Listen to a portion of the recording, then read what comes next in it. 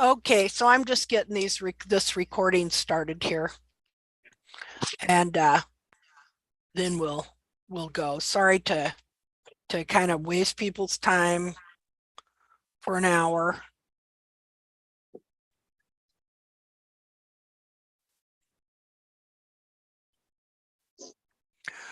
Okay, so I got the recording started for the YouTube meeting, and now I'm going to get the one started for the, if I can find it. Well, I guess I can't live stream on Facebook at the same time, but I thought I could. I used to be able to. Disable HUD. Okay, well, anyway, we're live streaming on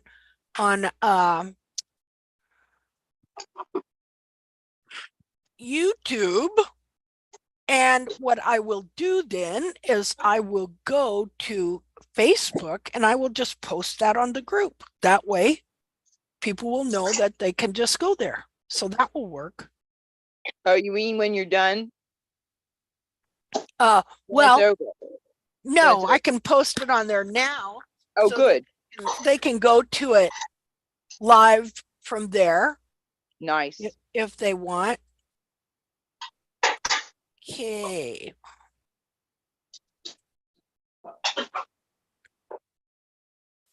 All right. I'll just put live now.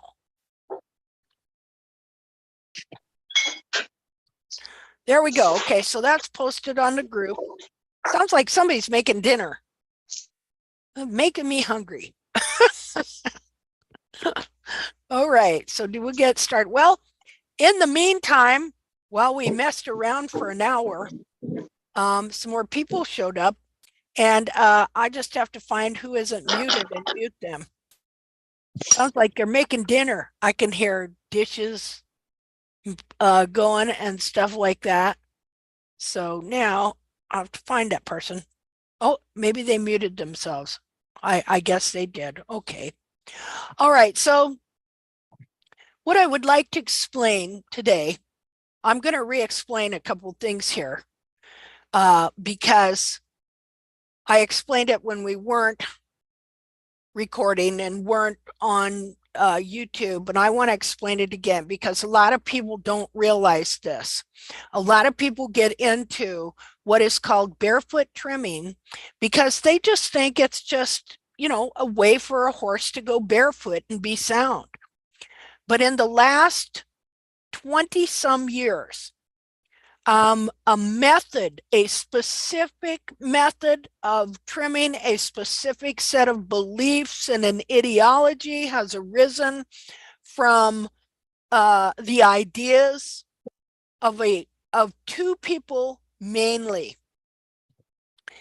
And those people knew each other, and of course they consulted together, and they had the same beliefs, and a lot of their beliefs were also based on writings of people that came before, and writings that and beliefs that were and had been and still are very debatable. Like one of the beliefs is the coffin bone. This has been a debate for the last several hundred years as to whether the coffin bone is ground parallel, meaning it lays flat, or whether it has what they call a positive palmar angle, meaning that it is slightly elevated and tipped upwards in the rear. And so this has been a debate, ongoing debate. It was a debate over in Europe.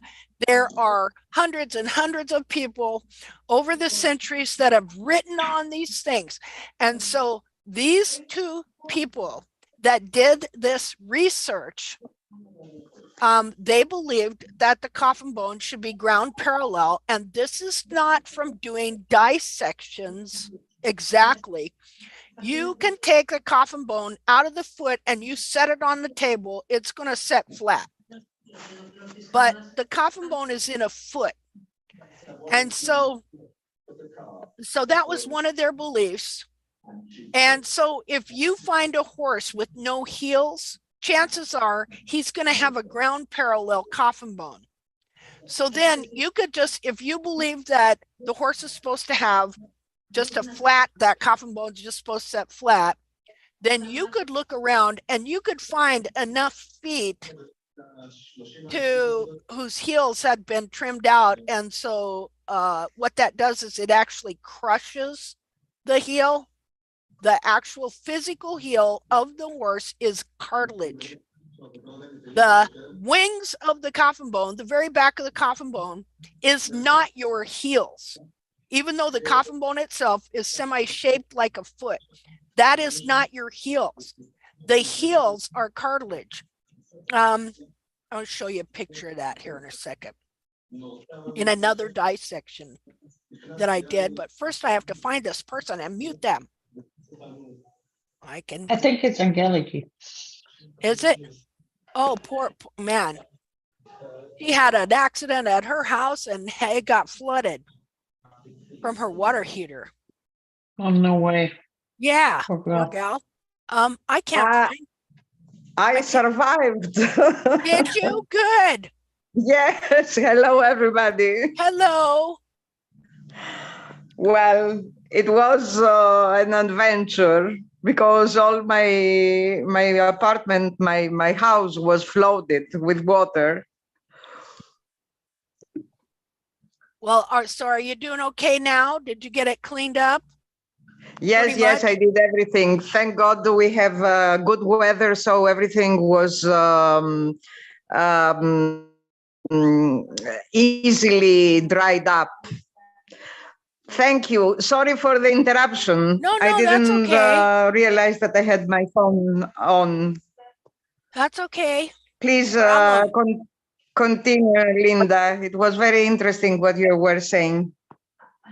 Okay, well, what I want you to see is that what is called what came to be called barefoot trimming. Everybody and their dog before 20, 30 years ago, when you talked about a horse going barefoot, it was just a horse going without shoes. So we know that obviously we've seen horses that have been shoeless that seemed sound and fine and everything else. But what we now call barefoot trimming is not the same. It is a specific kind of trim based on the beliefs of certain people, and you do things to the foot to try and make it into this foot that they believe every horse should have. So you take the heels down a certain way, you take the toe back a certain way, you're looking for this foot to conform to a specific model, so that, and that is barefoot trimming. And in that, there is a belief that when you take the horse out of the shoes, there's going to be a transition period to where he becomes sound barefoot. And that only makes sense, of course.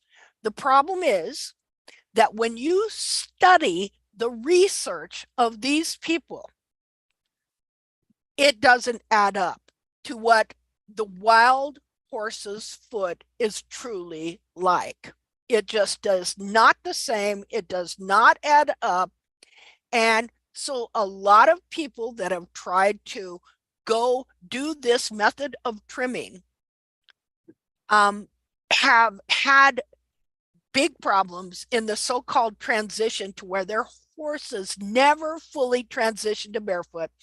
And they might have transitioned to boots, from shoes to boots, because also since this method arose, so have the boot companies in mass.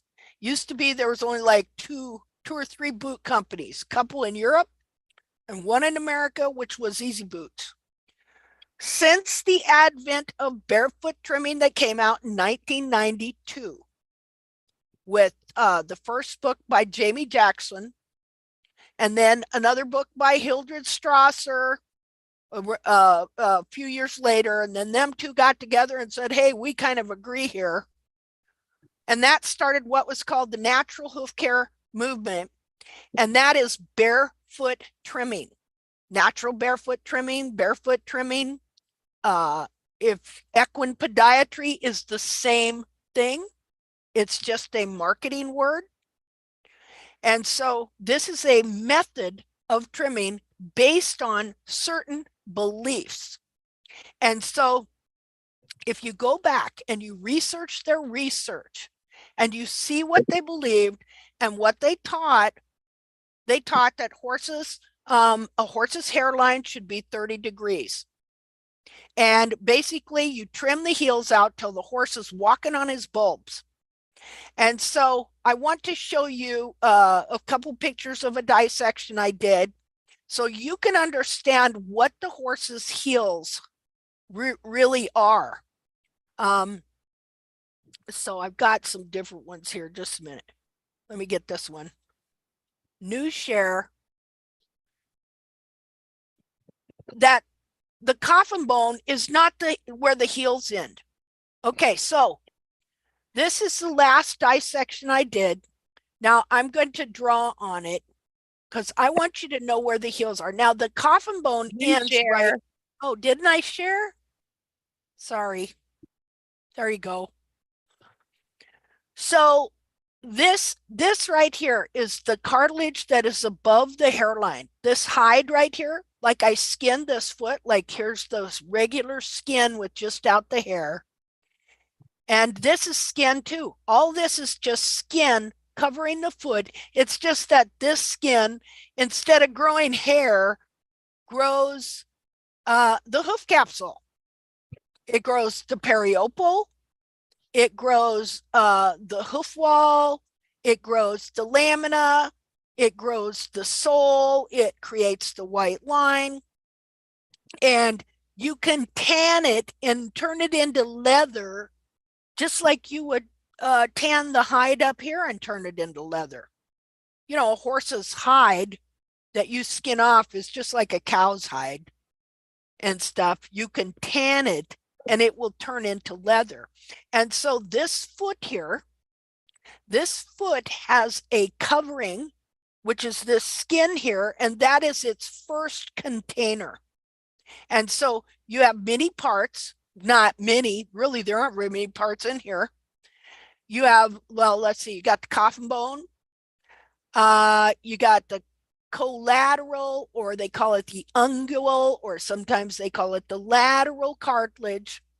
And this part here, okay, it sticks up above the hairline. All this here, now it's laying down like this, but when it's in a hoof capsule, it is supported up and it is above the hairline. It is up here. And so what I want you to see is this is why we look above the hairline and we look at all this back in here, because that's where this is right here. And so part of it is below the hairline and part of it is above the hairline. And the coffin bone, let me do an annotation if I can find it. Okay, where are you? Oh, there you are. Okay, let me do annotate here. We'll do we'll just do pink. What the heck? Hold on. Oh, just a minute. Stop it for a minute. Let me make this bigger. Okay, so annotate so I can draw on it. So your coffin bone ends right in here. Okay.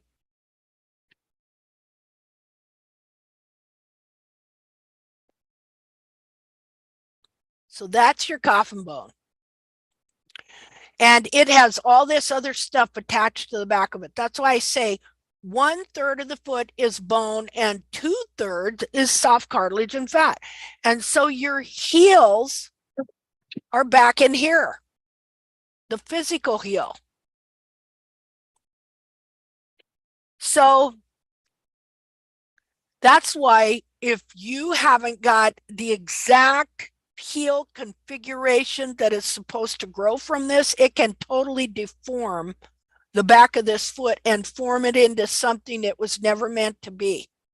Now we can look at this here, this coffin bone set and flat here, because I've taken all the cartilage, all of the corium off of it. But when the corium is on it, it is thicker. It goes like this. Wait a minute. The corium, well, first of all, there'd be a layer like this, at least that thick. And right in here, it starts getting thicker. It starts getting thicker in here. See how that would be thicker as it gets underneath the heel here? And then it gets thinner as it gets up here. So then if this still had all the corium on it, or the skin, and the it's like cartilage. It's like cartilage, and it's like a big Dr. Scholl's gel pad under there that gets thicker as it goes towards the heel. And so if we were to put all this back on here and set it upright, you would find that the corium back here that grows the sole is thicker, wider, thicker as it moves towards the heel. So there is more padding under the heel area. And so then if I took this, like we can look at this coffin bone, we could remove all of this and we could throw it on a table. And then we could say, well, there, the coffin bone is ground parallel. See there? And so that's what they did. They took coffin bones out of the foot, took all the flesh, all the soft tissues off everywhere, and they threw it on a table. And they said, this is how the bone is supposed to set in the foot. Well, what would you have to do to get it to set that way? You would have to trim it in such a way where this cartilage that's right in here, you just crush it to make that like that. And so, just a minute here, undo. So if I added all this onto this foot and then I set the foot there and I could see the coffin bone, I would see that the coffin bone is set at an angle already within the whole foot, within all the tissue, within the corium that's underneath it. It's going to set on this table in the foot at an angle, at a positive angle. And so because they never saw this horse, they never saw this thing you're looking at right here as the first container that it contains this foot. They never saw it as a foot. What they see is they see a hoof capsule. They look at this tissue here, the skin. They look at it as if it's just tissue, not like it's skin, not like it's skin, like the skin that covers your foot. They look at it like it's tissue. And so when they see a hoof and a hoof capsule, first of all, they don't look above the hairline. They don't look above here. They don't consider that a part of the foot. And when they look at the foot, they see a capsule with parts in it like this. That's what they see. And the X-ray machine, great invention as it was, made it worse because, well, hoof capsules are hard to get off. And so most of the studies were done by slicing them down the middle in a sagittal section. Then you open it up and you see that coffin bone in there. And then when you take an X-ray, it looks similar. And so it's almost like they may talk about the digital cushion. They may talk about the lateral ungual cartilages here, but it's almost like it doesn't exist. Because when you look on X-rays and when you look at horses' feet, you see so many different configurations of the back of this foot. It's ridiculous. But these horses have a specific anatomy and a specific configuration to the back of this foot. And so understanding how the heel, the whole caudal, that they call it the caudal foot, understanding how the heels are supposed to grow from here, where the frog is supposed to be, where the heels are supposed to be, what the configuration is vital to knowing what the true foot of the horse is and being able to look at these horses' feet and tell when they're distorted. And that's why one of the things that we do in TACT that is different is the first thing we look at is this whole area of the foot up here, all this area in here. We look at that first because this part of the foot, if it is distorted and deformed, it has an effect on the whole foot altogether, including clear on up to the toe. And so this is the area of the foot that has to be right in order to maintain the true shape and form and health of the whole rest of the foot. And if this part of the foot isn't right, it will not function correctly. And that's going to affect the horse all the way up into the legs, the back, and everything like that. So to make it clear again, what we do here, even though your horse can go without shoes and be barefoot, is not based on the research of these other people that everyone and their dog is now following. And which is why all these boot companies have had to come up, and all these different composite shoe companies, including Hoof, which is absolutely, you're trimming the foot out of the horse and then you're replacing it with plastic. Which, hey, I think all these things are good. Boot companies are great. All these things are good. All these things can be used to help horses, make them more comfortable. And we are absolutely not against shoes at all. What we are for is having a correct understanding of this foot, and then trying to learn how to trim and maintain it to help it stay the way that it was meant to be. And so one of the things we've had to learn is what is even the true foot of the horse, because so many horses' feet are so deformed already, that it has been hard for researchers over the centuries to even find what the true foot of the horse was. And so this was a dilemma that one researcher, Bracy Clark, who was a veterinarian back in the 1800s, that he found. He said the eye soon gets used to deformity and does not perceive it. He said this fact deceived me in all my first experiments, because he was looking at deformed feet and he didn't know they were deformed feet. So anyway, let me undo this here.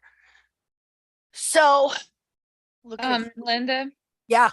I'm sorry, I'm having to go right now. Okay, dear. Watch you off of YouTube or Facebook, either. Okay, dear. Okay. All right. Well, you have a great day. You Okay. too. Okay, so this is the other side of that foot. Now we could look at this and you see how that looks like that horse has no heel. This is because all of this tissue is so soft that the only way it maintains its proper shape is if the hoof capsule is growing correctly from it. And so the heel is not really like that.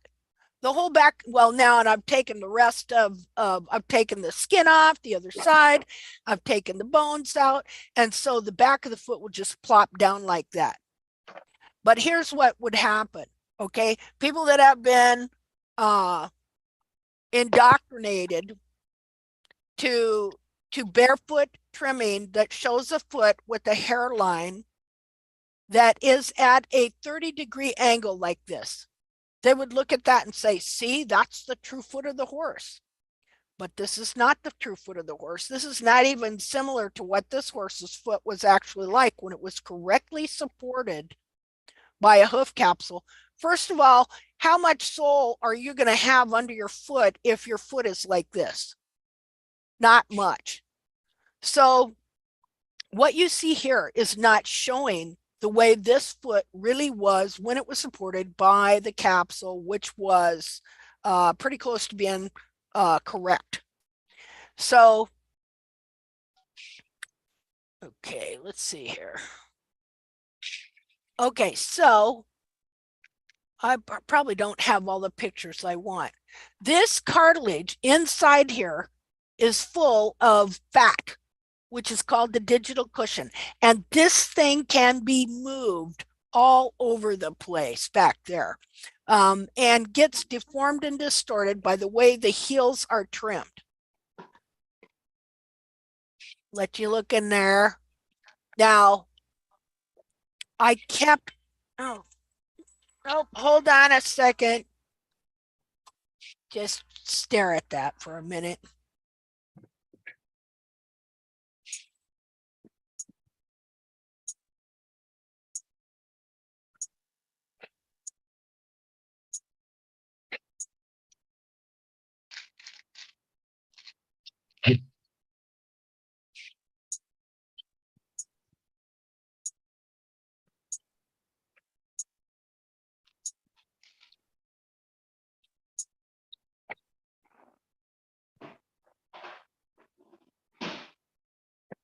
Alrighty then.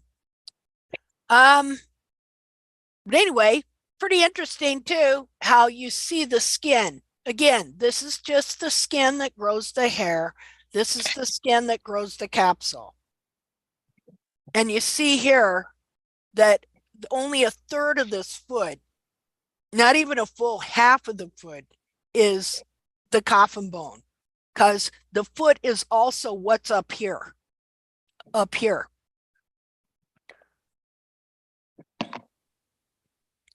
See, ideally, this heel is not like that. It is these lamina like this would be more, let me annotate here. It is shaped more like this.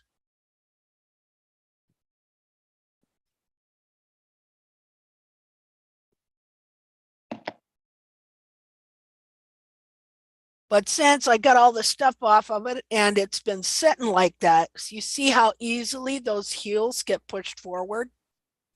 So of course, if you trim the heels out, what happens is this piece of heel here, okay, as the back of this foot is pulled down this way, pulling it down like this, then this part here gets shoved up that way. That's why eventually you can trim them just like this and you're not running into blood, because again, as the back of this foot is pulled down this way and the hairline is pulled down and it's bending the foot, it is shoving the heel upward like that. And so when, so therefore, look at how the lamina and the horn tubule is going to be like this. You're going to have underrun heels, right? Why do you have underrun heels? Because of the position that the back of the foot has been distorted into, that has bent the foot, and so it's making everything grow like this. Now this ain't too bad here. You see this ain't very curved because it wasn't curved. This is just, it's just relaxed and flopping on a table like that. But you'll see these coronary bands, they go down like this, and then you'll see them just curve down like that. Well, then if you had heel, it would be growing this way. See, this is what causes underrun heels. It's the position of the internal foot that has been distorted by incorrect heel trimming, so that you don't have heels that are supporting this area here, keeping it up off the ground so that it can maintain its shape, like so. So this is what is called barefoot trimming, that trims the heels to try and make force frog contact. Is what it is. Is somebody going to say something? Did somebody have an opinion there? I heard somebody say something. Okay, so I just wanted you to understand that the difference between what we do to try and trim our horses' feet so that they have a correct support and configuration for the back of the foot is different. And your horse can go barefoot, absolutely, with no boots, if you get that hoof capsule on there right. That's the difference. That you won't need boots, and that it's not, first of all, it isn't just that your horse is probably going to have boots. Now, do all of them? No, some of them escape and they manage to hold on to enough foot that they can still go barefoot and be sound. But if there is any distortion in this foot, it is still not going to function exactly like it was supposed to. And it's going to start affecting them on up into the tendons that run up there.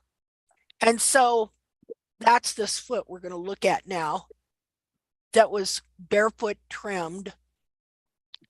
Again, which is a method of trimming based on the opinions of two people that went all over the world in the last, well, what, since 92? What, 92? How many years is that? It's been going on now. And so the point of this is to reveal that there were errors in that research.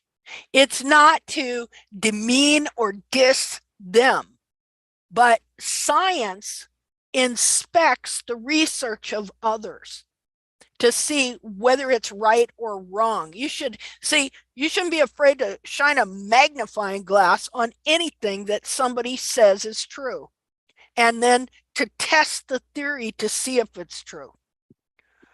So we know that he came up with the idea that all horses have 1 centimeter heel. If I was to take a ruler and put it up to this foot, what you're going to find is 1 centimeter is about this part of the foot right here. So if you just trimmed these heels down until you had 1 centimeter off the ground, you're going to crush this whole foot forward here, and that horse is walking on the bulbs right here. Let's see here. Let me undo. And look, wild horses do not, all the wild horse pictures we're seeing, they don't have 1 centimeter heels. They don't. You know, how he come to that conclusion? I don't know, unless he got into a mess of horses that just happened to have 1 centimeter heels, because all the other ones I've been seeing and collecting pictures of several hundred, they don't have 1 centimeter heels. So anyway, we should not be leery of shining a light. You shine a light on this research. We shine a light on this research, and we change when we see something wrong because we want to know the truth. Okay, where am I at and what was I doing? All right, so let's see. Okay, so here's an example on my own horse of an experiment I did. So I had this foot here. This was back in 2020. I had this foot here, and in 2019 and in 20, I had, if you were to look at the sole on this foot, it looked great. But when I would look at the side view, I knew by then that the cartilage was not supposed to be rounded like that. And so I wound up doing a trim where I removed certain things in the back of the foot, periopal, and I soaked his foot in a boot for 3 days. And this is what I saw happen. His foot expanded. Look at the cartilage. See, I just told you that cartilage can be easily deformed and manipulated. Now, I soaked his foot, I unbound it, and within, what is this? This is 21, 22, 23, 2 days later, look at the difference. Look at the cartilage up here, how straight it is. You see, this and this is the true cartilage. That is how the true cartilage is supposed to be supported. Now, let's go back and look at this here. Okay, you see this here? This cartilage is supposed to be up here. And then the heel here underneath it. And the heel buttress growing from under in here. So supported up in the air. Now let's go back. Okay. Now, because it's cartilage, like your nose, it can be shoved around. Like your ear, it can be bent into a shape that it was never meant to be. And then it's bound and held by a distorted hoof capsule. And so this was 2 days later. And then, so I trimmed the foot again and put more conditioners on it and put it in a boot. And this is what it was the next day. You see how much more the cartilage is extended? This here is the true cartilage right here. Right here. But you go and look up random horses' feet and see how many cartilages you see like this. Mom. Now, Wow. this is my own horse. So if I were to go now and go to my collection of wild horse feet, you're going to see that they have cartilages just like this. Now, on occasion, you're going to see one like this where he's worn his heels out. But in general, the back of their foot looks like this. Now, this foot, this cartilage can be bound and curled in clear up to here. And the hoof capsule reduced in size that much. You'll see a lot of horses, they don't even look like anything is extending behind the pastern here. What picture are we supposed to be looking at? I have a picture with 6 hooves. Oh, well, that's it. Okay, just want to make sure. Yeah. Yeah. I don't know why I put 6 on there. Oh, I know what I did, because see, I was looking at them at the time and I was drawn in where the heel should be. See down here, right there. So it's the same foot in both. It's just that I was here, I put it here and I took a, paint and I drew in where the heel should be, which is right here. See, actually this wall, when all is said and done, if the internal foot was corrected right and supported right, it would look like, let's see, let me find something here. Let's just do blue. Hold on. Okay, so this would be probably more like this here. And the heel buttress would be here. And the foot would be more like this. But even though I released the cartilage, now the whole foot internally is this here.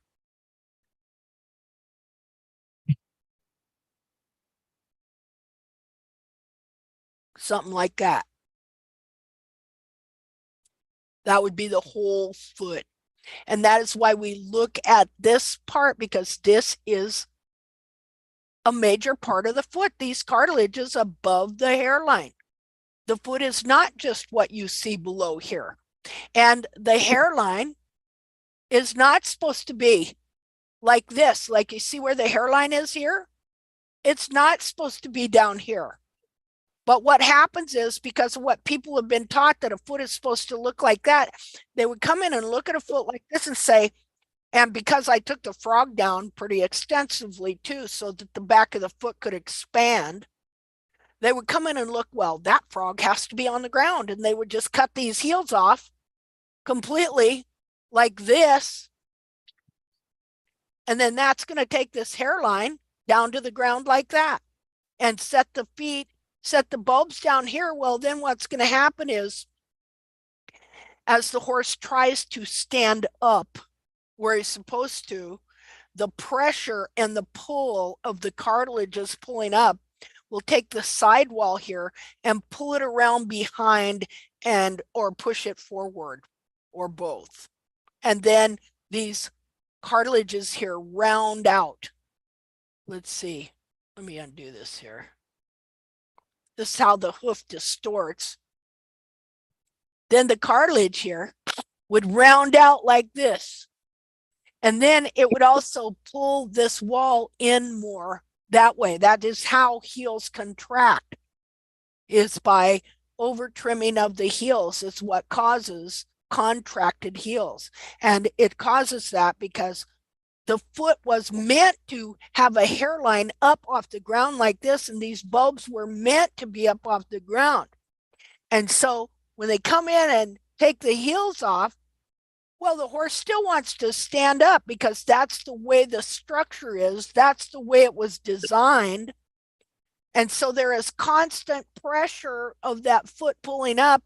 Well, then it just takes this wall and it just pulls it behind it underneath those bulbs, and it rounds out those bulbs like that. And you have a false heels, false foot, the cartilage ain't right, things like that. So Linda, yeah. I have a question here. Mm-hmm. We know that cartilages want to go up, Mm-hmm. but after many years of deformation and calcification of these cartilages, if we try to permit these cartilages to go to the rightful place, can they do it?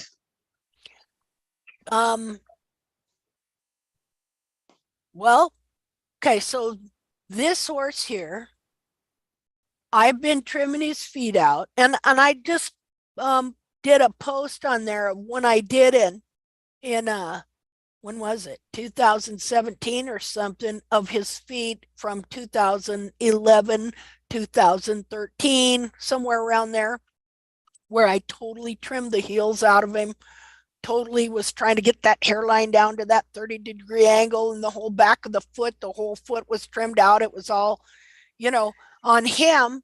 And so his did, but I've also noticed, like, there's things I've learned since I did this, that as soon as his foot wasn't moist anymore, and because I didn't know about growing the frog in to support the back of the foot the way I should have, well, his foot kind of contracted, and it all kind of went back to a similar look at that. But now I understand more. So there's a combination of, as you grow the capsule and it supports what you're doing, that and as you're growing the frog stay and it's pushing up the digital cushion in there, all this stuff helps to put this cartilage back where it really wants to be. So I did this to this horse for a long time, but he didn't have any calcification of the cartilages. Yes, that's the problem. Yeah, if they'd already turned to bone, but you would have to have an x-ray for that to make sure that that was the case. Yeah. He didn't have any calcification. So even after years and years, his cartilage still wanted to go back to what it was meant to be, and up to the height here, whatever you want to call it, level that it's supposed to be, because this coronary band is supposed to be off the ground. These bulbs, well, if we go back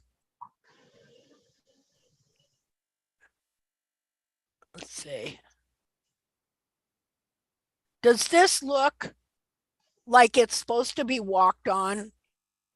See, this would be the bulb. This is supposed to be up here. That's what you're looking at when that coronary band, see the coronary band goes just like this. And so this coronary band is supposed to be up here and these cartilages are supposed to be off the ground. Again, we'll go back here. See how that's off the ground? Now let me go and show you. Let me see what else I got here. And you know, sometimes you can feel it. I mean, I have these 4 cartilages. The 3 of it I can feel, and they're moving, and they're soft, and they're not stacked on the on the P2. Yeah. But one of it's very hard.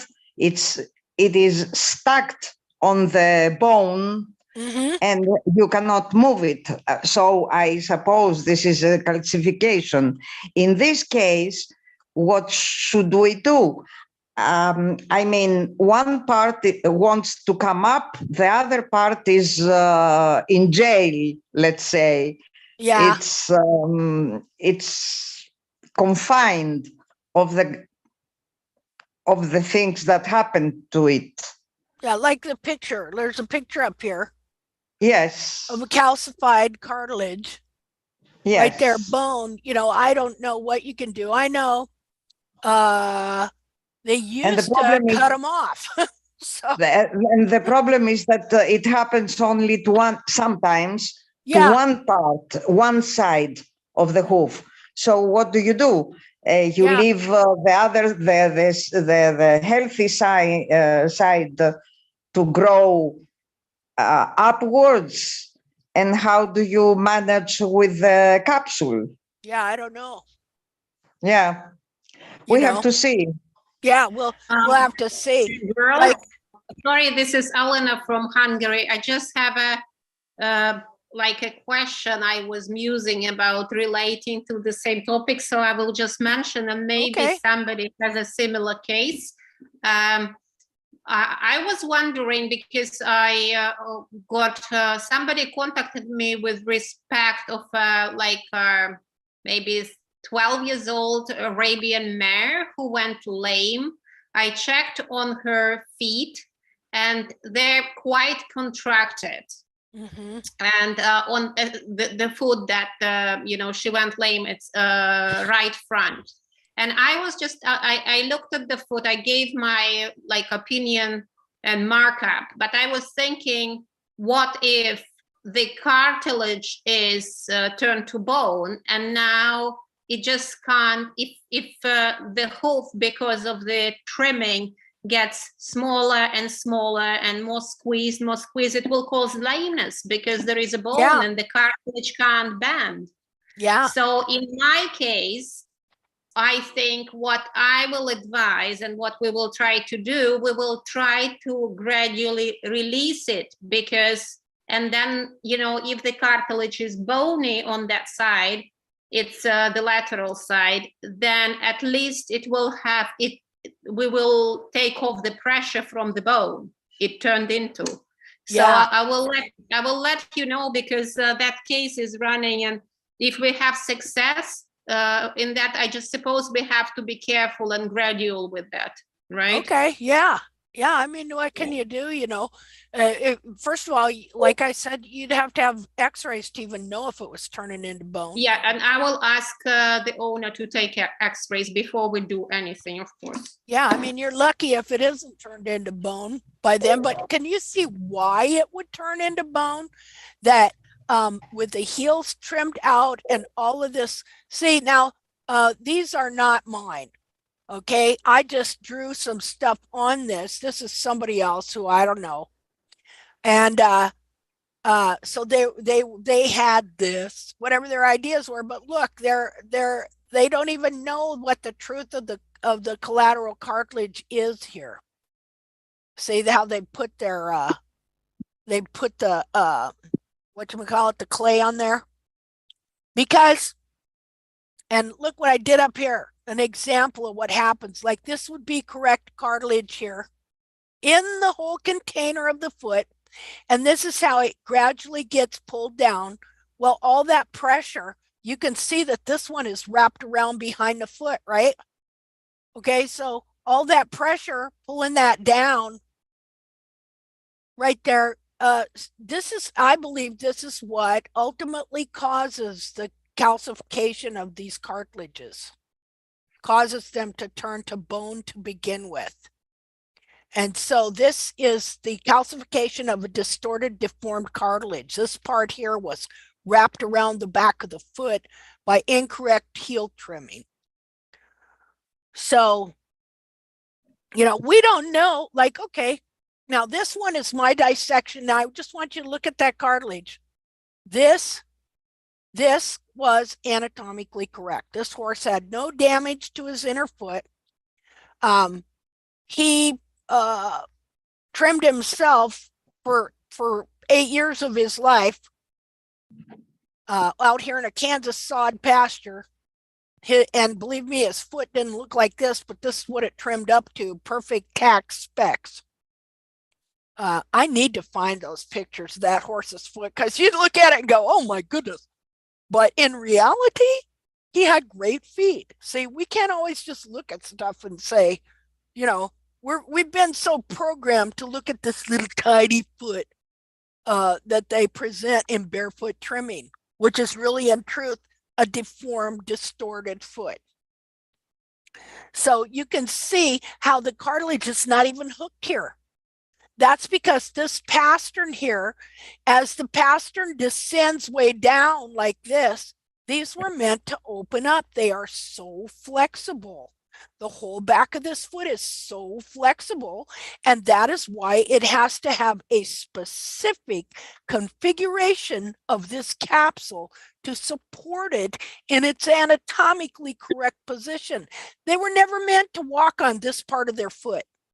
Because remember now, this cartilage goes down under here into here. See, and then you got your real heel, which is right here, and then your heel buttress supporting this whole thing and the heel itself.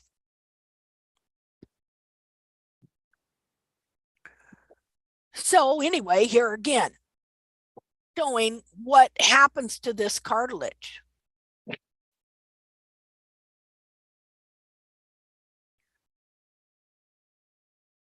And here, okay, so this is my mare's foot.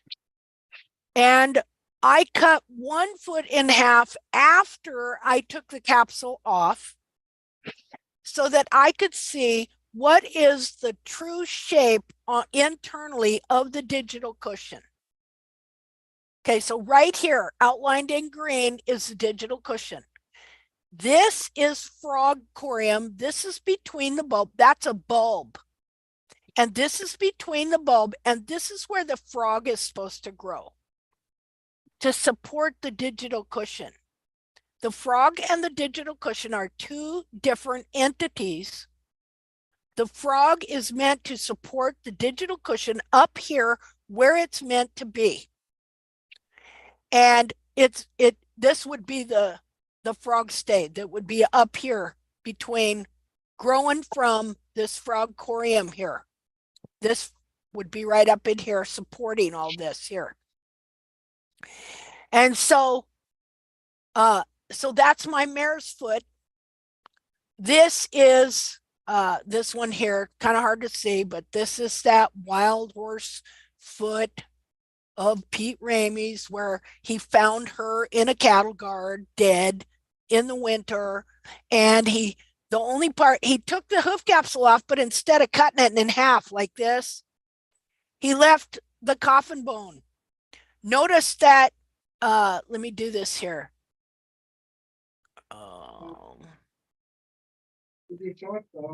Notice it's not ground parallel. Not, the coffin bone didn't set flat in the foot. Now, see what happens is, oh, I need a different color. Just a minute. Let me get a different color.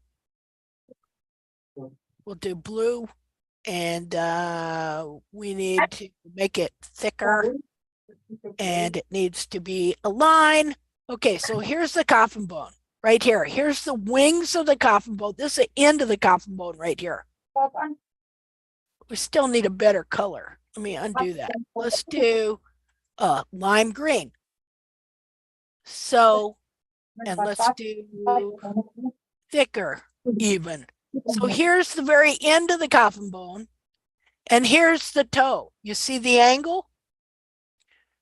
It's not ground parallel, is it? Now does everybody know what we mean? Because we want you to understand what we mean when we say ground parallel coffin bone. That means that if you were to take the coffin bone sets like this, flat.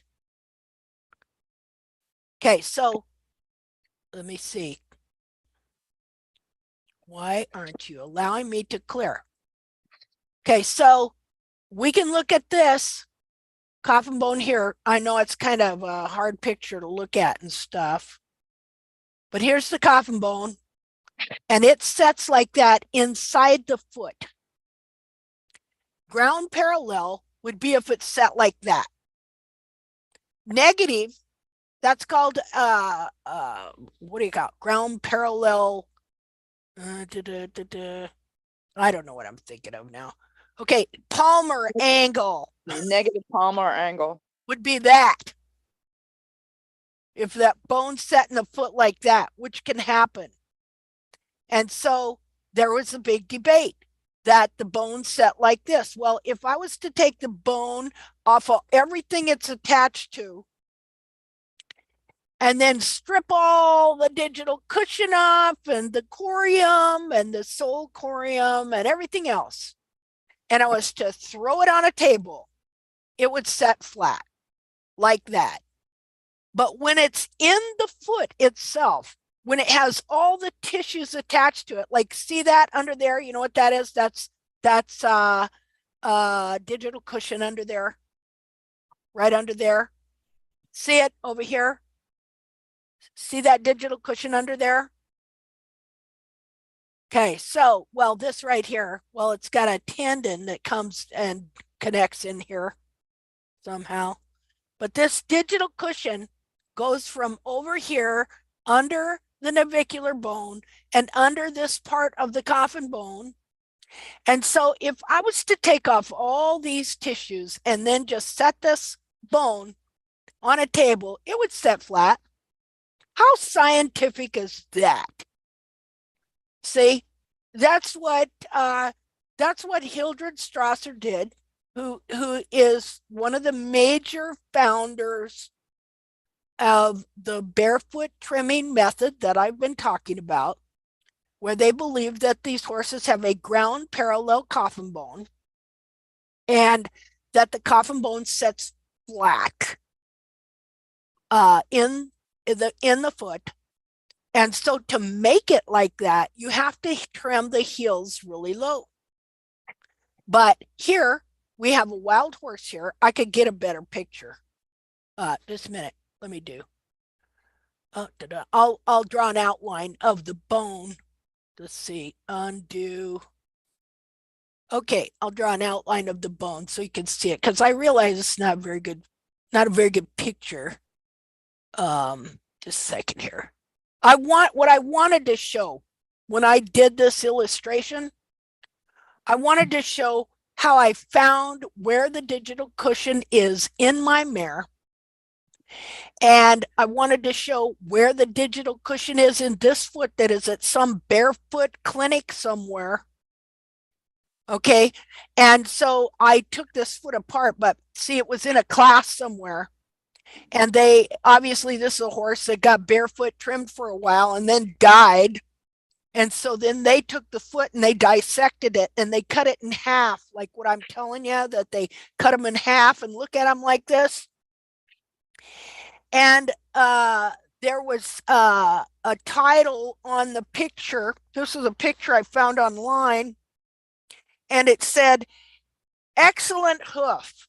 note the hairline. Well, note the hairline. You see how the hairline's clear at the ground here? And when the hairline's supposed to be up here, what they're not noting is all this weird distortion going on here. And so they think, look at the digital cushion here. Look at the width of it. This is if you cut a foot in half, right smack between your bulbs, and you're opening it up and you're looking at the inside. And so you see, what did Bracy Clark say?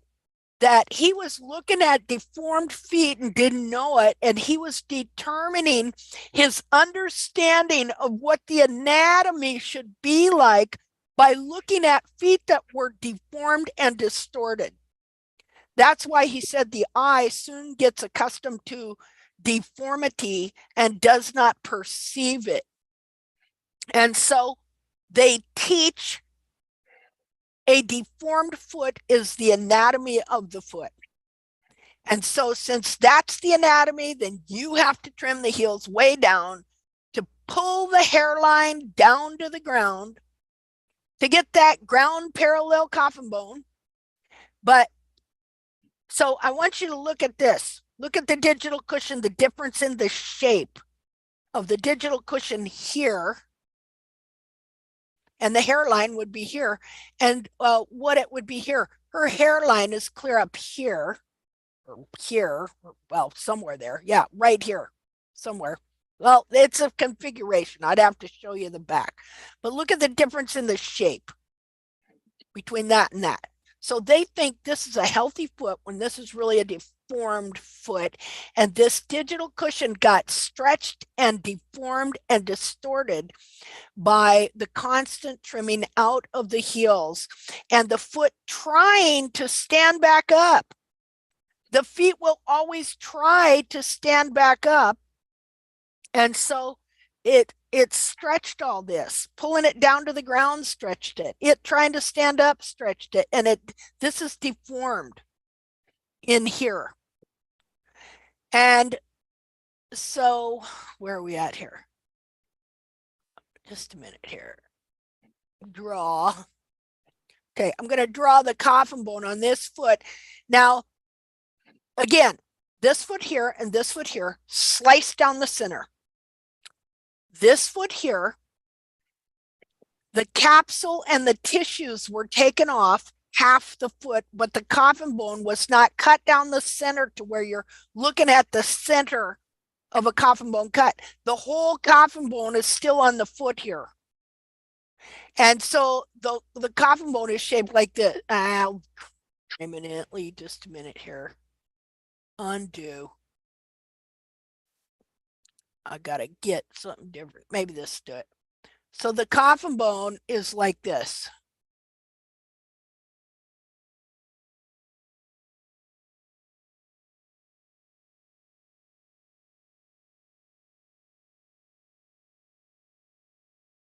And that whole side sticking out there. And so this is the frog stay that's clear up here. Look at the frog down here. Here, let me get something different color to mark with. This frog stay here fit right up here.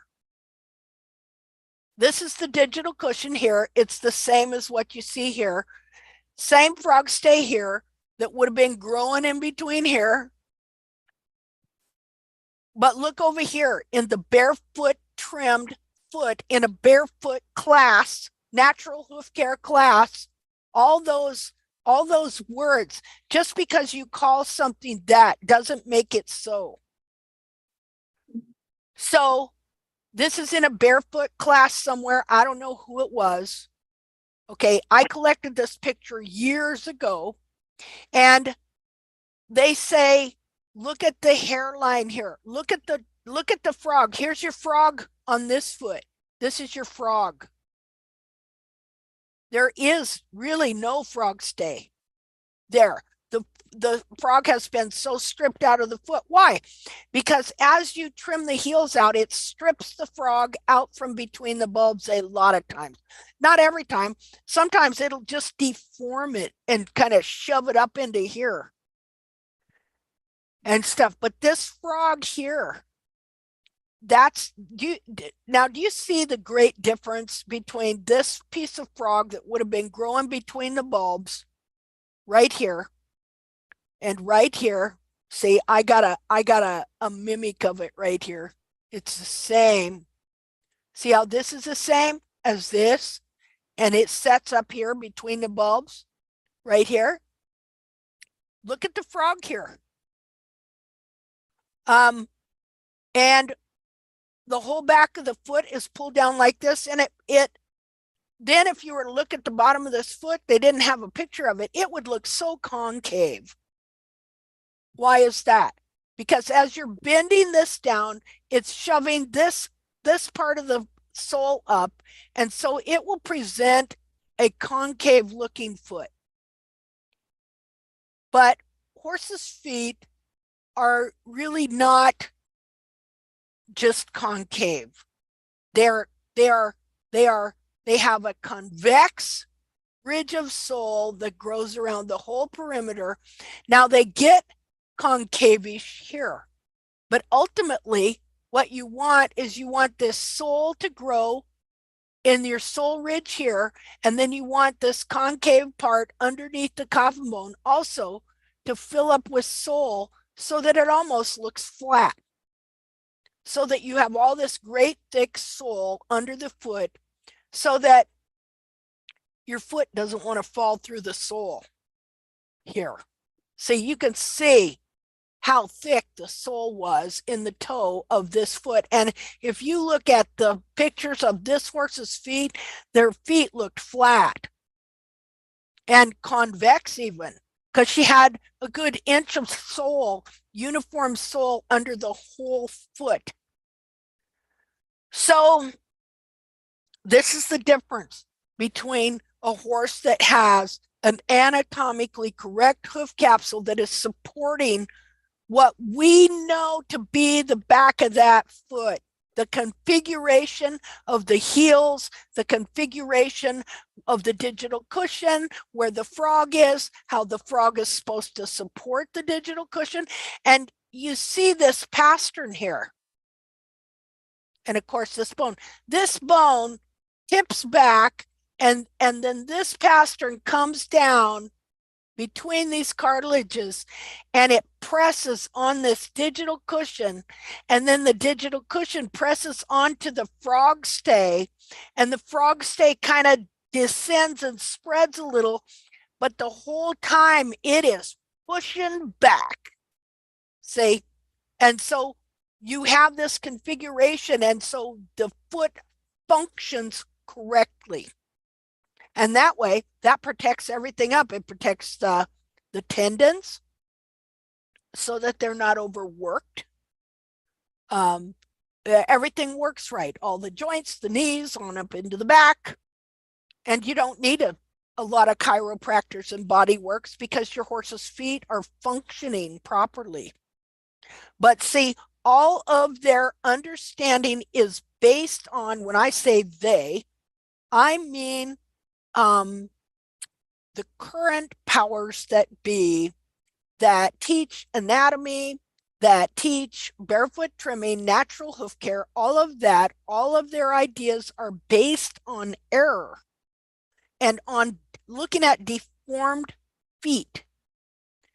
And anyway, so that's why all these horses have so many problems. Linda, sorry, in this picture, can you please on the right picture, where you say stretched digital cushion, can you please design where the bulbs are? The bulbs are here. They've been pulled from up here, yes, down to here, and he's walking on his bulbs down here. Yes. So there. Well, and that would be this part. Actually, okay, you see this part? Yes, that's I supposed to be quite up here? understand the design, and I quite understand the two photos. I'm just curious because in the first photo on the left, the bulbs are high. Okay, well, but this is the center of the foot too. See that's Yes, of course. Yes, I understand what you're saying. But And- when we have this kind of foot, the bare trimmed foot, I don't understand where the bulbs, I mean, they are so pressed and so of the weight of the horse, and they are so undermined on the whole capsule that there must be there many deformations. yeah. This is just the center of the foot. We're not looking at really the side and the cartilage. We're just looking at what is right between the bulb. And yes, see, in that the gets central sulcus, let's say, you cut it. it gets understand. confusing because we're not looking at the cartilages themselves, which would be on the other side of this. Yes, I understand exactly. Yeah, But we're just I was wondering about the bulbs. well, they're on the other side of this and pulled down as well. So Yes, that the horse there, is exactly walking there, where on the bulbs. Yeah. yes, where the hairline is. Yeah. The incorrect hairline is. Yeah. See, they got that 30-degree hairline belief going on there. Yes. Which And is the animal should step on his hairline. So the bulbs should be under the hairline. Yeah. So Yeah. they step on their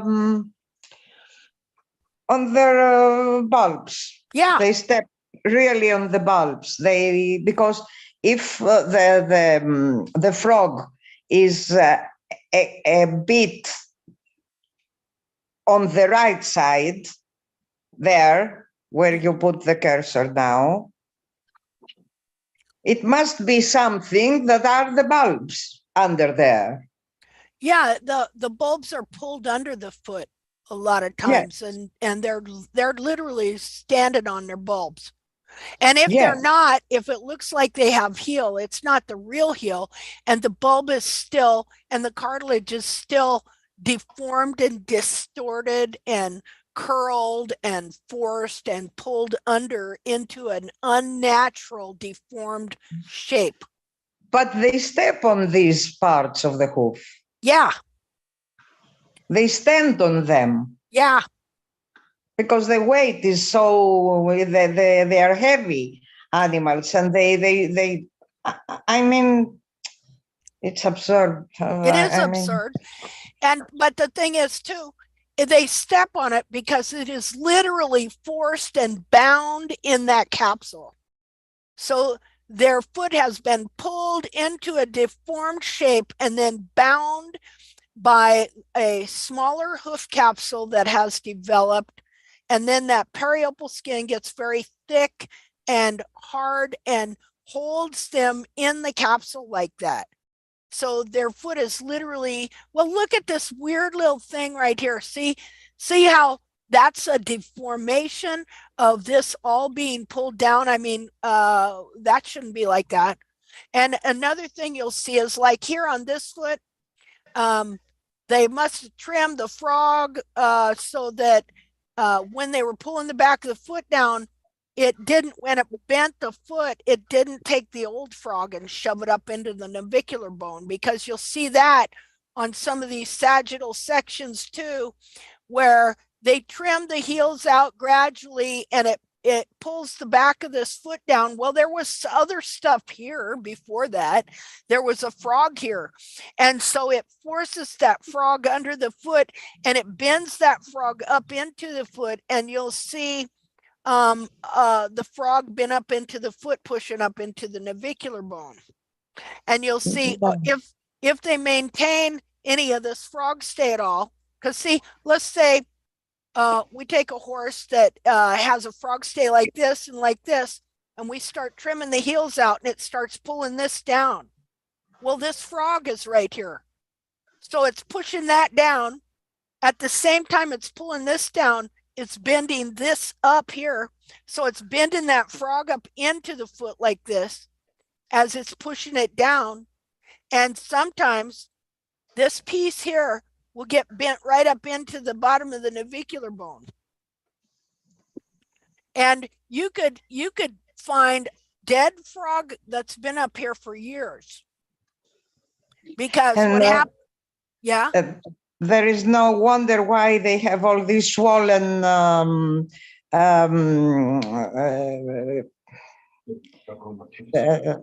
how do you say the swollen oh God. They wonder there might be kinks. Yes, they I also can't say think of it. Yeah, the coronary band, Oh, this yeah. swollen coronary band. Yeah, that And- too. And plus, we have to think that if all these things happen, the deep digital flexor is Right in here. stretched down we all want the you time to you are. Yeah. because something is pulling this tendon. Mhm. Now you get to lay Yeah. down. Personal. Linda, Yeah. Yeah. how would you know if your frog is pushed up? Horses. Well, I can show you a picture. It'll have an indentation. You'll see them too. When they show these feet, they'll say, oh, look at this great concavity. And you'll see the frog is bent inward right there. If a foot is really super bound and has a really super old dead frog, you can just, there's a really good chance that has happened. Usually it is sucked inside and it is very small, the frog. Yeah, that too. It can be very small. Yes, not very always. small, very short, and very sucked inside. They think that it is concavity, but it's not. Yeah, but then too, you can have a situation like I had with my pony where because I just kept trimming it as it was distorting that way, I kept trimming it like it was normal. And so you couldn't see the indentation anymore. You couldn't see the distortion. It just looked like a normal frog. See, because if you trim to the distortion, it covers up the distortion and fills it up. So Yeah, because I think that's what's going on with my horse's two hind feet. yeah, Is like he is literally walking, and I know you guys have seen pictures. He is literally walking on his bulbs. It's disgusting, but his frog is gigantically spread out across his foot. He doesn't Yep. really have a central sulcus, and his Yeah. frog is hard as a rock. So yeah. So he's probably heel, got all but this I'm won- excess old distorted frog in there that's binding and holding his foot. You know, so you yeah, and just I'm wondering if that's what's happening now that he's unwinding his feet, but everything did get shut, like it's opening up, but it all got sort of pulled under. Mhm. Cannot Have you been making a central sulcus, even though I don't have one? no, The moment. no, because that's when I cut his tendon. Because my knife skipped off. Because I think that's back Oh, when because we it had our was so periopal hard talk. and you slipped and cut his tendon. Yeah, well, yeah, You I didn't cut your actually own make it into the tendon. tendon, but I did. Better his than yours. Well, I definitely. Yeah, well, Don't want I either, definitely but- cut the back of his. Yeah, but he's, it's fine. Yeah. But it's not. Well, but that it- makes that's you where, feel like, bad. It's so friggin' hard.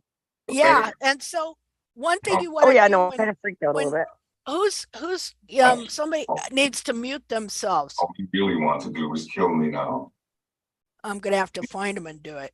I can try again.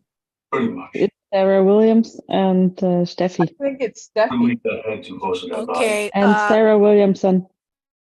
Okay. Well, oh, I think they heard us.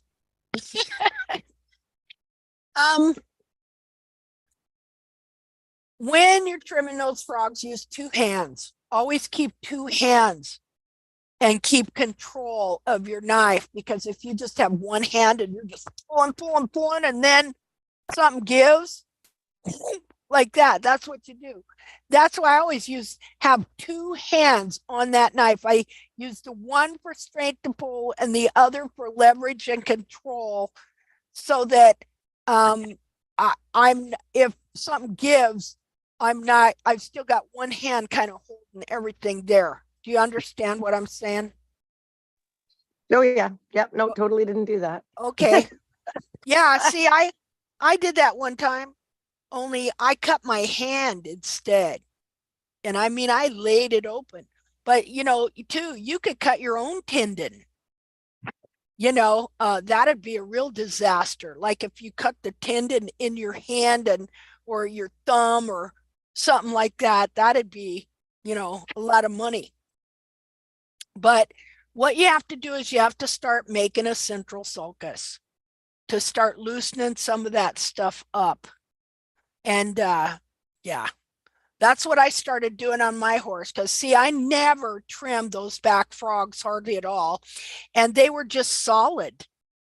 And so then as I was finding this stuff out, it just came to reason. Now the foot has a central sulcus. My horse's back feet don't have one. That means that it could be a bunch of built up frog that's just dead in there and nothing's moving or growing. And so I just started cutting out a central sulcus on purpose. And eventually the foot and the frog loosened up and started releasing the foot more and stuff. So anyways, okay. Linda, so, yeah. what's the purpose of the central sulcus? Why does it need to be there? It's because it's on the foot itself, and the frog stay right here that grows in there, and it's meant to, it's like an arch. It's meant to support all this in here. And it's also meant to enable the frog itself to expand a little bit and to give as the pastern presses down on the digital cushion. Like we'll look at the foot here. Like it's blah, blah, blah, blah. It's meant so that frog will grow and support this digital cushion up in place where it's supposed to be. And then when the pastern is descending on the digital cushion and then descending on that area of where the central sulcus would be, that the frog also it's arched, so it's double strength right there instead of just being flat. See, because see, it's growing from right in here. And when you think about it, and as far as I'm concerned, just the way they name things kind of ain't, I just don't know about that, because the foot itself has a sulcus. But once the frog grows there, it kind of fills that sulcus up and you have the frog stay. So there's not a lot of sulcus to it necessarily all the time, but all I can say is it has something to do. I mean, you're a structural guy. And so I think that if you studied this along with this, how they're two different things, but they work together, you would see how that central sulcus, how that part of the frog that grows from there works in the overall thing to make this whole thing function correctly. That's all I can say. I'm trying to go by memory, but the corium that grows from to start with it's shaped like that also, correct? Yeah. Oh, okay. All right. That's all I need. I wanted to add something to the discussion a little bit earlier. I happened to listen to a a study out of England, a biometric study, and they were talking about the tendon that wraps around and comes down and anchors to the bottom of the coffin bone, correct? Right in here, the deep digital flexor tendon, that one. Yeah, that anchors to the bottom of the coffin bone. And when you think about it, the lady was talking about how amazing that tendon is, that it's actually spring loaded, that if the foot is trimmed correctly and it functions, it actually rebounds back like a spring. And I'm listening to you all talk, and you can just imagine that if the heels are trimmed out, how first of all, when the horse is planting the back of that foot all the way down, how much further that tendon is getting stretched, because Yeah. it's you know, we're talking about a 2-inch heel and they're taking that 2 inches out, Yeah. or at least, you know, if I'm being conservative, an inch out. So that Yeah. tendon is getting stretched that much further every time that foot hits the ground, every Yeah. single time. And I can also see, you know, while I'm listening to you guys, I was thinking about and tying in her, this other scientist in her research, you can see why every time that foot makes impact on the ground, it's just it's pulling the bulbs and everything under every single time. Yeah. That's how it happens. I mean, it all makes sense. Yeah. Every bit of it makes sense. Yeah, it sure does. Yeah. I've thought of that too. What it's doing to that tendon, because this frog and this digital cushion is meant to force pressure back, so that when all this is descending on it, it's just not giving easily. Okay. It's instantly pushing back. So it is helping that tendon descend back up. Linda, Yeah. Linda, I'm just thinking of this video that you made with a frog stay. I think it was Molly's foot with where you put it on a book or on a CD with a space, and you showed how it descends down and pushes up again. Yeah. I don't know if Dean knows this video, but I think this is really impressive. And it shows the function of the frog stay and the importance of the frog stay. Very good. And this is the same foot that was used in the video. So, you know, so now, have you watched that video? If you're asking me, no, I have not. Okay, well, it's on the Made Happy Hoof page. Okay. And in the whatever the main video that you display on the page, whatever that is, but that's this same foot here.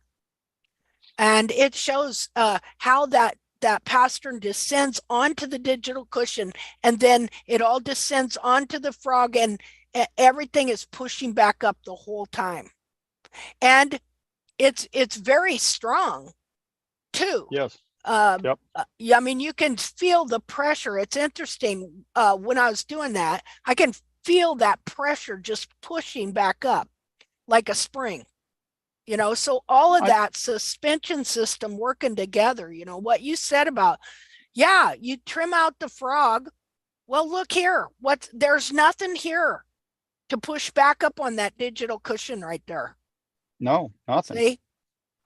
Normally that frog would be clear up here, and this part of the digital cushion would be up here. And well, there's that tendon right here. And the problem is that the stretching is constant. Yeah. Standing, walking, no matter what they're doing. Yes, because there is no force to push it upwards, the stretching is continuous. And that's why, well, in that other foot that I'm going to show you, where I talked about the horse that was barefoot trimmed for 16 years, that he was put down. I have videos of him. He couldn't hardly walk. And the veterinary told this person that his tendons were shredded. And you'll see from his feet why he was that way. And again, this person was professionally trained in Germany by Strasser herself, and then came back over to the United States. It's an American citizen, and then also trained with other people as well. As far as I know, it seems like she trained or took some clinics or did something with Jackson and Pete Ramey, which if you're doing Pete Ramey, his methods and beliefs came from Jackson and stuff and his research. And now, do people mean well? Yeah. Do people mean well? Are they purposely believing something that isn't true about the horse's foot? No. This is what happens when you take research at face value and just run with it. We have to be able to go back and look at what the conclusions and dissect them to see if they are so or not. And they're not so. Jamie Jackson said all the wild horses he looked at had 1 centimeter heels. I don't know what he was looking at, but the wild horses that we see, and I have multiple pictures of, and even the ones on Pete Ramey's page that he follows him, do not have 1 centimeter heels. So here's my horse in 2012 when I was trimming the heels out. So this capsule, look, I kept trying to get this hairline down here. My horse never liked having that hairline, and he would always pull back up, and I would think he was growing heel. But what he was doing was he was pulling the little bit of heel that, or sidewall here, he was pulling it around into his foot like that to expose more sidewall, and it looked like heel, but that wasn't heel. So here you see his foot. Look at the difference in the cartilage there. See, and this was in 2020, still working at restoring, still trying to understand what is the true foot of the horse exactly. Now, here we go. So this is a horse that I barefoot trimmed for 8 months. Over here, I have told this story multiple times. So we're going to look at how this frog gets bent up into the foot. So I had trimmed this horse for 8 months. He colicked really bad, not my fault, was the veterinarian, second horse, this lady that vet killed by giving it an injection of ivermectin. That's why they advise not to inject ivermectin into horses, because they did have some problems with this happening to horses. And so, like, I don't know if it's an overkill of worms and they get a weird colic or what, but it happened to 2 of her horses the same way. So, and she quit using that vet, thank goodness. Well, so this horse, I was barefoot trimming, just a minute. I was barefoot trimming at the time, taking the heels back to the base of the frog. I was also trimming frogs at the time more than usual. It was on this horse that I cut the heck out of my hand, the palm of my hand, the part that is by your thumb, okay, laid it open and was right in the middle of a trim. So I had to wrap it up and finish trimming him. And then I had to come through Girard on the way home, and I thought, there's a hospital there. I was thinking, I think I need to go get sewed up. It was that bad. And so I went to go to the emergency room, and I looked over and I saw Dollar General, and I weighed that out. Dollar General tape. The hospital and the emergency room. Okay. So I went to Dollar General, and they had this really good tape, and I just stuck it together with tape, and I still got a nice scar. But anyway, so, but that's, trimming one of those hard frogs and your knife slips, and So this horse, I know I took plaster casts of his feet. And when I first managed to get the hoof capsule off, I had never taken a whole hoof capsule off, so it came off in pieces. And so when I first took his capsule off, this is what his foot looked like. And I had no idea then about coronary bands, how the coronary band should be straight, or even really how this would grow. See how this bent down? Well, the hoof wall grows from that. It's going to grow this way. You see what makes underrun heels? So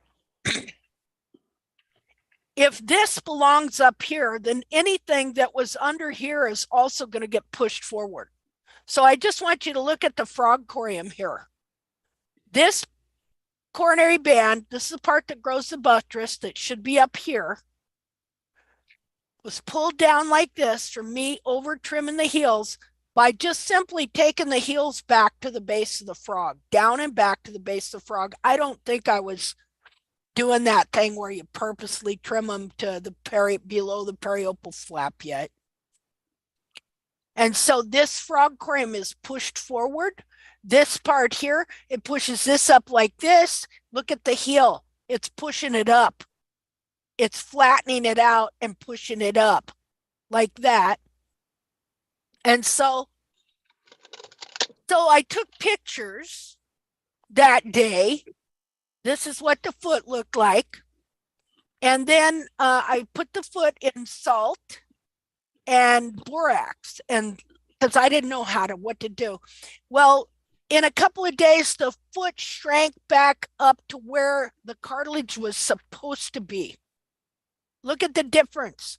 Look at where the coronary band is now. Look at how the heel buttress would grow under here, attached to the back of the heel. See the definition of the heel here? Okay, you wouldn't have a run forward heel on this foot here. Remembering that the whole back of this foot, this cartilage is so easily moved. And so you trim the heels down, it pulls the whole back of the foot down like this over time. And then you start going, well, I've got run forward heels. Well, now you know why. So this did this in a couple days. I mean, this horse had not been, he originally had perfect feet.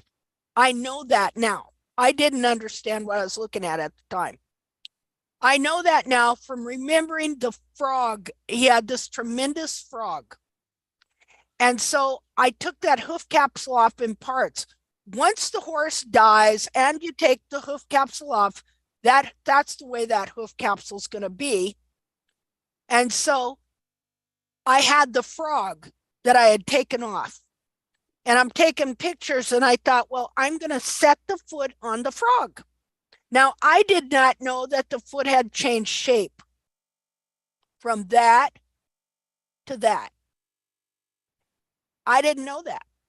Well, I took the frog that I had put in, didn't know anything better at the time. I put it in vinegar and water to preserve it. And so I pickled it. And so I took the frog and I set it down and I set the foot on the frog. Okay, somebody's not muted. And they're not in the United States, I can tell. No, this is German.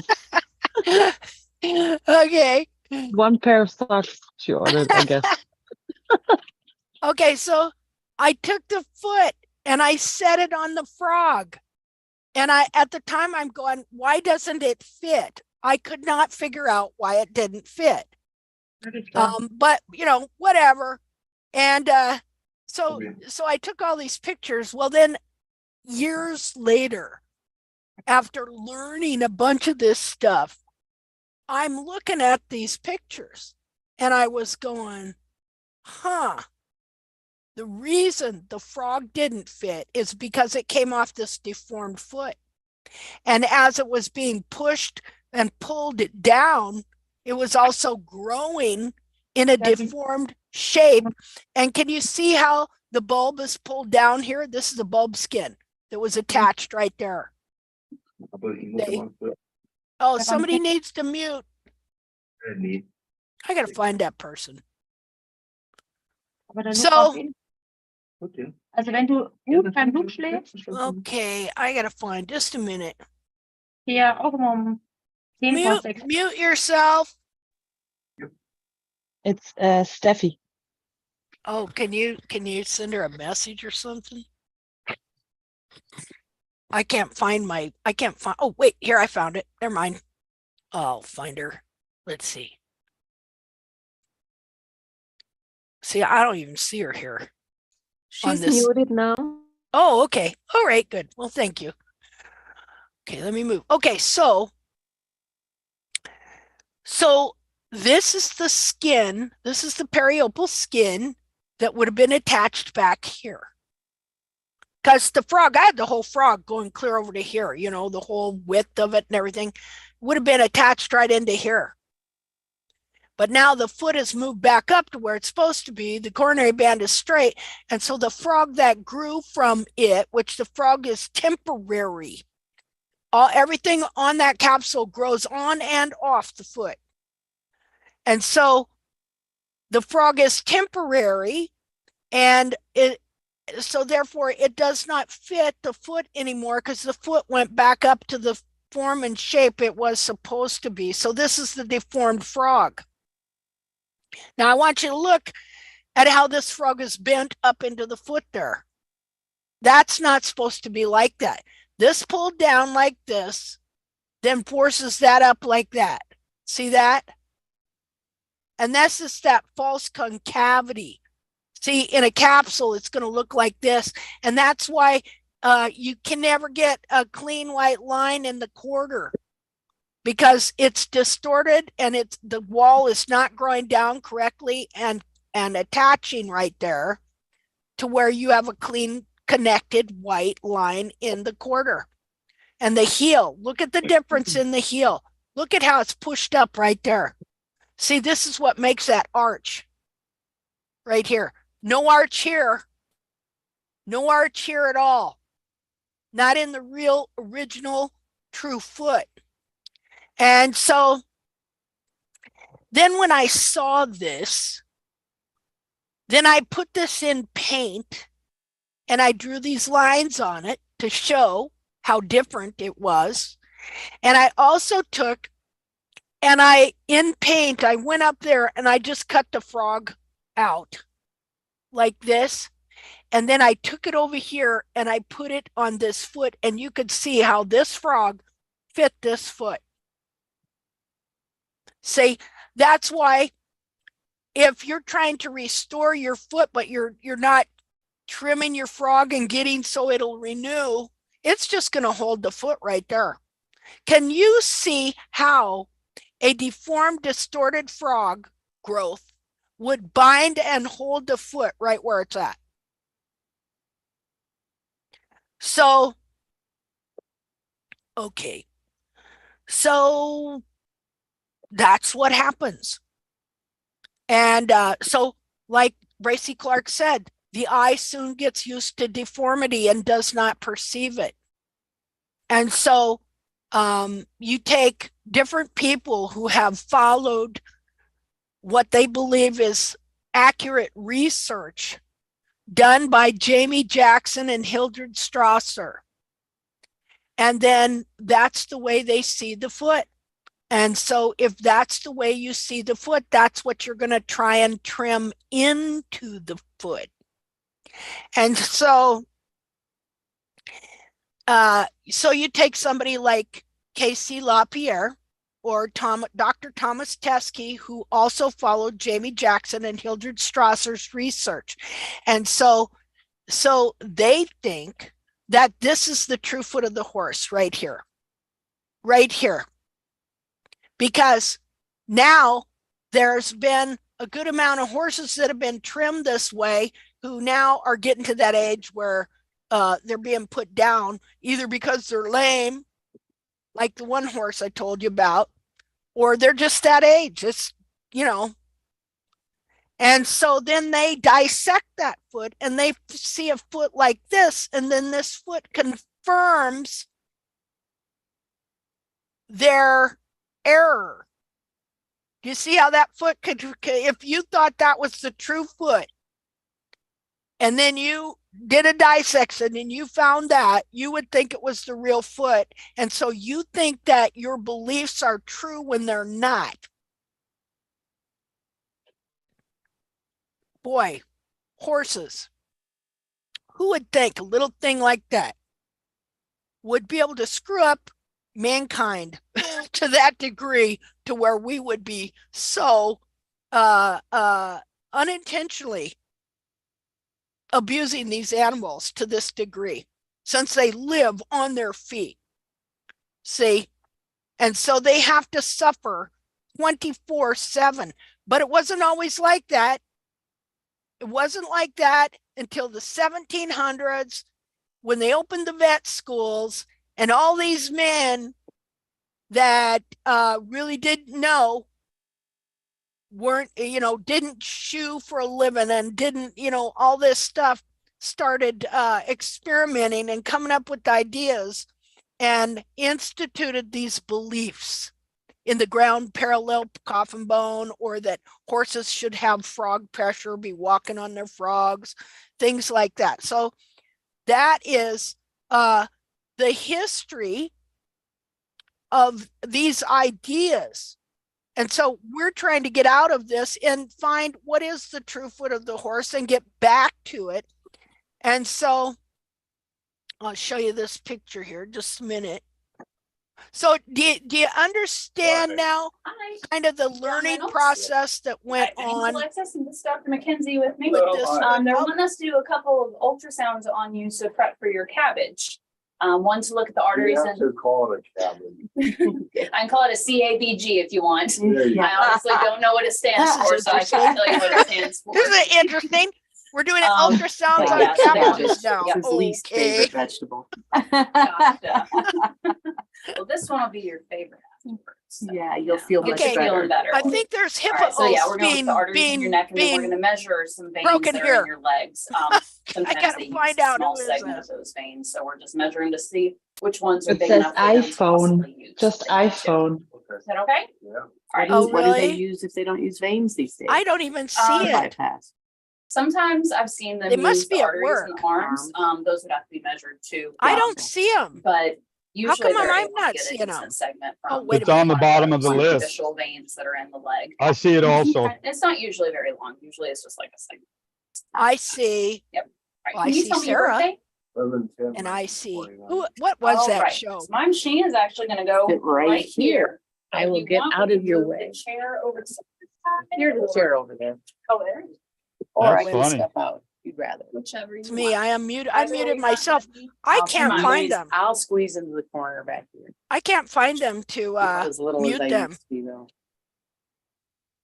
It's not even on here. Oh, iPhone. Wait.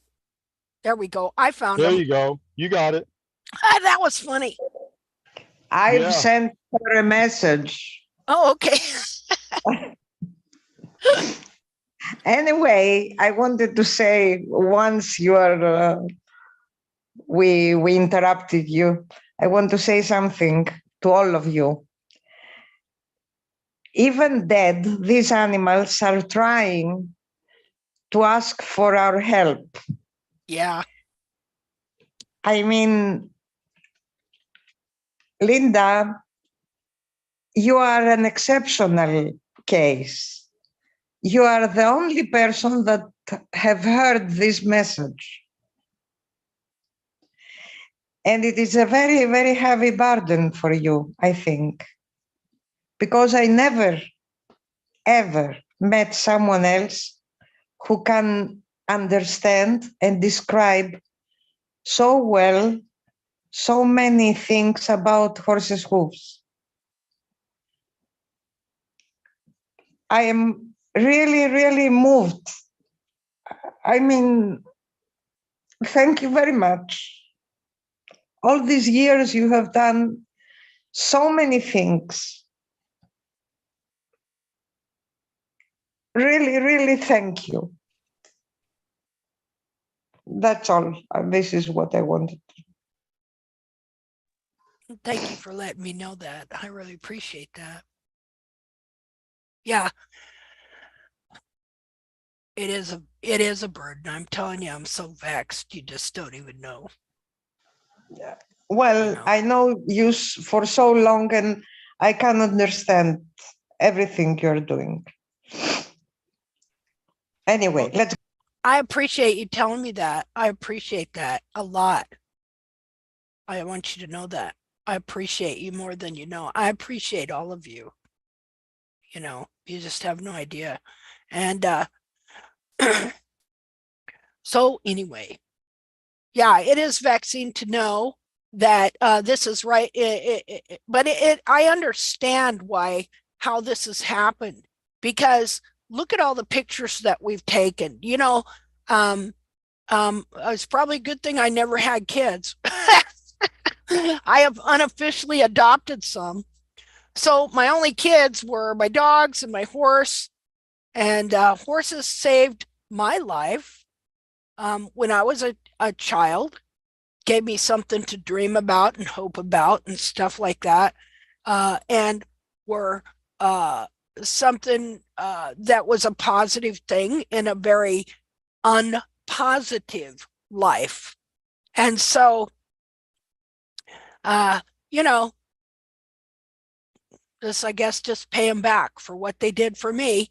But anyway, I just want the truth. I love the truth no matter what it is. Wouldn't matter if it's this or something else. So anyway, we got to know the truth. We got to help these animals and help people because of the sorrow and stuff that people experience when things don't go right for their horses. So that is the whole purpose of this. It is not to be some sort of hoof guru or anything like that. I would just love for this to get out and then just be able to live a life and not have to deal with this. All right. So anyway, bad things Hey, are Linda. happening. Yeah. Hi, this is Julia. Hi, Julia. I usually try to stay quiet, but I'm not sure if this is the right time, but since you're talking about the bound foot and the frog, something that just kept coming into my mind was conversations and videos that you've had. One about the digital cushion and some of the hormones I think you were talking about that horses have that are built into the digital cushion that do affect their emotions, if I get that right. Yeah. I don't know if you remember that. Maybe you just touched on it and you haven't done a whole lot on that. But I'd be curious to see what you were finding about that. And the other thing, and I'm just going to try to make that simple, is not much is really said about, you know, how the bars impact the bound hoof. And you know, when I'm always looking at my horse's soles and bottom part of the hoof, I'm looking at keeping the bars under control. And she has a tendency to flare out. And so I'm always fighting that. And I think now that we're in a wet season, my bars are going to come back into a better placement. But one of the things that I found out when she did have an abscess that blew out the back of her foot is the bar took over where there was no wall for a while and completely filled in around the seat of the corn and that heel portion until it grew out and she could have a heel again. Okay. So I'm wondering, you know, I'm wondering what you have found when you're dissecting these hooves and you see the, you know, very clearly the frog is pushed up under and into the inner hoof. What part does that bar play? And then we're always, when we're trimming the overgrown bar down, we're destabilizing the hoof in the back temporarily, trying to get it to, you know, release the heels and stuff. So if you have opportunity and it doesn't get in the way of what you intended to talk about today, if you could elaborate on those things, that would be wonderful. Okay. No, that don't get in the way because I didn't have any plans. I will say, Linda, that all right, I'm I muting want to myself second, now. I want to second what Julia said. I have the same question. I was watching Holly addressing a hoof this morning, real early this morning. And I was thinking the same thing when I was looking at that hoof. It's like I see a lot of hoofs that the bars are extended past the bar crack, I think is the way I'm going to describe it. I know what you're talking about. Towards the front of the apex, and I keep seeing these hooves that they're not unbounding. And yeah, if you could elaborate on that. I'm seeing the same thing Julia's seeing, and I was going to bring that up today, so I'm glad she did. Okay. And I'll sit back and listen. Well, I'm still working on this whole bar thing myself.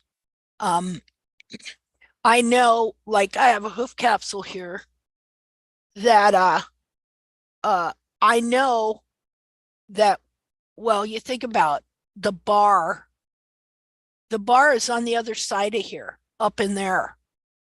Okay, so at the same time this is all being bent under, that bar is being, because now the bar corium is getting bent for sure, but the hoof capsule bar, that's all being forced and bent as well. So it's being bent up that direction. And I think a lot more thought has to be put into exactly what's happened. You know, I haven't had time to put a whole bunch of thought into it. I do know that if the whole back of this foot bends and then you get your false heel, so to speak, and your bar is also bent in a weird way, and it's produced a false heel, and the bar would not be the true original bar the way it's supposed to be. And so eventually that thing can just wind up clear up here underneath there. Well, I know that just like this frog holds this foot right here, a bar, that bar is going to do the same thing. See how that frog is bent? That bar is going to be bent up into there as well, pulled down and bent up. And so then growing weird. And have you ever noticed the growth rings on bars? Sometimes you'll see they're curved like that. So you know that the whole back of the foot is bent and the bar is curved. Well, it would seem to me that once the bar is distorted and the corium bent, and then the bar grows that way, like, let me see here. Let me draw as if, let's just turn this over. Wait a minute.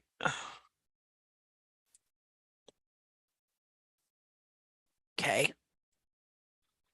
So you can't see it very good, but we know that on the other side of here is that bar, right? So let me get something to draw with. Annotate and see right here, because you asked the question and we have to think about it. Well, we can learn right here some things. I can learn some things just by taking the time to go over and think about what is really going on here. What's going on with this bar? The bar corium's on the other side right under here, but always then you got to bring it back to, and there is already a hoof capsule on here that has been in the process of being deformed and distorted. As this was being pulled down and going that way, wait a minute. Let me get this other foot here, move some stuff. So this is something for everybody to think about. Let me let's see, draw. So we know that here's the heel buttress and the bar goes off under here from there. And so all of this is being pulled this way. Well, that hoof capsule, that bar is being forced and bent up into the foot. And on this horse, I have the hoof capsule, and it was years later. First of all, there was a tremendous amount of exfoliatable sole in the seat of the corn. And when you dug it all out and you got down there, you could see that where the bar was supposed to be connected into this one part of the capsule, that the literally the bar itself had literally been pulled away from its connection right here on the capsule where it was supposed to be, and had been literally bent up into the foot like this. Like the bar was supposed to be hooked in right here to this capsule. But instead of that, there was like this weird separation right here, and the bar was bent up into the foot like this. And then that other part of the capsule went like that. And then you had this part of the capsule. It's hard to describe. I'll try and take some pictures of it. So just right then and there, what is that doing to that horse's foot? That the capsule itself and the bar is bent up into the foot, and the hard part of the capsule is sticking up into the bottom of the foot like that. So that's one thing it does, you know, because, yeah, it's deforming the capsule, just like it is forcing that frog up into the foot like this. And that's how it was. So also that bar is being forced up, bent back and forced up like so. So you don't know this is going on. So you just continue to trim it like it's the same old bar it was when it was like this. Consequently, even though it's bent like this, it winds up looking like that. But how is that growing under there? Linda, I'm sorry, I just interrupt you. I have a picture of untrimmed foot that you can see that. So I'll just send it to you. Okay, that's great. See, there's all this stuff that that needs more study and more contemplation, and this is all structural. And so there's two things, you know, you're thinking of, well, what is the foot? And the foot is supposed to be a certain way, and then what is the capsule doing, and then how does the capsule respond when the foot gets bent and you're trimming the heels too low? You know, this here that happened, this for me trimming the heels out, could also happen if the heels got too long and then just collapsed forward. It would pull the whole back of the foot down just like that. It would bend the bar up into the foot.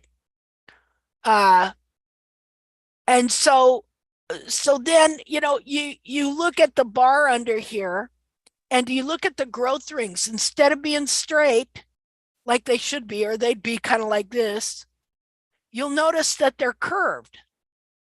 Well, that right there shows you that this area of the foot is bent in like so. See? Would they always be curved, or would a bar growing up into the sole of the foot also pull the frog, and then you'd end up with that frog inside as well? Well, I think it all works together because the hoof capsule's in one piece. So everything is affecting everything else. And so just being able to recognize when something's distorted, because their research is based on deformed feet, when they don't see the distortion. Like you'll see them show you a foot they think's really great, and you'll see this indentation right here in the frog. They'll say, oh, look at the concavity. And you'll see the frog sucked in right there.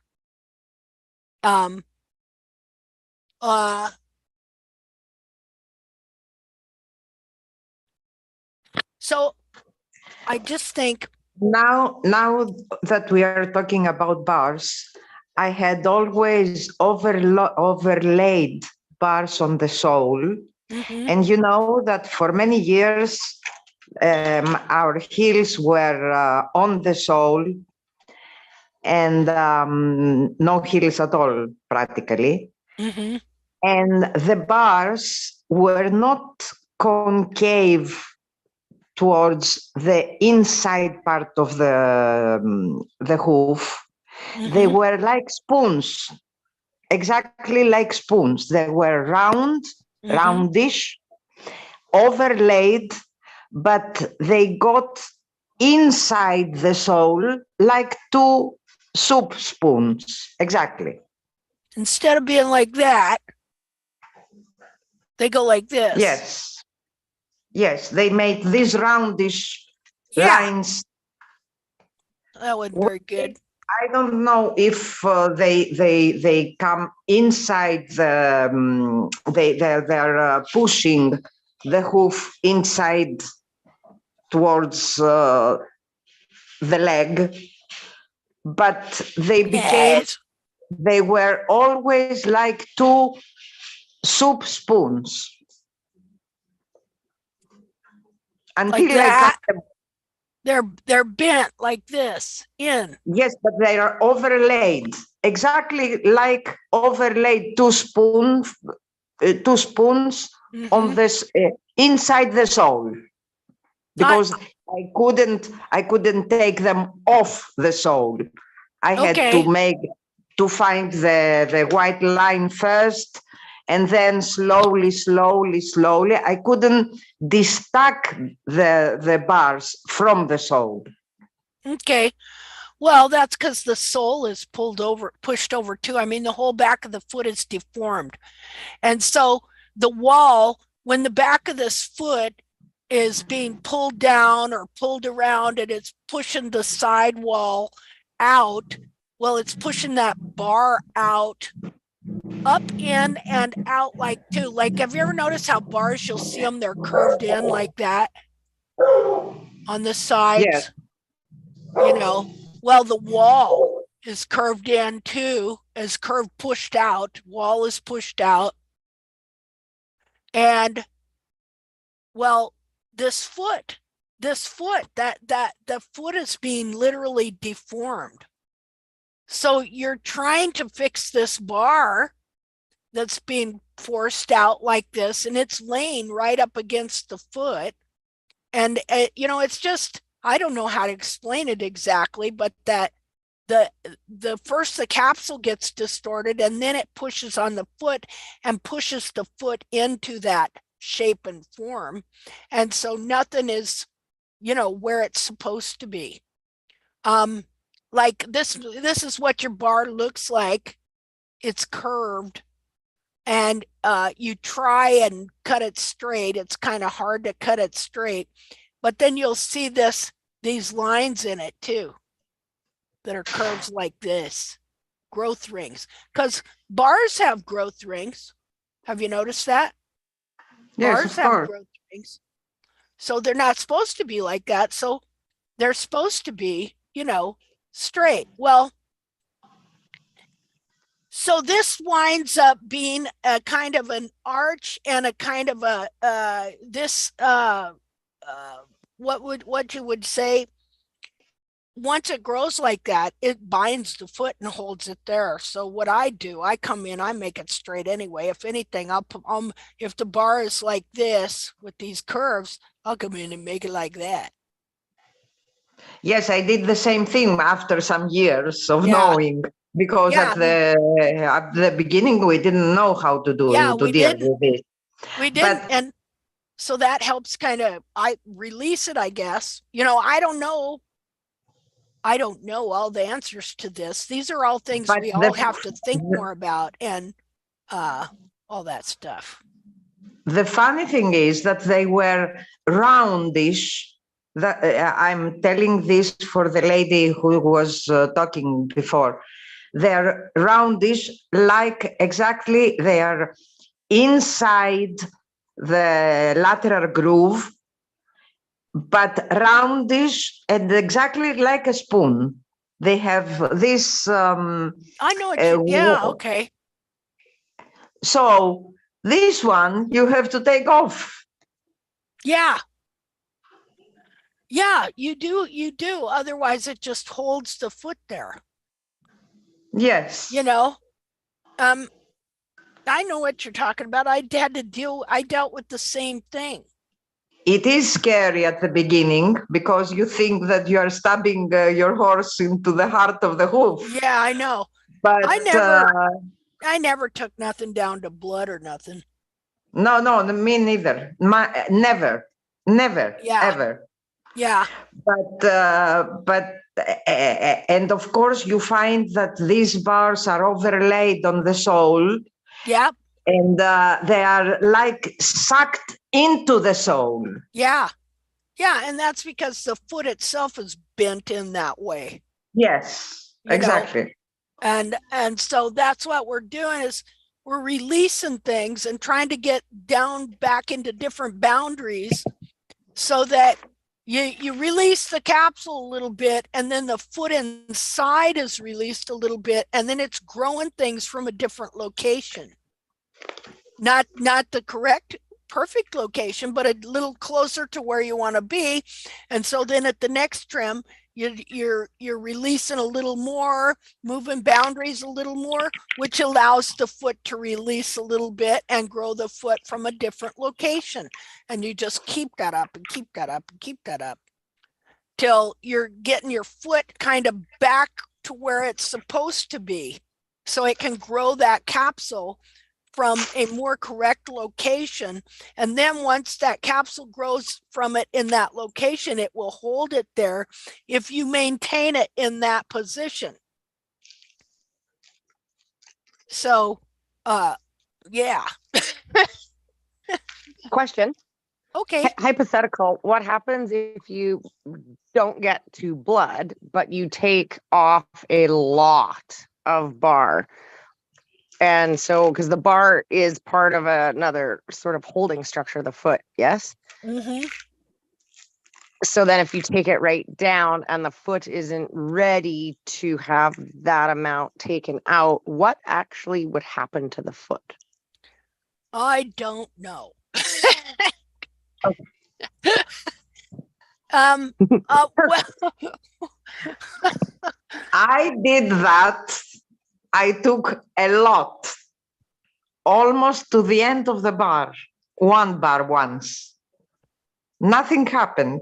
Okay. After 3-4 days, the bar was started to grow rapidly. Yeah, I mean, I've taken off whole bars like that on one side, like my asymmetrical side, hoping that it would really, help and fix it. And I think it did. I think it did help it some, but it didn't do anything really bad, No, the horse was never lame. Yeah. Yeah. When I Maybe did it, 2-3 days a bit sensitive, but never lame. yeah, one time on a back foot, because I would, I talk about trimming to the distortion. Your bar gets way out of whack and your frog gets way over and you just keep trimming it normal, but your heel just keeps gravitating outward. Your frog is getting wider on one side. And one day I was looking at this back foot of Valor's and I was going, that don't look right. So I trimmed the frog over. This is before I really did that yet, or I had not done a deal where trying to figure out some sort of mapping system for the frog yet. And so it just looked so much wider on that side. So I just took a dare and trimmed it over. It was very scary. And then I looked underneath and the bar was completely laid over and broken at the bottom. And I had just been continuing to just trim it like it was normal. And that's when I realized that a lot of times we wind up trimming to the distortion and not realizing it. And so that's when I started trying to think, well, maybe there's a way we should map these frogs to keep them in alignment so that they're not overgrowing and growing over the bar and pushing on the bar, and then the bar is pushing on the foot and pushing the whole side over. So, but I know what you mean. Like, what happens if you take, I'm still, you know, just because I've done certain things or you know, there's still things that I get leery of doing. Like I get afraid that if I take off too much bar, my heel's going to collapse forward because I've had such a fear put in me of run forward heels, right? That's like this, you got this major fear of underrun heels. So you're afraid that if you take off some bar, your heel's just going to totally collapse and run forward and things like that.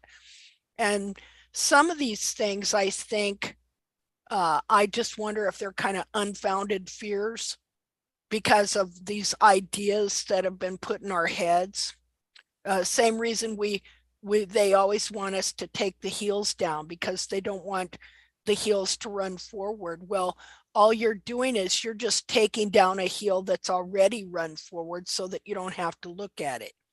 Because the reason that it's run forward is because you've trimmed the heels out. You pull the whole back of the coronary band down and under, and it's shoved the heel up. And so the heel can only grow the capsule from a position that it is forcing it to grow in a run forward way. And so it seems contrary that then you would just grow that run forward heel and make it longer on purpose. But it actually works if you just go ahead and grow it. And then because all your horn tubules have been pushed forward, and so you're growing the back of that foot anyway, so that you can get it to kind of start getting some elevation so that the horn tubules in front can start kicking back. You can work with them to move those ones in back and kick them up. Or anyway, I find that Linda, very difficult. Linda, this is, yeah, go ahead. Sorry, you go ahead. I'll join No, in. like, you know, we were just saying about letting them grow in the incorrect position, very run forward to get some height. Mm-hmm. And I try to explain that to people that is like the first step, even though the heels are in seriously the wrong place. Yeah. We need to do that so that we can kick back using the other horn tubules forward of them, push them back, and they just look at me like I'm talking in foreign tongues. And I don't know, I really don't know a really better way to explain it to them. They're like, what do you mean the horn tubules just move? They just all of a sudden one day just go, I want to be over here. And I'm like, I don't know how physiologically that happens. Mm-hmm. But I know it happens, but they just look at you like, yeah, right. Yeah, because they don't understand, a lot of people don't understand structural engineering and leverage forces. And the anatomy. Yeah, and the anatomy. But the structure, see, that's what got me to doing it, was understanding. I would look at that foot and I went, well, with them little teeny short horn tubules in the very end, there's no way that these other horn tubules can stand up and kick those back.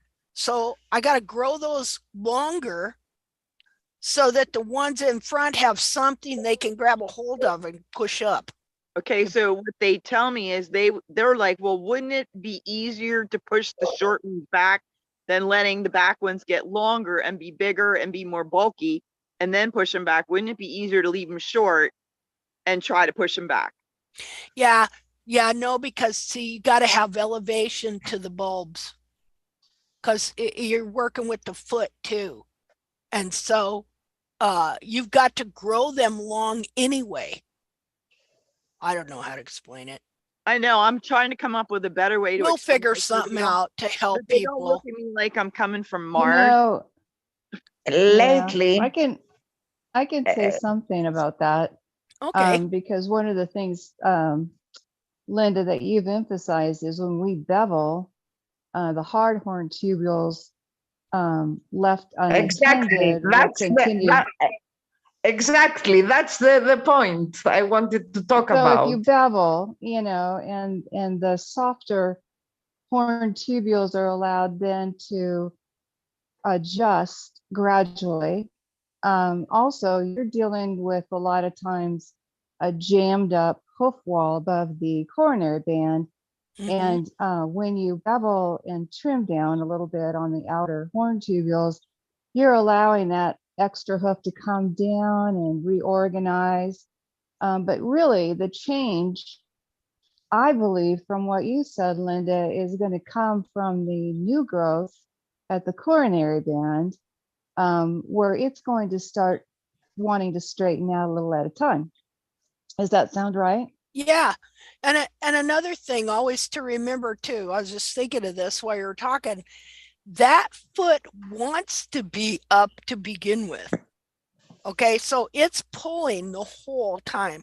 That foot that is deformed and distorted is constantly pulling, and it is under constant pressure to want to go back to what it's supposed to be. And so if we can figure out ways to let things grow or trim things to help it pull up to where it's supposed to be, see, it's helping us.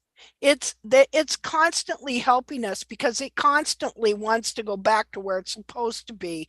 Just like when you push your nose over to the side of your face, that nose is constantly going in that direction. And so all we have to do is create a situation that gives it the opportunity to do that. Like, can I ask a question about the beveling? How far back do you guys bevel normally? Like, do you bevel like almost all the way back to the heel, but not quite that last little section? Or do you leave quite a bit in the back unbeveled? Well, for me, I've always stayed in front of the heel quarters and beveled, and then just flatten the heels, make the surface flat. That line that's and one. I don't know, Linda, does that sound right? I've done that too, but lately I've been thinking, I thought, okay, the reason I did that was because I wanted to weight that the actual back of the heel. I wanted that wall to bear weight, full weight, so that the growth would be encouraged to stay at the top and add into the capsule. But then I think I might have overdone it to where it got so that I had a lot of good growth in my capsule, and my bulbs are elevated. So my foot is standing up, so it's not pushing as much or pulling as much as it was. But then I just kept not beveling that part because of that. And then I thought, well, wait a minute. Now that I've got this elevation, maybe I can bevel this part because I need all those horn tubules now that are a certain length. I need them to be able to kick back and come back under. They need to have room. So I thought, so just in the last couple of trims, I was thinking of that, and I started going ahead and beveling almost all the way back. And that's because you have heel height now. Yeah. Which I understand. It goes along with having enough thickness in your sole to do certain things that you wouldn't do with a thin sole. So that's all good information. May I say something now? Yeah. Exactly. I am in the middle of an experimental trim now because I have some growth on the heels and I'm beveling the heels. Okay. Cool. I'm taking a tiny, small bit of the outer part. Yeah, the outer of part. The outer part of the overlaid and pushed forward heels. Yeah. But just a tiny little bit. and this is the outer, harder part of the heels. Yeah. And I think that works, but I just take it with a very, very soft grinding, very soft. And I think that this works, but I have to wait So what's until your length of heel, Agamemnon? I don't What's your have length of length. heel, do you know? I tell you, I have like something like 4 centimeters, but these heels are so laid on and pushed forward the toe that it's not really the heightness of the heels. No. She steps on her heels. Okay. So this late 2 weeks, I'm trying to take off the very hard part of the heels, the outer shell, the tubules that are very hard. And I see that the whole back, the caudal hoof is moving better. Okay. But can I ask you a question? You see, I got this screen share up here, right? Yeah. Okay, so for me, I was only beveling to right here. And I did, because we got to remember, this is the heel, this whole area here. Okay, Yes. so forever, I'm just beveling to right here because I'm keeping this area weighted and higher than this whole area here, higher than the sole, so that the weight will allow the growth to stay in the hoof capsule and raise the hairline. Well, so then I just kept still just beveling right to here. Well, then I decided, wait a minute, I'm having a problem with this area now, not these horn tubules still slanted forward and stuff. So now I've started beveling back to here, just this part here.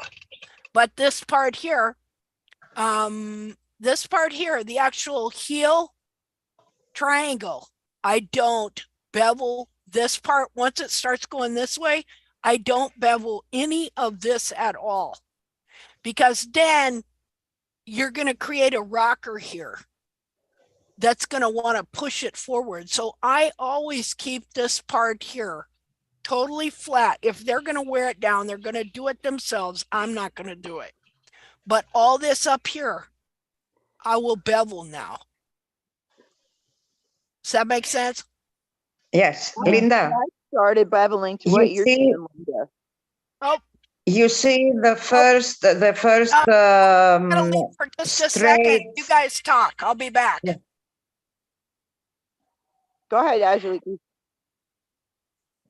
You see the first yellow line, the straight one, where the in the middle of the frog, from the heel, the first straight line where the bars should end. Okay. Right. My heels, the corner of the triangle on the heel, arrive until there. They're overlaid until the first yellow line, straight line. Okay. Do you understand? Yes. Your heels are forward up by the yellow line. Okay. So now I began to make a very light, not bevel. I just, how do you say? I scratch the surface of the bar and a little bit of the end of the triangle. And what do you think this is? Where the light blue line is on the heel. So why are you doing that? What do you think it's going to do? I think that the whole hoof is coming back easier.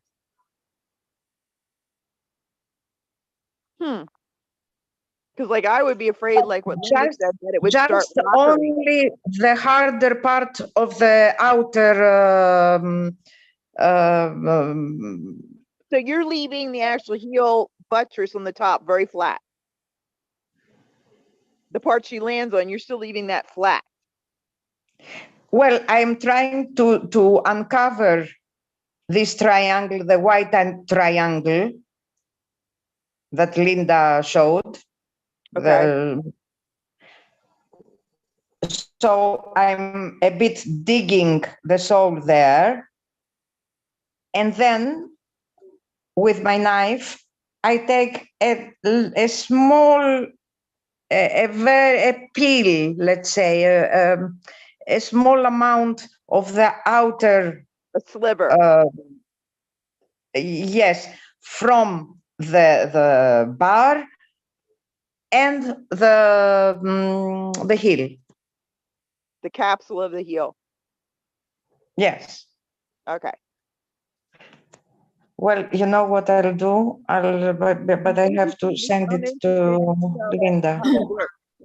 Angeliki, maybe you just take a clean picture of one foot and you just show us, because this one is too much. Yes, this is what I was about to do now. Yeah, I think what she's saying is that the heel is grown over and literally encapsulated the what they call it, the seed of the corn in the corner. Yes. And yes. She needs to open that up. Does she not? Yes. That's the first thing I do. Well, see, then Linda always said she never cleaned the seed of the corn out because she wanted it solid to push up on the back of the foot for the growth to stay up. And she didn't want the heel to collapse forward. No, but Well, she I'll also try said to find a photograph from my mare and I'll show you. I used to dig the seed of the corn out and then my heels would literally roll over. So then I stopped cleaning out the seed of the corn to stop the heels from rolling over, but I'm not sure what's going on with that now. But every time I dug it out and left maybe, I left a lot of, I left maybe not quite a 1/4 inch of difference between the heel and the sole right in the seed of the corn. My heel would just roll right over. It would roll right over and I'm like, well, that didn't work. Maybe mine not a did too, 1/4 but I inch, kept maybe more cleaning an it. 1/8 of an inch. Yeah, maybe I just took too I always much out. clean out the seed of the corn down to live sole, but I always have about an 1/8 of an inch of heel above, but not a 1/4 because mine bends over too. I mean, I don't even know. I don't Just think I've ever FYI. dug down far enough to find the bad sole there. Girls, I can I got just you know, you can. interfere? I'm sorry. I just want to say that it's my hoof, my image, but I have to run out to feed the horses. Otherwise, it's like 10 o'clock in the evening already. I just have to run 15 minutes and I will be back. Okay, if Linda is looking for me. Okay. Bye. I have a story. I think, you can go ahead. Last year, some of you already know that I have a horse that fractured his leg last year. And I discovered a lot of things accidentally. And then I realized later, after I got with you guys, what I actually was looking at. But I was dealing with thrush on my horse at the same time that all this happened. And so I was soaking his feet extensively for several days. And realized that things were coming apart. The main thing that came apart was the frog. And I didn't realize till later the periopal that Linda talks about. And one day I will finally post all the pictures of this, but I thought I'd literally destroyed my horse's foot, several of his feet. But anyway, I started trimming back the bars. We were talking about the bars earlier, but I made it a point to terminate the bars at the bar crack. And as I posted on other sites or, other hosts that have posted, I generally use the front of the central sulcus. There's dimples, there's several markers, the widest part of the foot. But in general, in that area, I would terminate the bars. I did not let them be any further forward than that. But I was soaking and taking care of the bars and cleaning out the seed of the corn. And I think inadvertently, I released my horse's foot capsule, and it ended up growing all right. It was all accidental, but sometimes I sit back and wonder if we're being too conservative in our approach. Yeah, yeah, I'm back, and yeah, that sounds good to me. I wonder too. You know, I really like the fact that you brought up that deal about where the bars end. You know, I think that's really important to know. Because you see on some of these feet, you'll see bars that seem to be growing clear up into there. Mm-hmm. You know, but then you'll see that little crack there. Yes. You know, and I know from Gene Ovanek's research, now I have a whole different attitude towards Gene Ovanek's research, even though I don't agree with some of his conclusions. I have a whole different attitude towards his research because of all the work he did on different parts of the foot, how to figure out where the coffin bone was in relationship to the toe and where the bars end.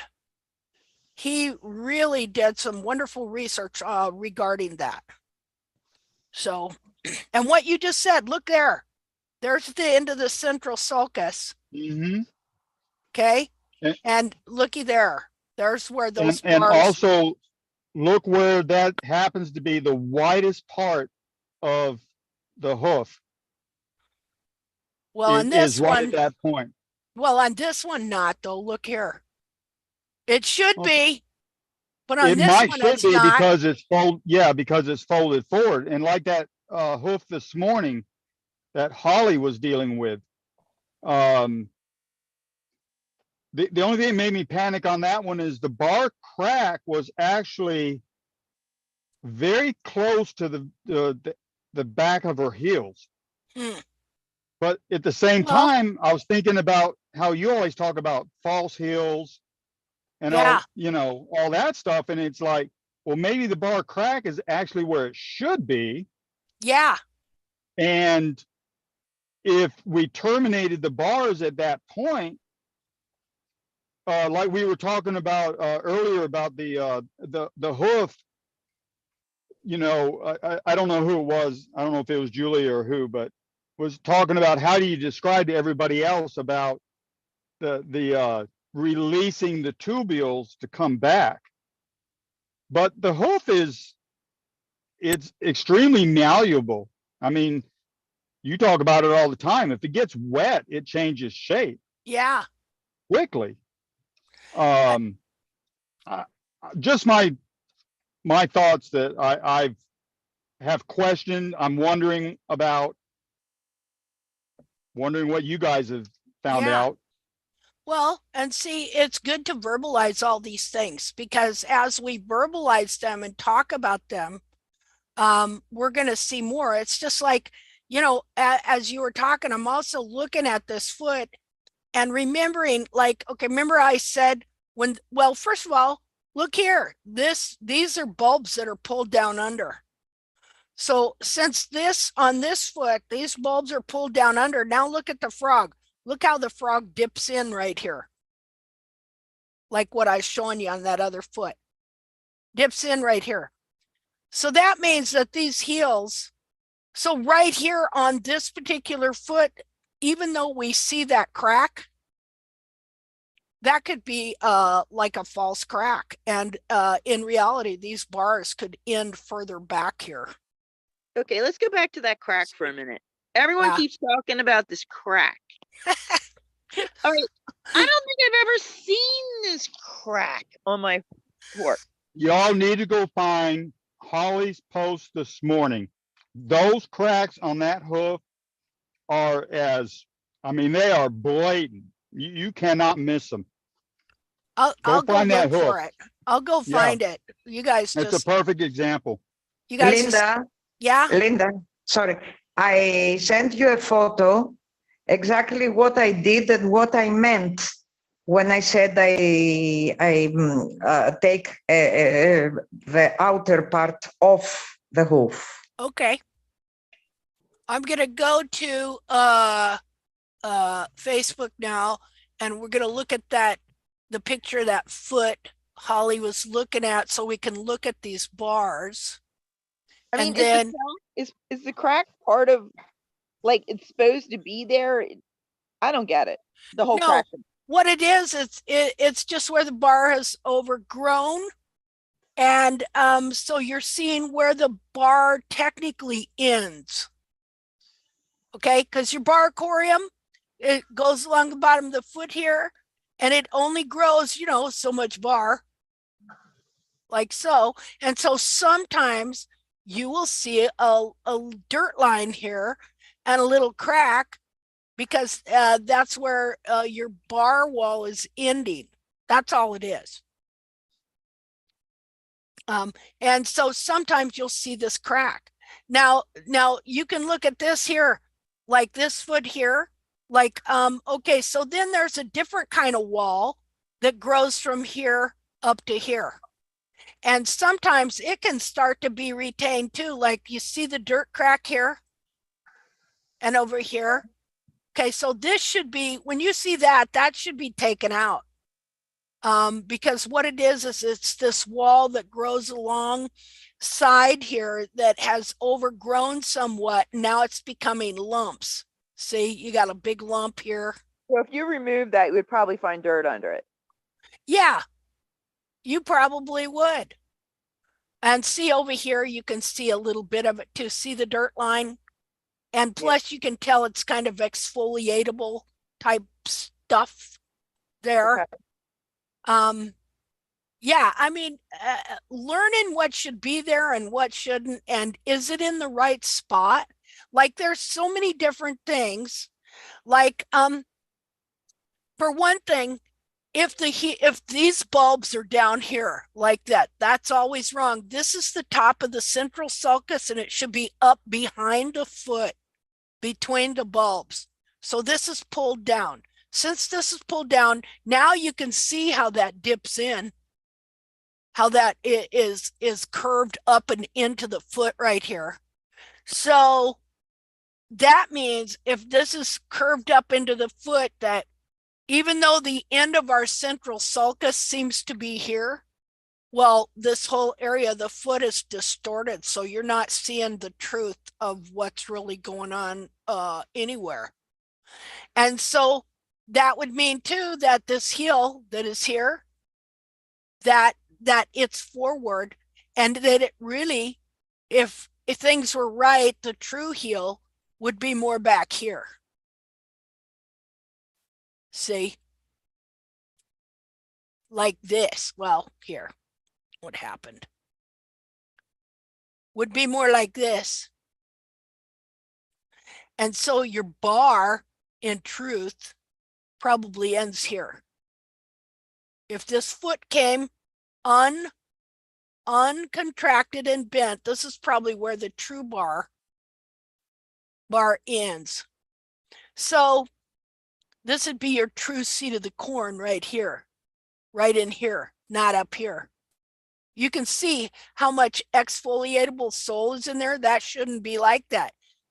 You should have full sole that is not full exfoliatable in a heel platform like this. So if it's always exfoliatable, that's not your true sole. That's not where your true heel is.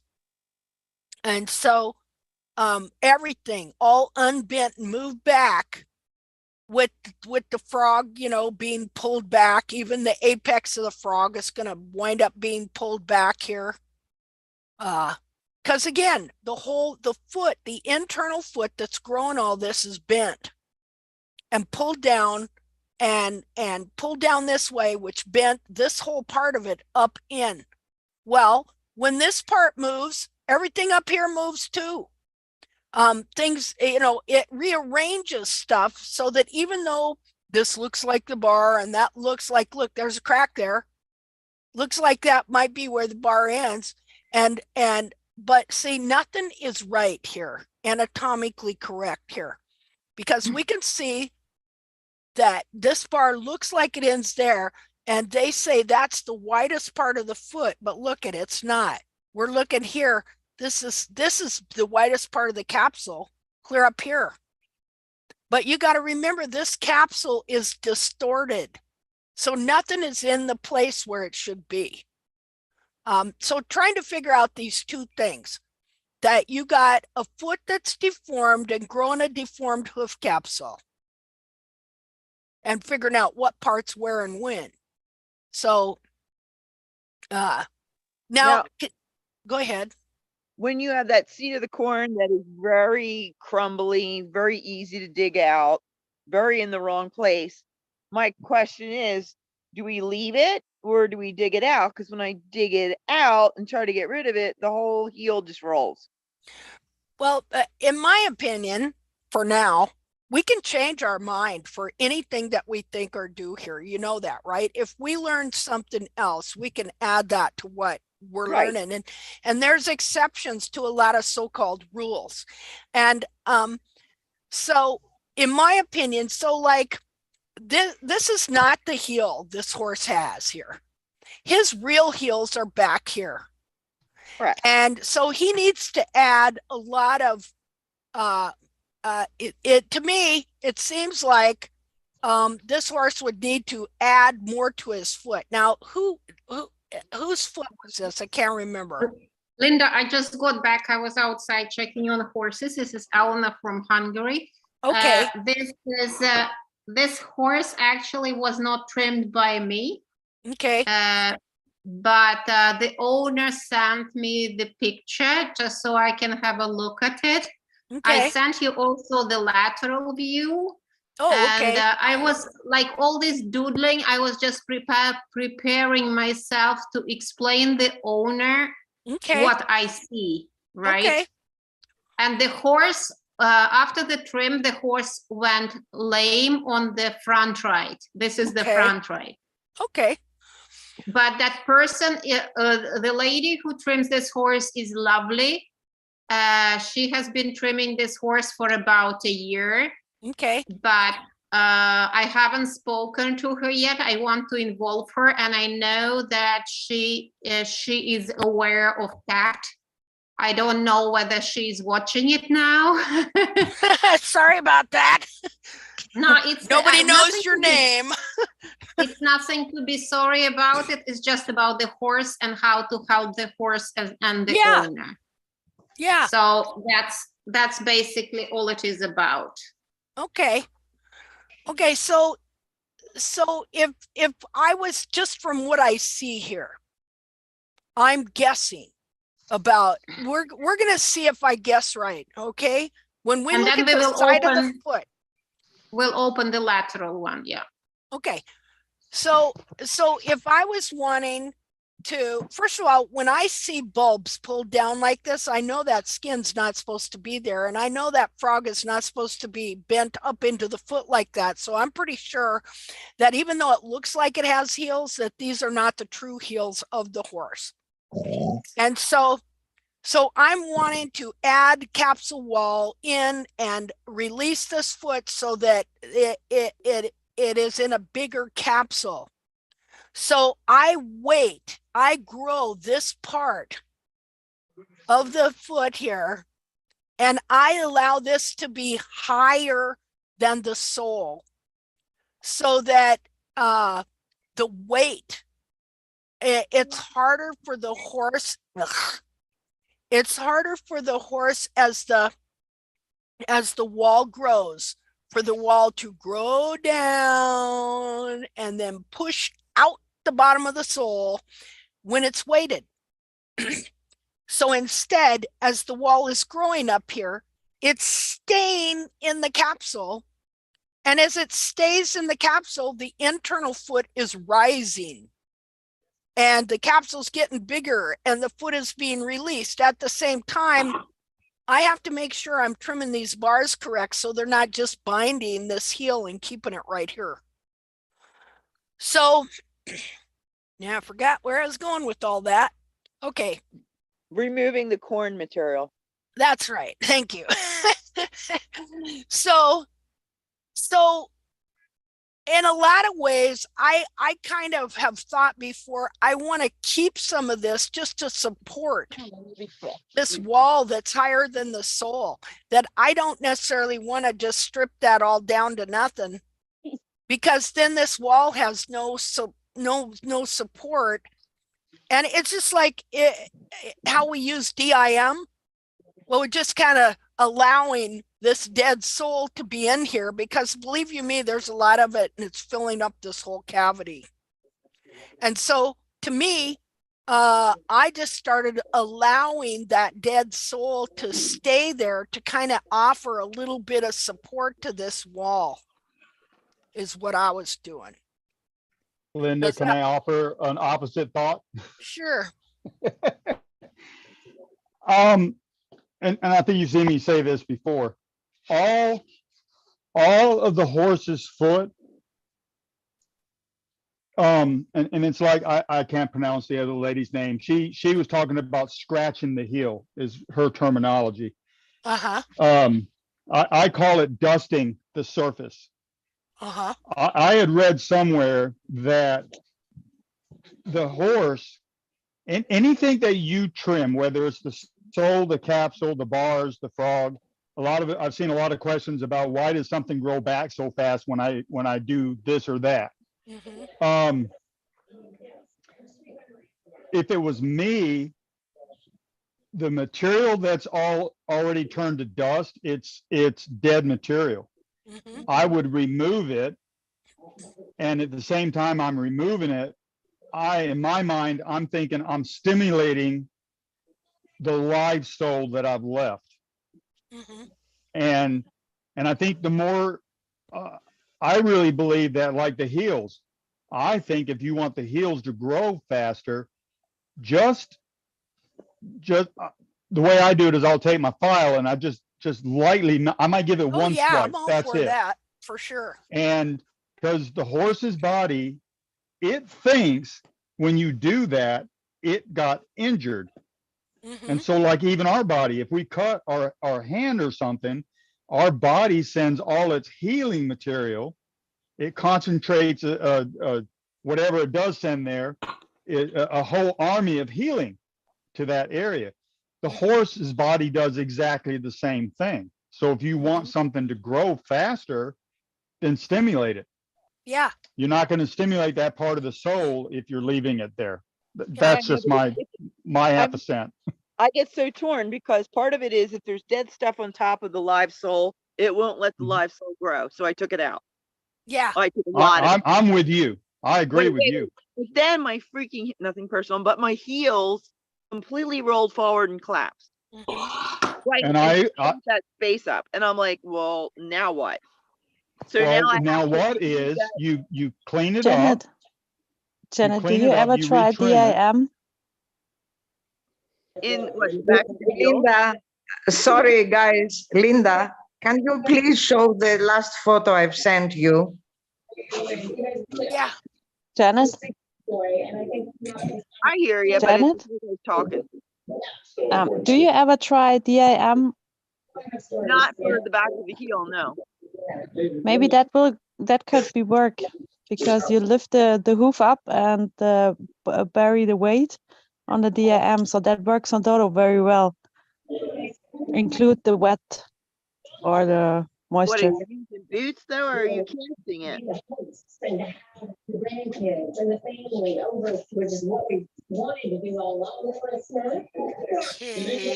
Okay, I got this foot.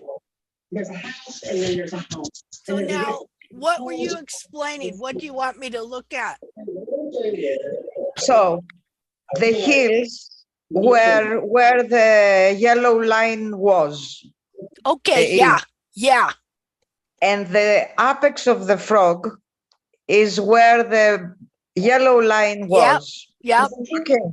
If you open the photo, you'll see how I scratched, and I 100% agree with the Dean, I think is his name, the only man we have in the company, that when he used the word dust, this is exactly what I did. If you see, the heels came back. Yeah, like right here, the heel come back in here. Yes. And you see, I just scratched a little bit the surface of the heels and of the bar. She didn't lose her solid, how do you say, she steps on her heels steadily, but I tried to help her move things easier.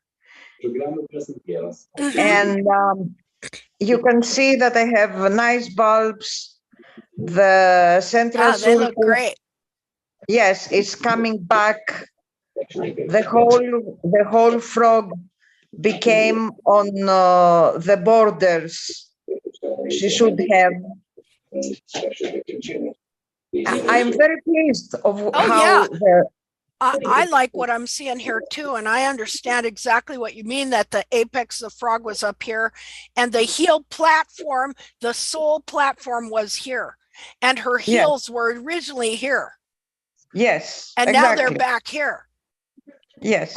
And stuff, because what happens is that foot gets bent, and so that part of the heel that grows this sole here is bent and covered under, and it's not growing sole. Yes. But as you keep the wall weighted, as the wall is being added into the capsule and the capsule's expanding, as you are keeping the bars over, and as the heel is growing in back, it is uncovering a bit at a time the sole corium that has been doubled under and covered over.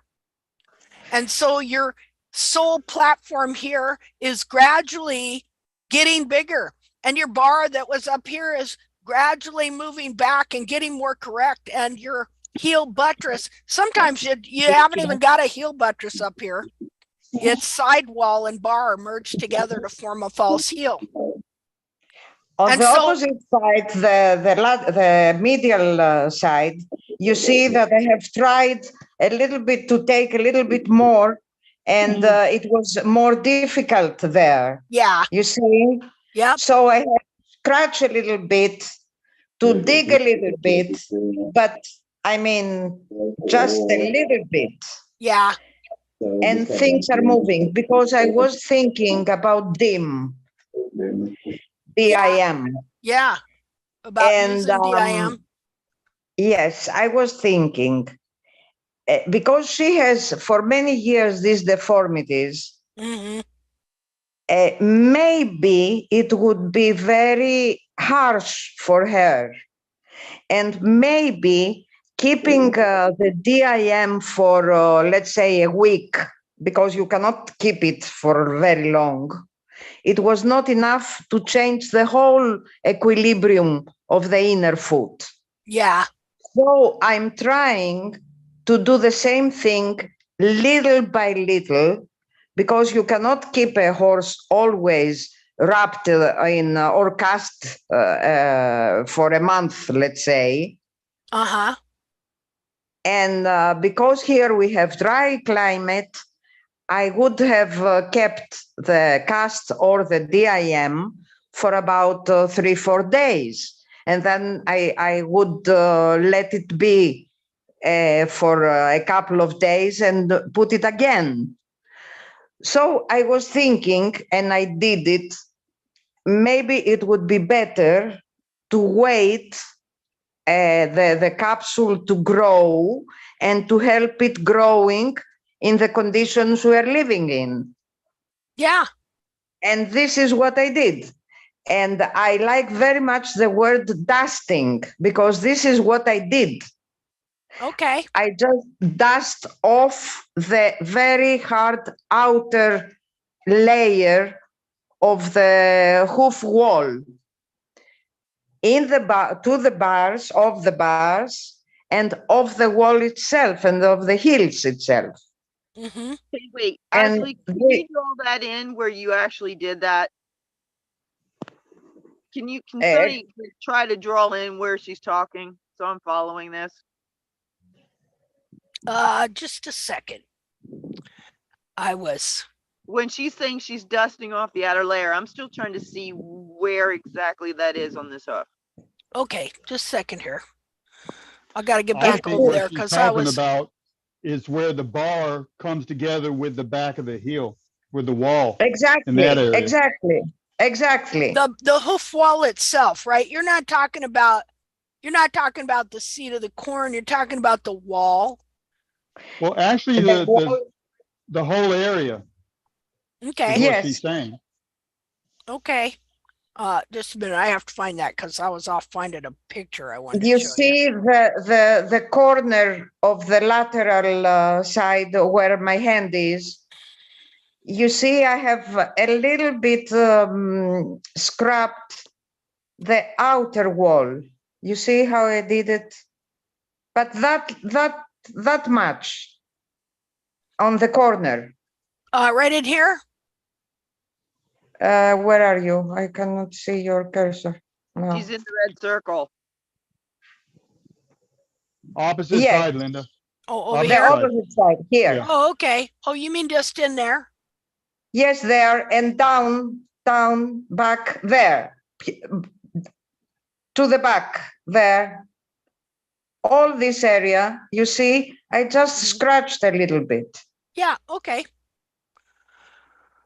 Okay. And of course, this white area is the white line that was overlaid on the sole. Okay. Okay. But what I want people to see here is there's a difference. There's a difference than if you have a foot back here. Now you could have a heel up here. This heel here could be up here. And that Yes, means even furthermore. you could have a very, very deep area all in here that is nothing but exfoliatable dead sole that could come out really easy. And so you're leaving at that point, you're leaving this piece of wall a little higher, just so the weight will add capsule wall in here so that eventually it's adding to where eventually you grow this much in back here. And as you do, a little bit of that is coming uncovered and growing real sole in. Okay. And so sometimes if you got heels clear up to here, you could have 2 inches of exfoliatable sole to where if you took it out, all of it, you're going to have over a 1/2 inch of only the wall itself trying to support the back of the foot. Now, and so while I agree with both things. All right. Right. Exactly. You have to see. Yes. Because so you can take off a little. Okay, but see, in my opinion, if you take everything out and you just have 1/2 inch or sole or more and bar with nothing in there to support it, then it's going to bust and break off or buckle in. And so even though at times that's not desirable to just have a big hollow heel full of dead sole, the way I look at it, up to that point, some of that is supporting this so you can at least get some elevation and keep your wall weighted and keep stuff growing. But then you keep taking the bar over and taking a little back and taking some of that out as all this is filling in and moving back. Eventually, this is gonna, what was kind of exfoliatable loose stuff here, you're taking it out slowly, but it's starting to turn into solid sole as the foot unbends, unbinds. And so with each time you move that bar and you're taking a little bit that and you're adding capsule in, you're finding more real sole growing here till you get like this, to where finally now your heel's back here and you actually got some real sole in here. Yes. See? Yeah, and in front of this part, my sole is nothing. Right here? No, in front. Go Here? to the toe. Uh-huh. Further on there. Okay. On the toe, there. Yeah, you see? I don't know. Well, because you had a foundered foot and all that was going on, so Yes. that's a different deal. But I'm going to show you a picture of see what happened to my horse as I kept moving the bars over, and as the heels started moving back, and as this area became uncovered. Because see, I do that. What Dean is saying about, I will exfoliate the whole sole, even lightly, to encourage growth, because I see these things as like fiber optics. All the tubules, they're like fiber optics, and so when you burnish them, they're sending signals to grow. We're being worn off. Grow down here. Give us some more.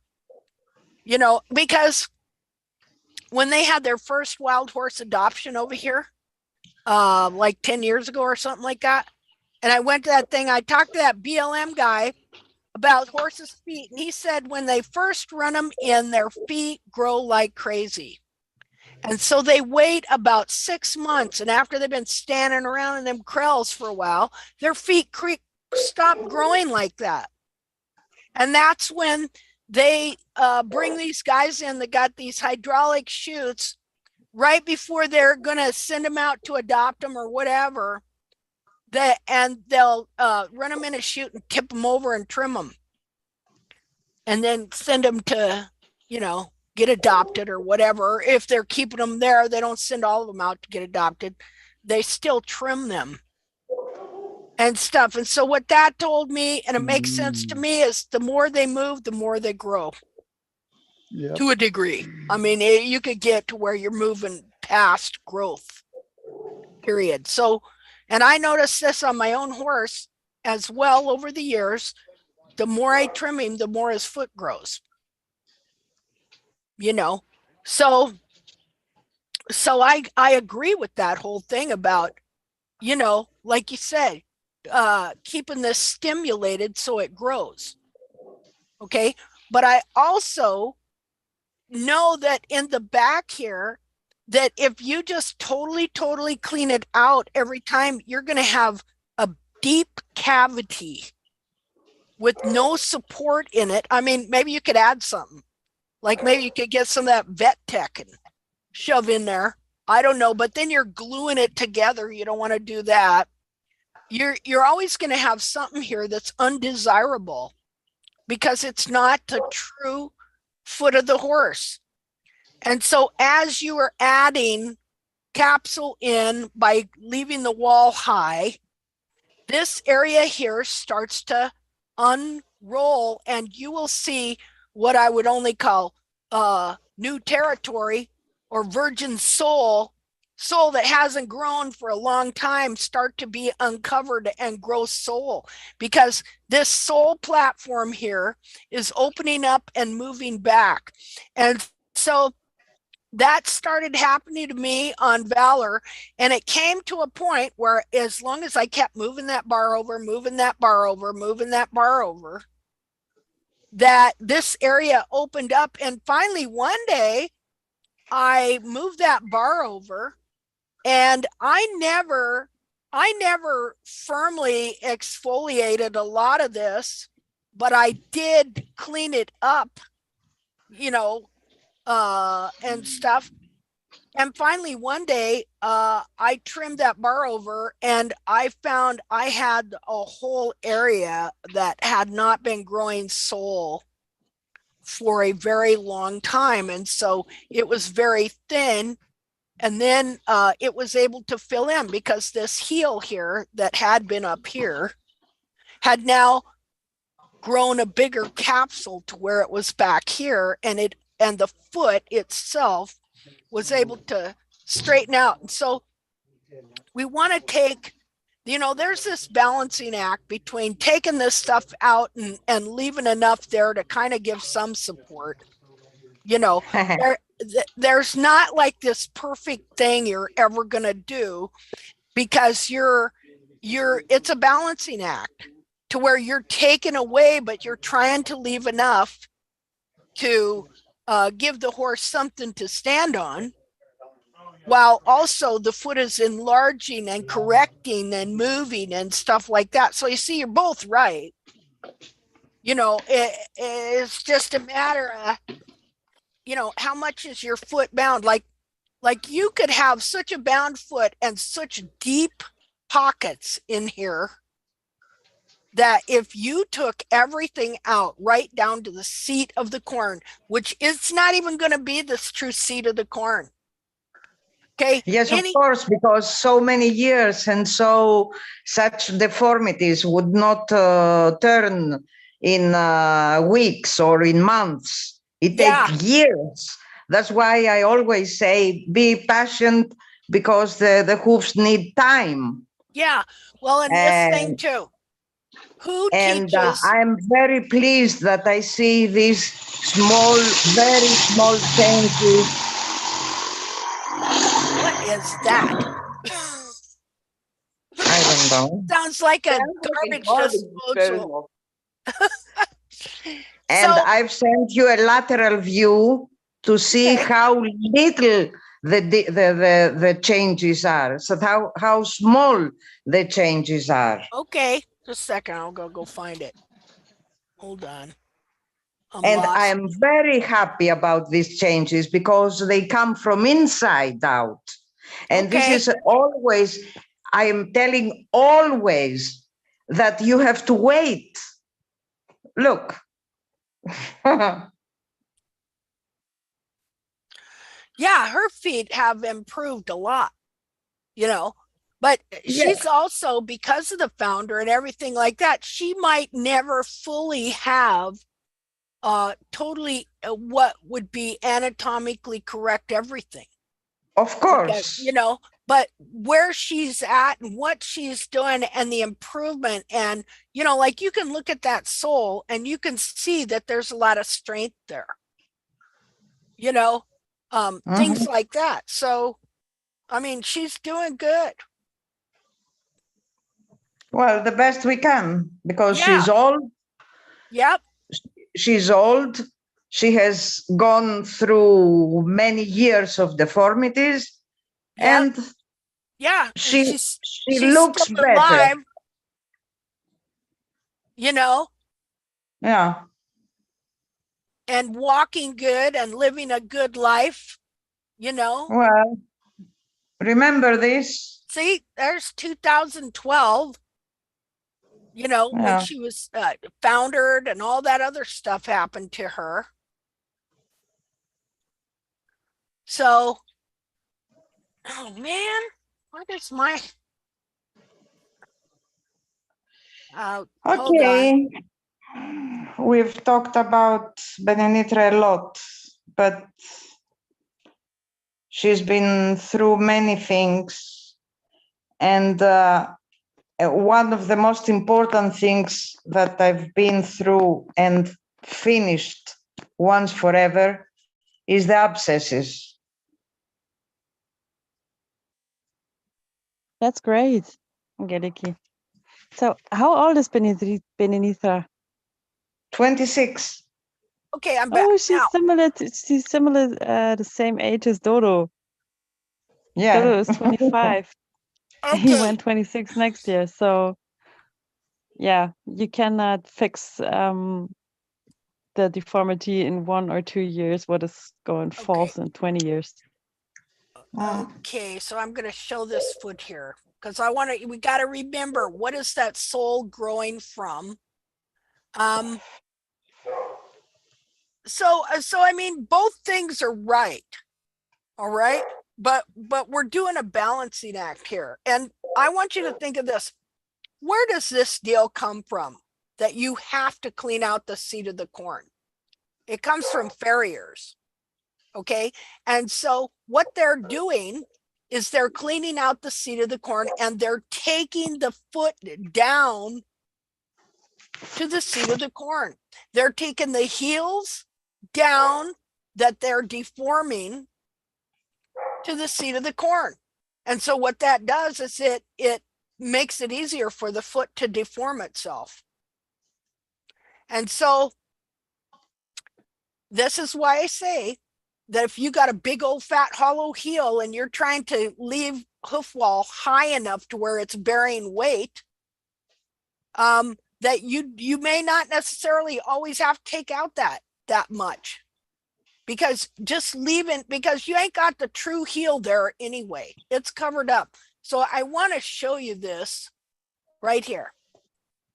So this is that foot that we were looking at that I told you I trimmed that horse for 8 months, and it was pulling the whole back of his foot down. It was shoving his heel up. It was creating a false concavity. This is before the foot changed. This is the bottom of the foot. And so I want to explain something that happens to you. Now, let me get just a minute. Where's the annotate? Just a minute. I got stuff in the way. I got to move stuff. Okay. Let me get a color here. What color do we want? Let's use green. Okay. So the seed of the corn, where would it be really? Okay. I'm going to draw a line around where the sole corium is in the heel triangle platform, which is right here. Ideally, right here is the heel buttress corium. Right there it changes, it goes into the bar corium, which ends right there. So this is the bar corium right along there. And the heel buttress corium. Here's your heel buttress corium.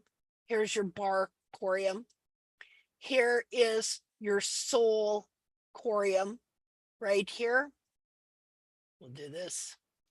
This is your sole corium right here.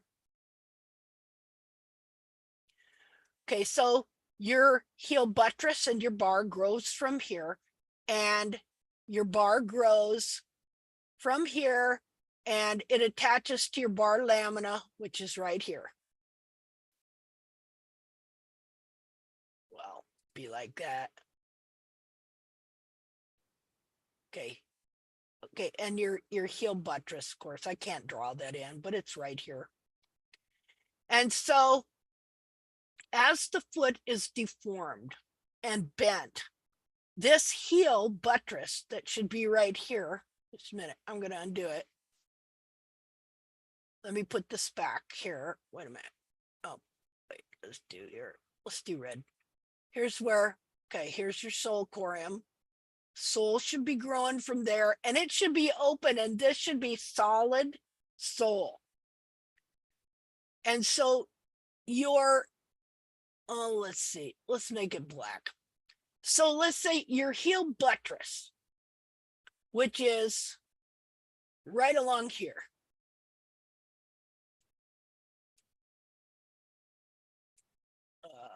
I don't know if I'm drawing that right. I'm kind of having a hard time drawing that. But anyway, this is your heel that supports all this here. Okay, so what happens is this heel buttress moves up over this. This gets covered up so it's not growing any sole at all.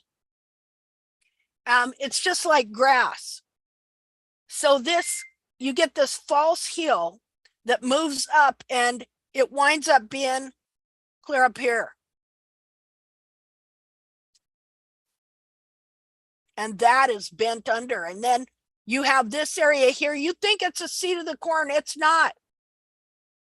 The actual little piece right here is not growing any sole at all. It's been covered up for a long time. And you can have solid sole in here, not even have flaky sole, but it's still not this piece here. And so let me undo this here. So you wind up having this little foot with the heel that's right here.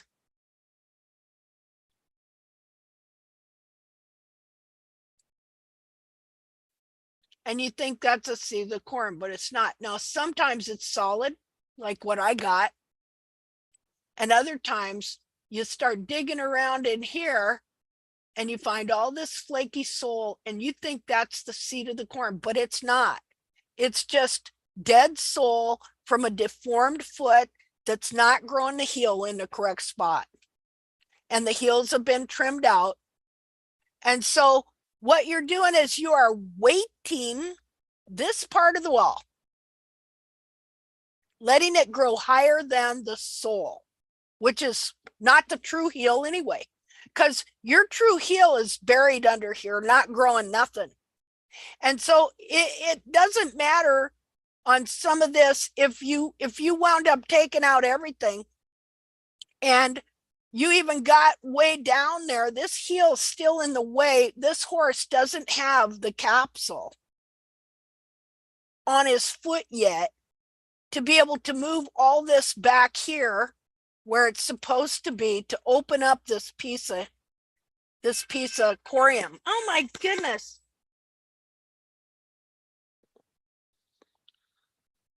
So yeah.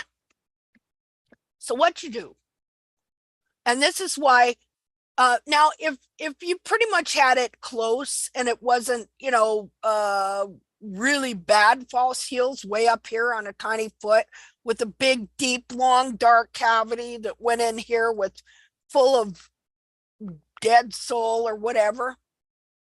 Okay, you can remove some of that and stuff like that. I'm just telling you that I keep some of this in here just to support the wall while I'm growing it higher so that it can add capsule in up there. Because if you don't have any support in here and you like, there's been times when I've seen people dig out the seed of the corn and then you wind up with the 1-inch cavity in here and no support here at all, and then their heels buckle and break off. And so, or run forward or whatever. So either you're going to have to fill that up with something to give it some support, or leave some of it there. See, there's not a happy place here. All there is you try and grow this wall here so that it will be weighted and add capsule wall up into the capsule so that eventually all this unwraps and then it'll eventually reveal this area here. And you won't have hardly any sole in some of this as this is unfurling.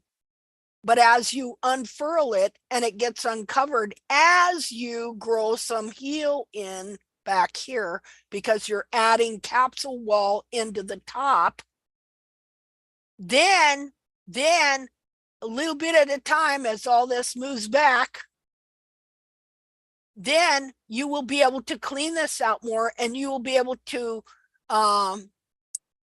encourage it to grow more and grow in. So you see why I'm saying that kind of both ways, you got to juggle both of those ways to where you don't necessarily always want to clean that totally out, because then there would be no support at all in that area because it's not right area. And yet there's still you're taking some out as you go. That is my current belief on this situation.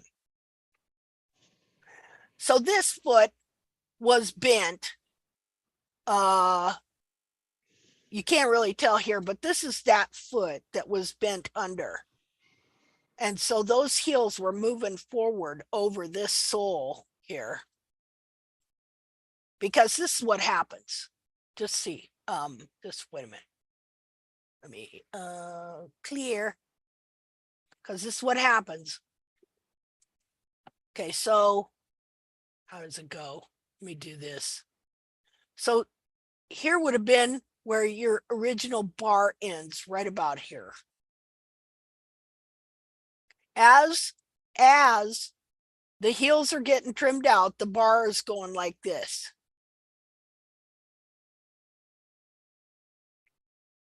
And a lot of times then what happens too is then it starts, you know, kind of looking like that and getting further up. But you'll see this a lot. You'll see where, so this bar, which look, so this bar that should have ended right around in here. I can't even tell now. As those heels are developing false heels and moving forward, you're getting this number. And so this area of sole is covered up and you have a false heel right here. And you're thinking this is the seat of the corn. No, it's not. This is actually the true heel triangle, but it's covered over with this merged bent bar that developed here. Now, are you kind of seeing that a little bit? So there's not a perfect answer in this corrective trimming.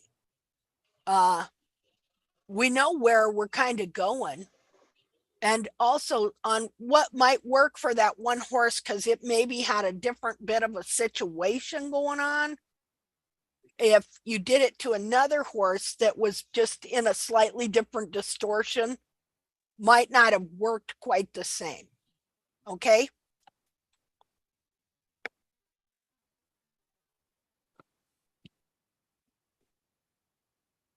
Linda, Yeah. is there any chance of any bacteria growth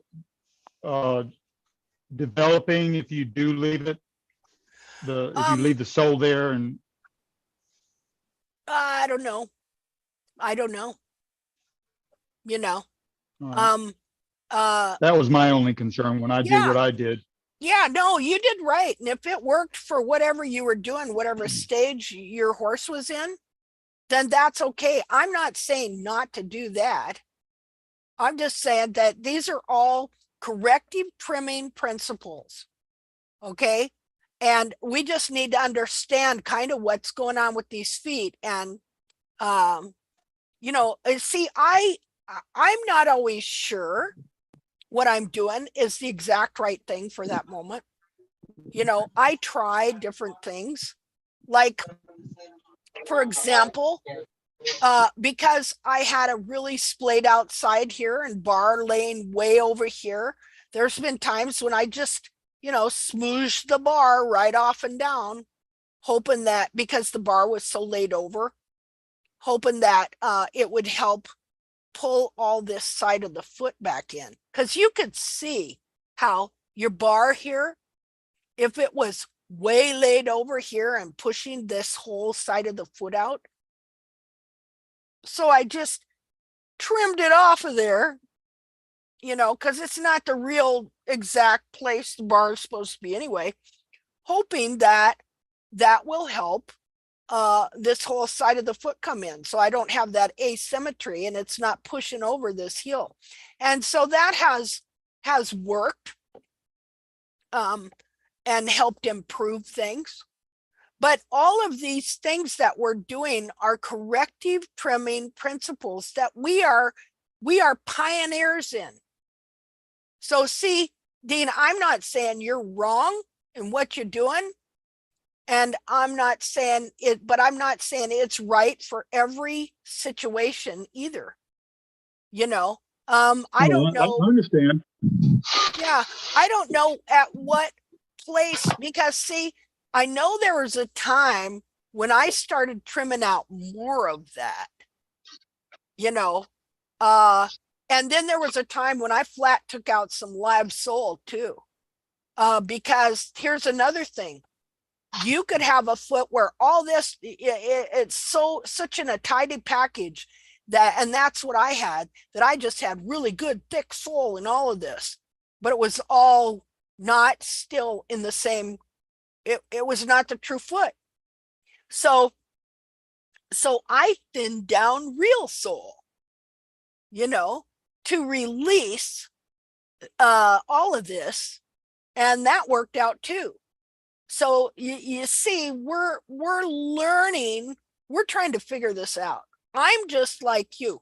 I'm trying to figure out what is the best thing to do to try and get to what I know is supposed to be the true foot of the horse, but my horse's foot has some things going on that are binding it up and keeping it there. Sometimes you could have perfectly good, heavy duty, nice sole, but it's growing from a foot that is in a deformed position. So you might need to take out live good sole just to kind of release it a little bit, because that's why I say I don't want my foot to get firmly established.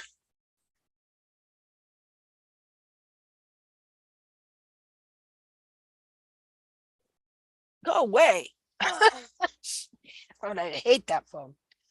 I don't want anything to get firmly established. I don't want the frog, the bars, the sole, nothing to get firmly established. But see, we're just learning how to do this, you know. Sometimes I'm finding that ideas I had before, like thinking you always got to take the toe back, that the break always has to be just so. Well, that might not be so either, come to find out, which I learned on my last trim when I went ahead and just really trimmed that foot up, and it kind of the foot kind of shrunk up and contracted, you know. Maybe there's a time when that toe can be left long, and because when they self-trim, they do it, and where that toe kind of needs to be left long, so that when that horse is trying to kind of stand up, it's kind of stretching that foot out, you know, things like that. Maybe there's times when that needs to be. So, you know, we're pioneers, and we're learning these things. And so eventually one of these days, this is going to be an art form, you know, to know, and we're going to learn a lot from the horse too. Learning in how do they self-trim, how do they maintain their own feet, how do they get them back into shape, like when the heels get too long and they're getting run forward. I mean, I think we're learning some stuff from that notch we've been looking at for a couple years, trying to understand that more. What is the process that they go through when they trim their feet?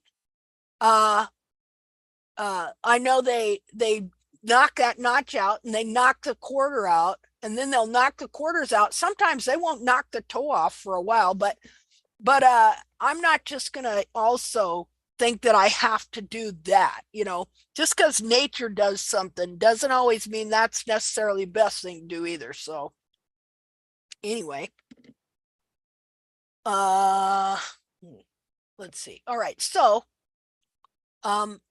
let's go look at those feet. Oh wait, is there anything I haven't done that somebody wanted to talk about?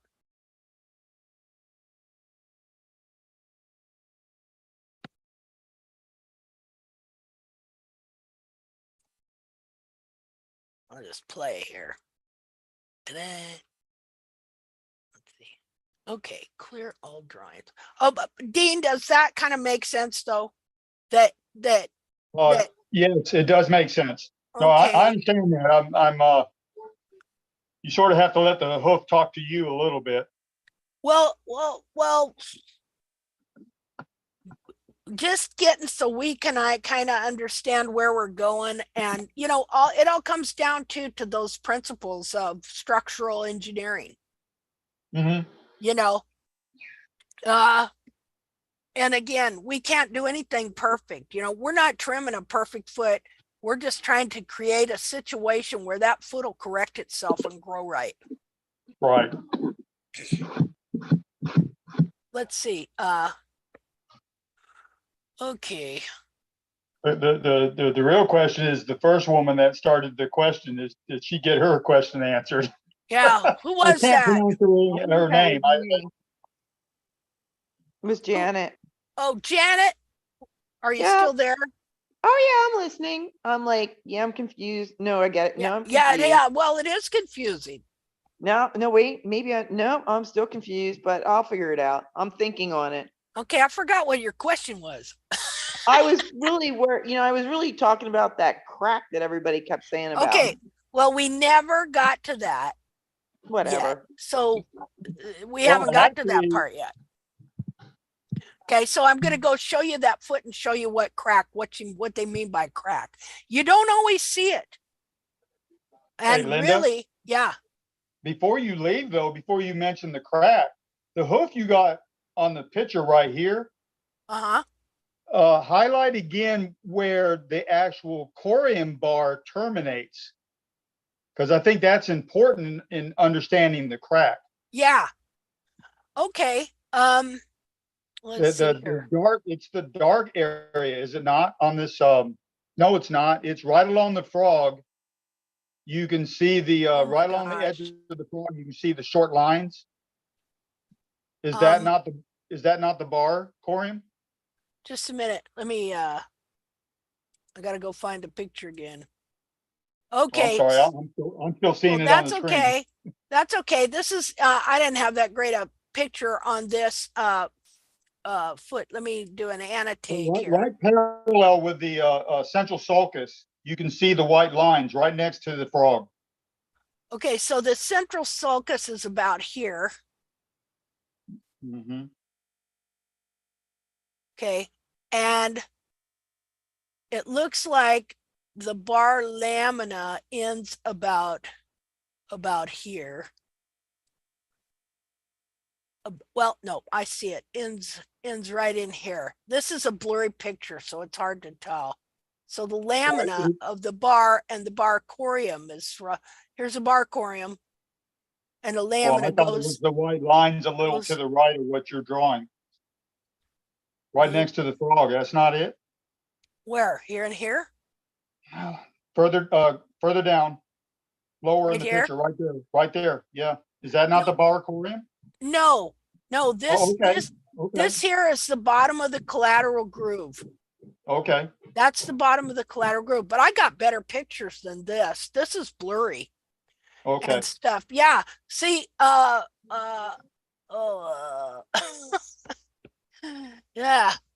Well, then what I was trying to say is all wrong. I apologize. No, that's okay. That's plumb okay. How do we know? You have no idea how many wrong things I say, and they're probably saying wrong things today, and we'll find out that's wrong later. So this is the picture you were going to show. Well, this is what TACT is all about. It's all about being wrong. Okay, it's all about being wrong, because more things you find out you think that are wrong, you're in good shape, instead of being like everybody is that they think they're right, but they're wrong. Better to find out you're wrong when you think you're right?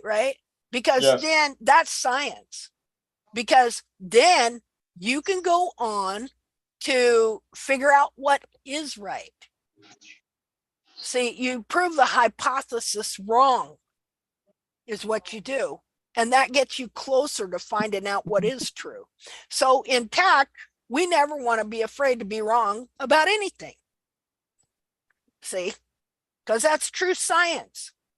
Okay, But of course, they don't know that. Let's see here. Let me go. Okay, so we're going to go to some pictures, better pictures of anatomy. And just a minute here. Okay. We'll look at some much better pictures and we'll be able to see exactly where that bar corium is. Just a minute here. Where are you?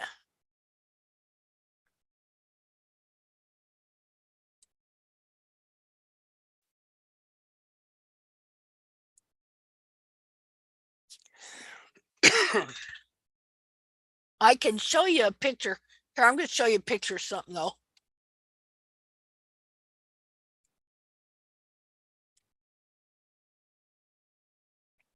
Okay. Okay, you see this picture here? This is Valor's foot in 2019 or 20, where I thought I had a really good foot. And you see how good that sole is right here in that area? There was no exfoliatable sole there at all. But that wasn't his true sole. His true sole is right here, where finally these heels came unwrapped that were covering it. And I just kept trimming the bars over. And eventually the heels unwrapped and look what they opened up. You see that? That's just really thin, thin, thin sole. I did not cut into that. I did not thin that out. This is what happened when the frog was released and his heels opened up and they exposed that area of the sole that I was just showing you on that other deal. See, look at this area here. See how pink it is and thin? That's showing the sole corium underneath. I did not cut that out. All I did was keep trimming the bar over and trimming the frog down, and the whole back of the foot expanded and opened up that area. And so Linda, now, how far did you take the what? How far did you take the bar down? How far did you go? I was taking the bars over here, just like that, just like what you see right there. Okay. And then this is what this is what grew back right here. I had bar grow back and sole grow back in that area. And I'll show you what it looks like now. That area you're looking at over here that looks so thin. Okay. Just a minute. Oh. Don't show that secret stuff. Your passwords and stuff. Let's see. I don't know what that was. Just a minute. And I'm going to find this other deal. Hold on.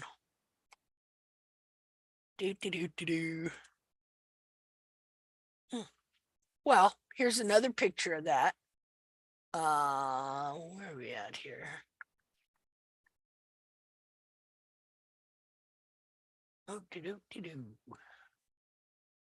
Hold on. Well, okay.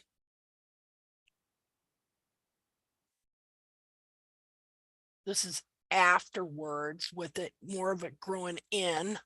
I do think. I think that's what that is. Maybe that is. Maybe that's a different picture. I'm not sure. Hold on. Hold on. Well, I'll just show you what current what it looks like if I can find a picture. But what I'm trying to tell you is that it gets curled over with false heels. Let's see. Okay. Most current. Let's see, which foot is that? Oh, well, here, this will show you. This is the same. I think it's the same foot. Of course, I've trimmed this foot. But see, this area here is bigger. Now, his bars end right here. But what I've been seeing is that as these open up, what you're going to see is you're going to see this area get bigger. Let's see. Here's another one, just to show you a little bit of the difference. So you would think that this was the true foot, but it wasn't. It was all false. And this was a periopal frog. And those bars look straight, but they're not straight. They're curved. See, they're curved. Now, I'm good at cutting curved bars to look straight, but these bars are like the spoons that Angeliki was talking about, how the bars are curved in like this, and the foot was curved out like that, and the heel buttress is curved in like this too, and that's a false frog. It's all just a false foot. This is actually a bigger foot. Look at where the frog ends here. Look at where the frog ends, and look at the bulb skin pulled under. See how much longer the frog is. The whole foot is overall longer here. And let's see. And this is current, but you see this here, there's more heel purchase, I guess, sole in here than there was before. And his feet are going through another deal where they're expanding again too. But this is that trim where I trimmed him down and the foot kind of scrunched up a little bit. And that's why I say, I don't know if I should have taken the toe back in this trim. Which I really didn't take the toe back. I took it down. And it kind of scrunched it up a bit, because let me show you what it looked like when I first started. Just a second here.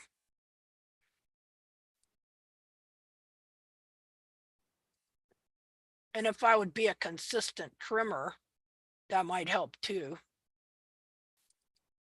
Okay, so this was before the trim, and I just want you to see, you can see that his heels are still forward. So I'm trying to, and you got to remember that that's because that's the way the foot is growing. But his cartilages are very nice. Let me see.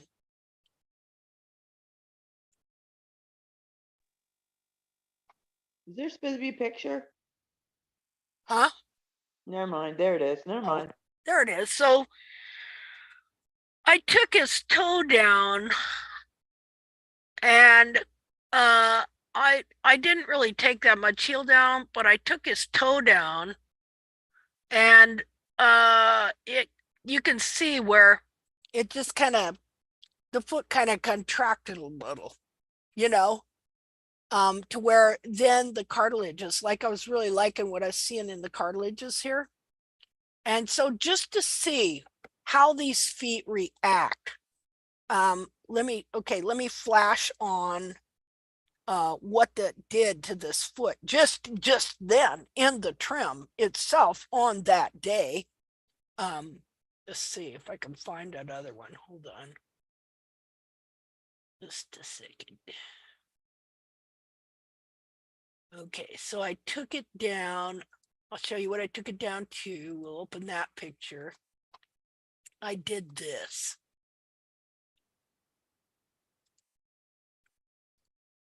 See how I took his toe down? Because he had a lot of toe.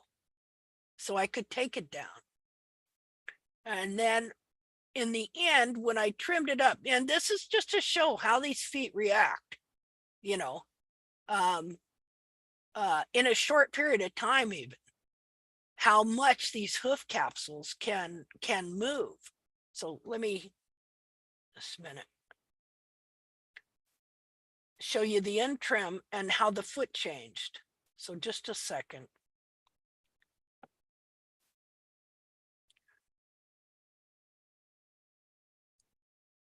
Go to the, and then I took a picture a few days later. Okay, so now I'll show you. This was that same day, I do think. Let me look. Yeah, it was the 22nd. Let's see, new share.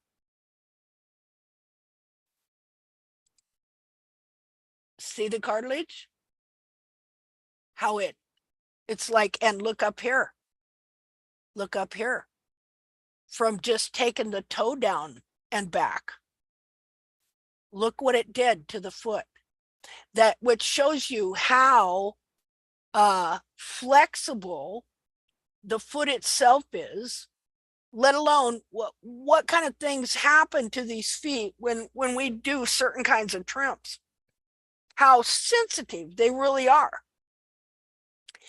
And then a couple days later, I took another picture to see, well, maybe that was it.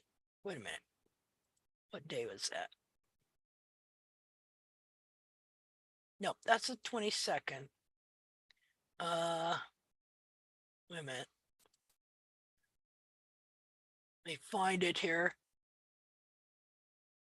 What are you? Okay, here's the 23rd. Here's the next day. I don't think okay. And it kind of spread out a little more again. Just a minute. Do you see that?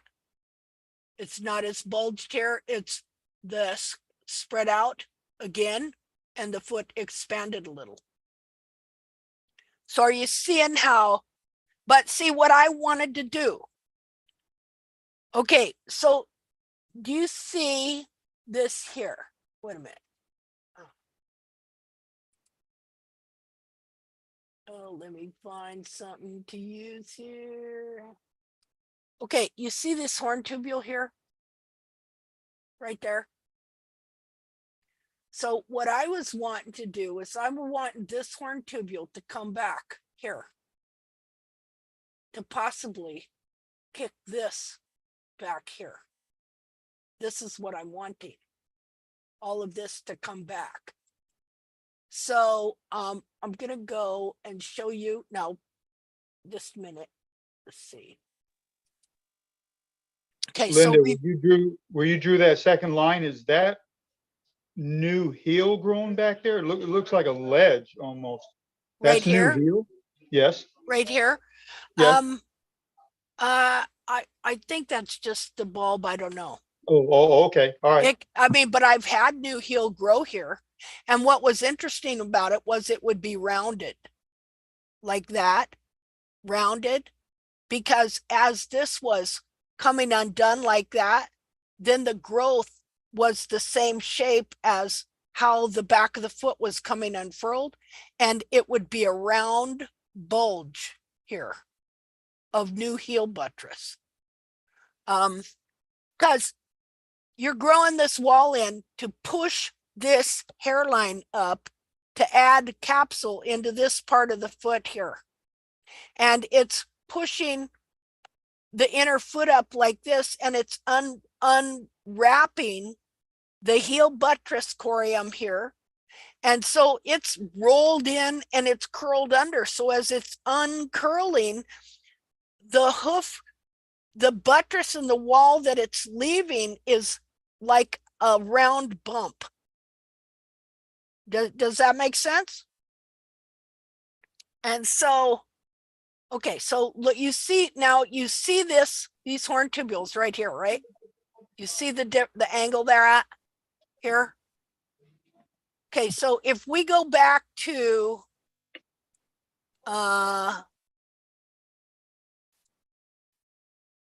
this foot here with the length that it had. Okay, so now look at this portion of hoof capsule in here. See it? That shouldn't be like that. That, yes. Yeah, that has to be like this, more like that. So there's at least this much that has to come out of the capsule eventually. So, and look at the heel. Now, see the angles here? So I want all this to come back and stand up and be in alignment.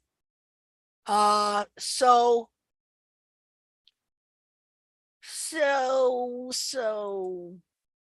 Let's see. New share. Okay, so that is why I had toe that I could take down, which I did, where is that? Well, okay, so that was the end trim right there. You see how it bound the foot there, because when I took that toe up and which really I took it up, I didn't take it like back, I took it down, which means because the hoof wall grows down and forward, then when you just lower it, it's naturally going to take it back. And then I beveled it all the way back to here. And in just the trim that I was out there, it did this to the foot. It literally pushed this area back here. And so, you know, see how those horn tubules, just doing that, it put them in a whole different position at less of an angle, which if they are at less of an angle, it makes it easier for this part to push them back. And so it pushed everything back. It even stood the heel up more just while I was there. And then new share, where's our new foot? Is this it? And then this is like 2 days later. And so it doesn't look as cramped. These horn tubules have been kicked back more. I should probably go out and re-bevel. I bet if I went out and took picture today, there's no gap here at all. And these horn tubules might even be further back, and my heel might even be standing up more. So, but there are other things you want to notice about this. Look at the health of the periopal. Look at how nice and straight the coronary, the hairline is. And just the health of the periopal band. You don't see scaly, dead, dry junk all over the foot. And the health of the hoof wall horn itself. See, it's a very healthy foot because so much of it is released, and so much of the frog has been able to unbind and move back. And we can look at some of the rest of it here. See, very, very healthy periopal skin here. So strange, these white heel buttresses, because I do not believe that my horse originally had white heel buttresses. He had black hooves. But this heel buttress got totally wrapped in, totally shut off from growing. And so now when it comes back into the hoof, it's white. And there are other people seeing this too, that as their foot unfolds and unwraps, they're starting to grow in a white heel buttress or a white stripe, or they'll get a white stripe in their foot because the whole foot's coming uncontracted. And originally I talk about how he had gray soles and now they're white. Remember a while ago you put the hacksaw mark in your horizontal growth lines to watch? Yeah. I was just sitting here thinking when you were talking about, you know, pushing the bars back, how could we permanently mark them so we could actually watch one or two of those vertical tubules and what they do over time? Because marker doesn't stay. Yeah. You know, wait, so what I'm thinking is, years ago, I bought a wood burning tool for a project. God knows where it is. Oh, there But you go. I wonder if you could take a wood burning tool, like, because they burn the hoof when they're setting those stupid shoes. Yeah. I wonder if we could mark. Yes, I believe you could do that. Absolutely. And mark it with one of those burning tools so that it's a more permanent, but not dangerous to the hoof, won't do any damage. Yeah. Yeah, I think you could do that. And, you know, and then over time, sit down and, you know, keep that thing in, you know, keep it visible if it tries to disappear, and watch in your photographs if it stands up more as things change. Yeah, you could do that. I think that's a great idea. I was just wondering how to permanently mark it without doing any damage. Yeah, you wouldn't. Not with the wood burner. You're not gonna. No. And I was just like, You well, know. how can my marker comes off in a day?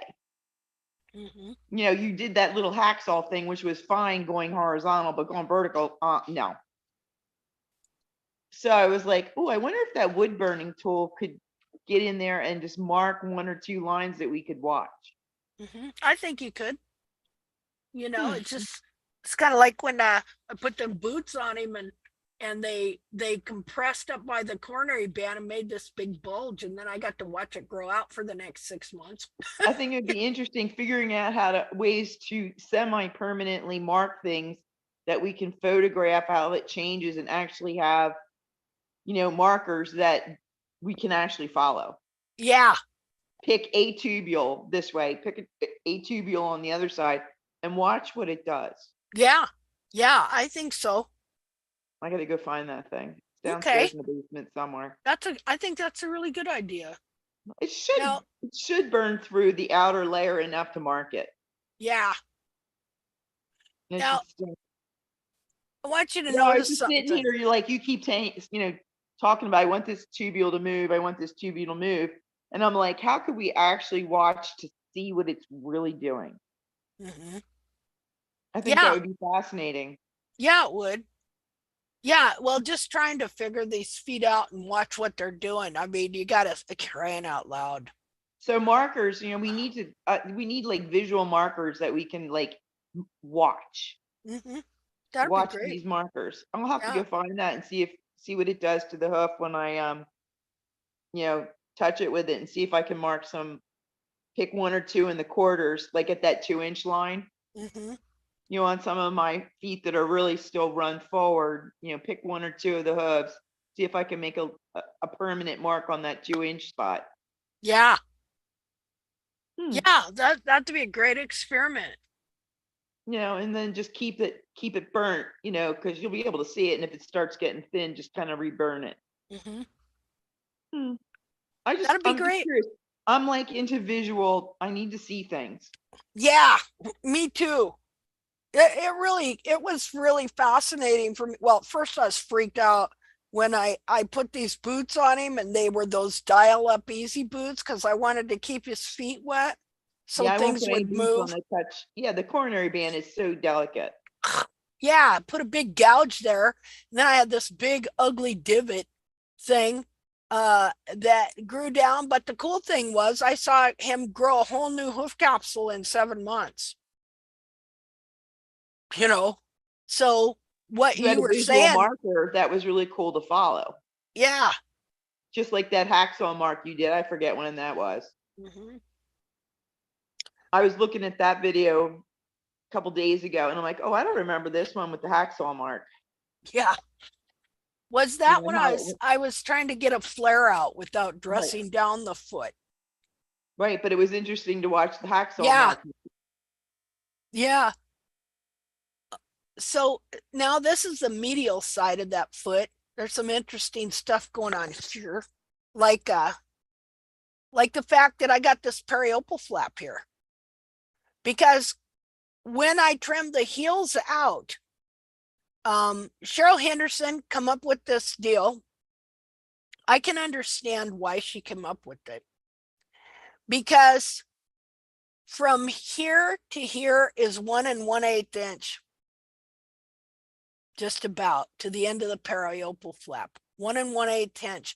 And almost no matter how high or low the heels are, you're going to find this area from here to here about 1 1/8 inch. And so she assumed that this was a constant. And she had these things she called constants, meaning it was like a constant thing that was always on the foot. And so you could use that as a way to mark things. And so she called that a constant because she kept finding that the distance from here to about here was 1 1/8 inch. And so she assumed that that must be where you should trim the heels down to. But what happens is when you do that, because the foot wants to stand up like this, it doesn't want to be. If I was to come in here and take Valor's heels off right here, the back of his foot would pull up and it would remove and loosen periopal, and it would pull the side of the foot around behind, and it would look like he had grown heel. And you would find a periopal flap again with what looked like heel, but that would be false. That would not be true. But what I found out when I was growing heel in was that you would find these periopal flaps again, going back the other direction. So in this case, I do believe he grew some heel buttress in here. So I think you're right there, Dean, that he was growing some heel in there, right in here. I mean, look at this little weird thing going here. You know, I think you're right that he was. It's just that he's growing in heel buttress that, you know, when I was seeing this other heel buttress go, I would see this round area, but he's pretty much got a lot of that already grown in. So what's happening is I think he's adding in wall up here. I think you're right what you're seeing there. So because now I that's see, what it looked like a whole new, like a yeah, leg of yeah, heel. yeah, I think that you are correct. You know, because now thinking about it and looking at this and seeing that periopal flap and seeing over these last few years that just as I trimmed them out and you would find these periopal flaps, as I was growing them in, you would find periopal flaps like this too. And now knowing from dissections that this area of the foot, that the actual foot ends about here. And so you got to have heel buttress wall that grows past the foot so you can have some sole in there.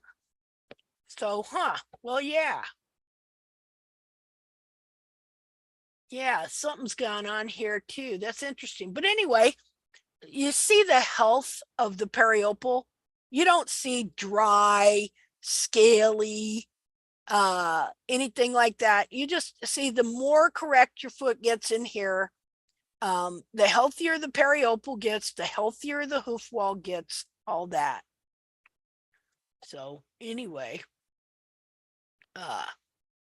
just looks healthy. Now this is just from you know, those fly things that you put on their legs and stuff. Now just, yeah, this periopal flap, that's looking pretty interesting there. Okay, well, anyway, okay, so those let me go around here. Okay, so you see where the bar ends here? Pretty much right in here. Could be even right here. Okay, so if your bar grows up and doesn't get trimmed correctly, you will see a crack here. You will see a crack. Like I'm looking at this and I'm saying that shouldn't even be there. See, you can almost see a little crack there. See, but I got these bars pretty well down. And this bar over here is even more down because this is the asymmetrical side of the foot that was more trimmed out and the heel is more curled in. So I'm trying to get all this to release over here. What day was that? Okay, this is the 22nd. All right, well, anyway, I'm gonna go look at that. Where was that picture? That was on the group where you can really see those lumps and cracks where the bar ends. Let's see. I'm looking for it now.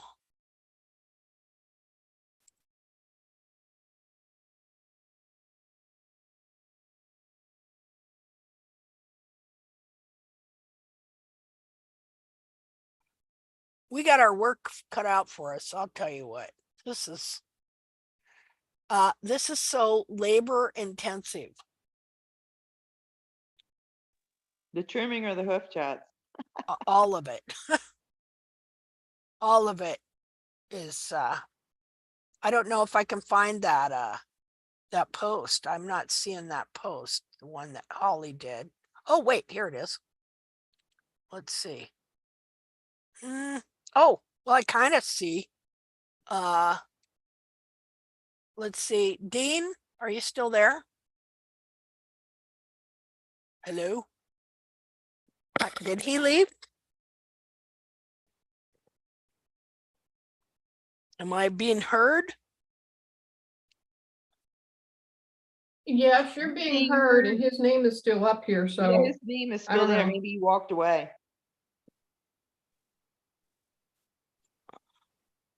Okay, here. This kind of shows you, but these bars are pretty over.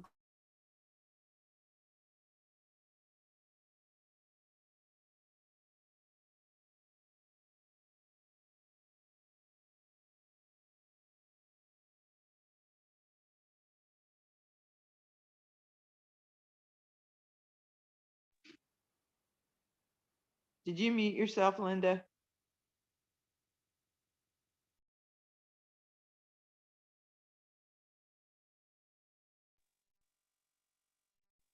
I think she did.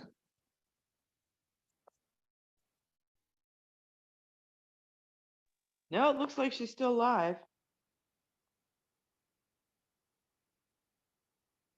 Maybe she walked away.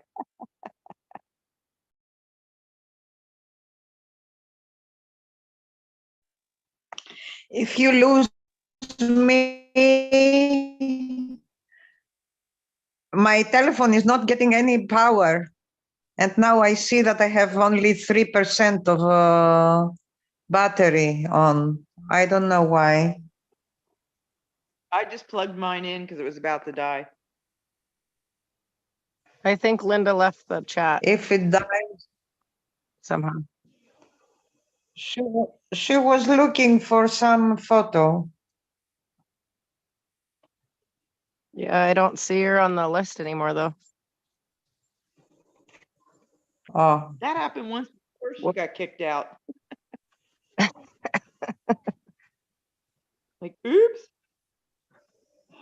oh, Maybe her phone, I don't. her computer just called it a day. Janet, this is Dean. Hello? Hello. Hello, Can you hear me? Dean. Was you the one asking when we were talking about, the other lady said about scratching the surface? Was you the other one that made Yeah. a comment? Yeah. Yeah. All I was gonna say is when I was doing that stuff with Dusty, it was like every other day I was cleaning things up. That's the only other thing I'm gonna add to it. So. Looks like Linda's back. I see her name. And see, this is why we just got to try all this stuff, and stuff like that. Linda, you disappeared. We don't know what you said while you were gone. I have no idea. I just found that I got kicked off. You did. Got kicked off of my own Zoom meeting. That figures. It's like when I used to have hoof groups and I'd disappear for a while and I'd come back and they were all rebelling. No, we just talk about you while you're not there, whatever. Well, here's the deal. If you think or believe something, you stand up for it till you're proved wrong. Okay. But also consider that you could be wrong, because I found that happening to me. I'll be thinking one way and somebody come up with another idea and I'm like, no. And then something will happen and I'll go, oh, wait, now they were right. See? So we're all pioneers in this. We're all learning things. So there you go. Okay. Everybody's opinion, everybody's experience is important. We're like each individual independent researchers. See, but we are in a research program where we are all adding data to the overall knowledge base that we are collecting. See, so what I think now, something else, I could learn something else and find out, well, okay, that could be right. It's just like how I was telling you that I was not beveling any further back than right there to that heel, which for a period of time was right. But then after he grew it in, then it's okay for me to bevel back past that. See? So there's always exceptions to a rule. There you go. And rules were meant to be broke. There you go. I don't even think we should use the word rule anymore. Yeah. There won't be rules in this. Yeah. I don't think, rules are going to get us in trouble if we say everything's a rule. Yeah, I think you're right. Because so what do we call it? Well, rule number 1 is we do this. Rule number 2 is we do this. It's not going to work for everybody. Yeah, it's not going to work that way. Yeah. No. Guidelines is a good word. Rules anymore. Yeah, no rules. But good guidelines. Guidelines, yeah. There you go. Guidelines. That's what they should be. Guidelines. Recommended procedures, recommended guidelines. Yeah. But yeah. I'm looking for rules. Rules are how we're going to get people by mistake doing things they shouldn't. Yeah, exactly. And see, that's what's. Oh, go ahead. Well, I'm just looking for cause and effect. So if I do this, then my effect is that. If I, you know what I mean? Yeah. And so sometimes it's working backwards, sometimes it's working forwards. And it's like, especially that one girl that kind of screwed up, but you could see that the horse was wrapping its foot together to give it heels. And you could tell because of the one foot. Like it was super interesting. Yeah. But cause and effect. Yeah. Cause and effect. No kidding. Yes, but here we have a problem, guys, because we are in TACT. And since we perform TACT, there are people who need to, or who speak on behalf of TACT. And they should keep some rules.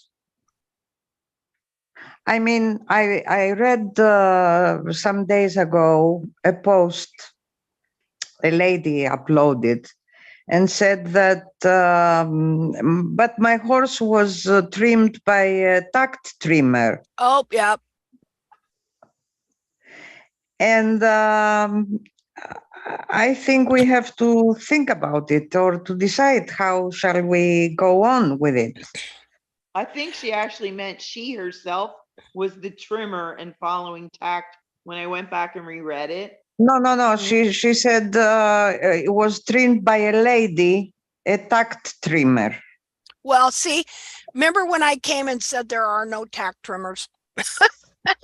Yeah. Because I never certified nobody, right? And so I'm going to tell you something that happened. So there was a gal, and she was trimming, and she was saying she was doing TACT trimming, and I had heard her name, and I knew she was kind of a member of the group. And so my friend Penny Mecklenburg, who lives in California, she was trimming for her. And so Penny kept telling me about this gal. She said, but I just have such a hard time. She will not trim the frogs. So I have to trim the frogs when she leaves. Well, I just didn't, didn't dawn on me. You got a professional trimmer going around saying she's a track trimmer, but she's not trimming frogs. Okay. I mean, it was right there in front of my face, but I just wasn't glomming onto it. Well, then this one gal, she's a veterinarian. All right. Well, come to find out, this gal had been trimming for her and had been trimming a young horse and never ever trimmed the frog. And I found this out. Well, first of all, she got a hold of me to help her And this horse had 0 elevation to his bulbs. He's 3 years old, going on 4. The back of his foot never ever raised up. And his heels grow horizontal, straight forward.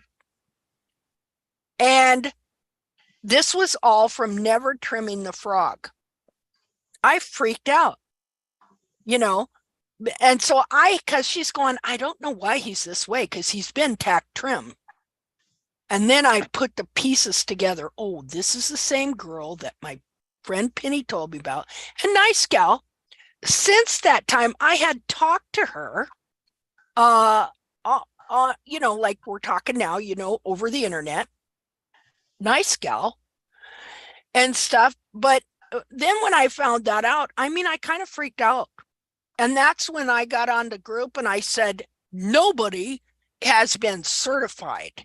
No, I have not certified anyone. And I had to tell this lady, well, okay, I mean, I take responsibility for this, but on the other hand, you know, how long have I been teaching people they ought to trim the frog? And you understand what I'm saying? Yes, Linda, so, but you see, now there are some things we should talk about, because I have a professional farrier who's doing under my surveillance. He's doing TACT, and he really studies, and he really, of course, through me, because he doesn't speak English. But I mean, I have something like 500 photographs of and 100 files of the horses he's trimming. And okay, this only case is somebody I can take care of. But we should see on the future how people can say that we apply TACT, how many people do it without telling it, how many people, I mean, we are in a story here. We have to think about it. Yeah, and I have to say, okay, to renege on what I said there, that there are some rules, flat out. There are some rules. There are rules as to what the true foot of the horse is. There are rules as to what the true anatomy of the horse is. There are rules that you do trim frogs. Okay. There are some hard and fast facts about the true anatomy. But when it comes to corrective trimming, there's give and take, and what be right one time may not be right on another horse in a different situation, because you can't, I could tell you, well, this is the way it is, but I don't know the exact place that your horse is in, you know. But this is the problem, because we are doing something that is new, which depends on every horse and every hoof of the horse. Yeah. But when we talk about TACT, which is not that is not a method, or that is the knowledge of the anatomy, how can we say people that, I mean, I'm a bit confused about this. What do I say, people?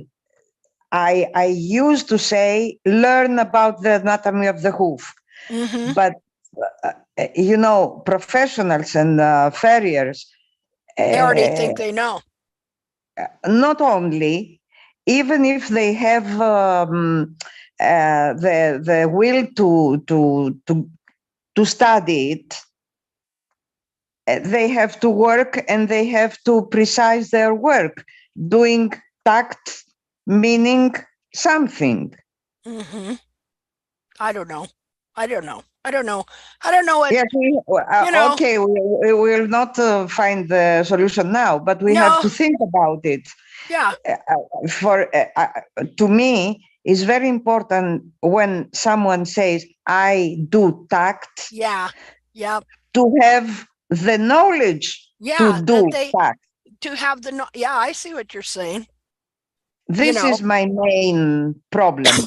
Yeah, and well, that's why that gal, she said, I do tact, but in reality, no, she wasn't. She was not trimming the frogs. And this was leading to all kinds of distortion, you know. And how do we protect tact Well, from these people? I don't think you can really, you know. Oh. I don't think that we can protect everything. We can only do what we can do, and hope that sometime in the future, this is probably going to be past our lifetime, that it's what we know now is going to be even greater, and that it'll be common knowledge. It'll be common sense by then, back to horse sense. Linda, do you remember a couple of years ago when you were trying to think about how to certify people? Mm-hmm. And I maybe you don't remember, but I cautioned you against that. And that's because of this very reason. I mean, there are so many quote unquote barefoot trimmers. Yeah. Right. Yeah. And you ask them, you know, which protocol they follow, and they can't tell you because they don't know. And even if they would say that, like this girl you're talking about, even if, you know, or any other barefoot protocol, you know, Ramy, anybody, right? They can be certified. Doesn't matter. Doesn't mean that when they see that horse, they're going to know what to do with it, but they're still certified. Yeah. Right. I mean, it's like you go to a doctor. You might have a doctor that's great. You may have a hack. You know, you just don't know. Yeah. So, I mean, that's why a couple of years ago, I'm like, oh, I don't know. Linda, I don't think you want to go down that route. Yeah. Because it's just too much, especially since, I mean, look at how much you've learned and figured out since then. So if you had certified people back then, you would have two people, you know, you'd have 2 years worth of people who were out there doing quote unquote tact trims. And would they have stayed up with your latest findings? Who knows? That's another whole kettle of wax you would have had to melt. Yeah. Right? Like recertification. This is very correct. This is very correct. But how do you protect tact from people who say we are doing professional corrective trim of tact and they don't? You can't keep people from saying what they're going to say. Yeah. Yeah, you can't. You can't. People are going to do that. And you know what? I got enough to worry about without worried about that. I mean, I think I love the idea and all that, you know, but we're just never going to stop people from totally doing stuff like that and things like that. Yeah. I will show you a picture of what, this is not the worst. Okay. It was way worse than this, but I'll show you what it looks like when you don't trim a frog on a growing horse at all. But then you try and do the rest of tact, or what you think is tact. Because actually this gal just sent me some pictures, but this is not current. This was a while back. And again, this is not even the worst of what it was. It was just oh my goodness. I mean, I freaked out, you know, because she contacted me and I was looking at the foot and I had no idea that this was going on. So yeah, I freaked out, and that's when I got on there and said, hey, nobody here is certified, blah, blah, blah. And we do trim frogs. And so then this gal, I never mentioned her name or anything like that, but she got mad at me and she left the group. And now she's doing the hoof guided method. And last post I saw, she was angry and she said something about, I don't remember, she said something about, and I don't trim frogs or something like that, because you know that is a barefoot rule, right? Oh, you don't trim frogs, you just take off the tags. That's the way I used to do it. All right, but I haven't done that in many, many years. And I've been teaching for a long time that you should, well, if I can even find, that you should trim the frog. Because why? And as I said, this is not the worst of the worst here. Okay, no elevation, the back of that horse's foot could not come up at all the whole time he's growing. And so it's a little better now. Well, no, that is now. That is now. That is now. And this is better than it was. So because they took the toe off. It looks better. It's not better. well, no, they didn't take the toe off. Okay, you'd have had to see the foot. You would have had to seen the picture of the foot from the beginning. Okay. I'm just trying to tell you, I want you to look at the back of the foot here. Look at how that goes down.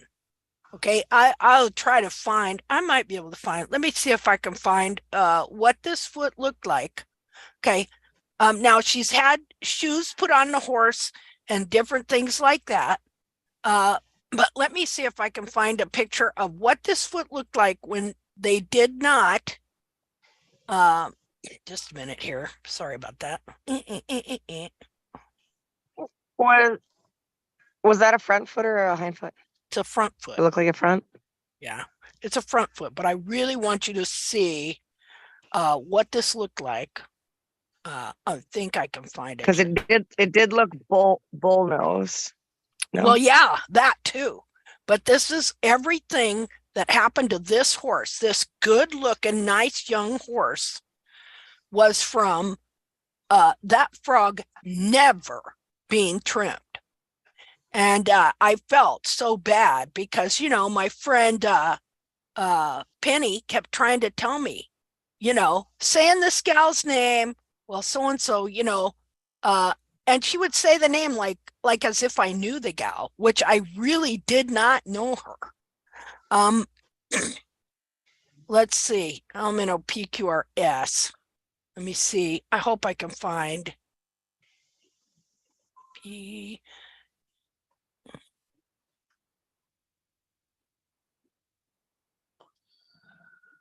Let's see here.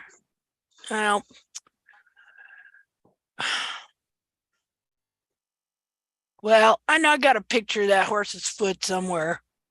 If I go way back on our conversations, because I tried to share as much as I could with her to help her, but she's plugging along, and this is a veterinarian. Okay, so I'm like, here this gal is trimming this horse's foot for a veterinarian, saying she's doing a TACT trim, and trims this horse into this. You know, I was wholly mortified.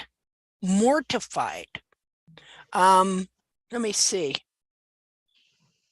I'm gonna go way back and see if I can find a picture. Well, maybe not. Wait a minute. Well, when is this? I don't know when this is. I don't know. Maybe I can't find one way that far back. You know, but it gives you an idea. And the horse had never had shoes on. Okay, it just needed to load. Hold on. This thing.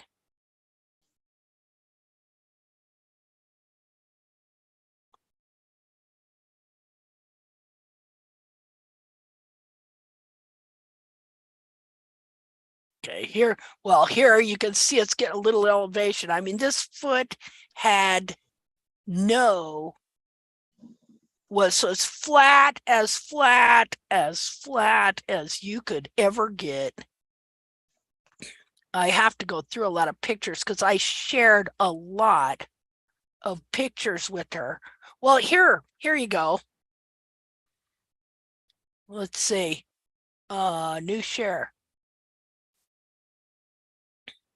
Do you see that? Do you see the back of that foot? Yep. Say, just a minute here. I'm gonna go back.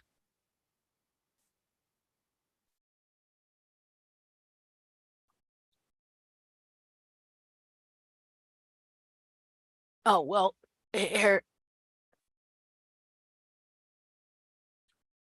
I don't know if you can see that. Poor guy, young, beautiful horse. Okay.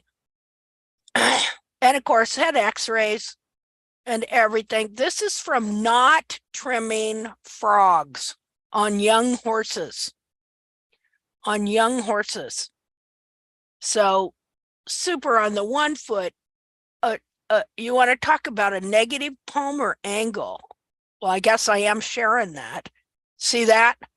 That's that foot right there. So anyway, this from, again, not trimming frogs. So the back of the foot cannot expand and stand up. Yeah.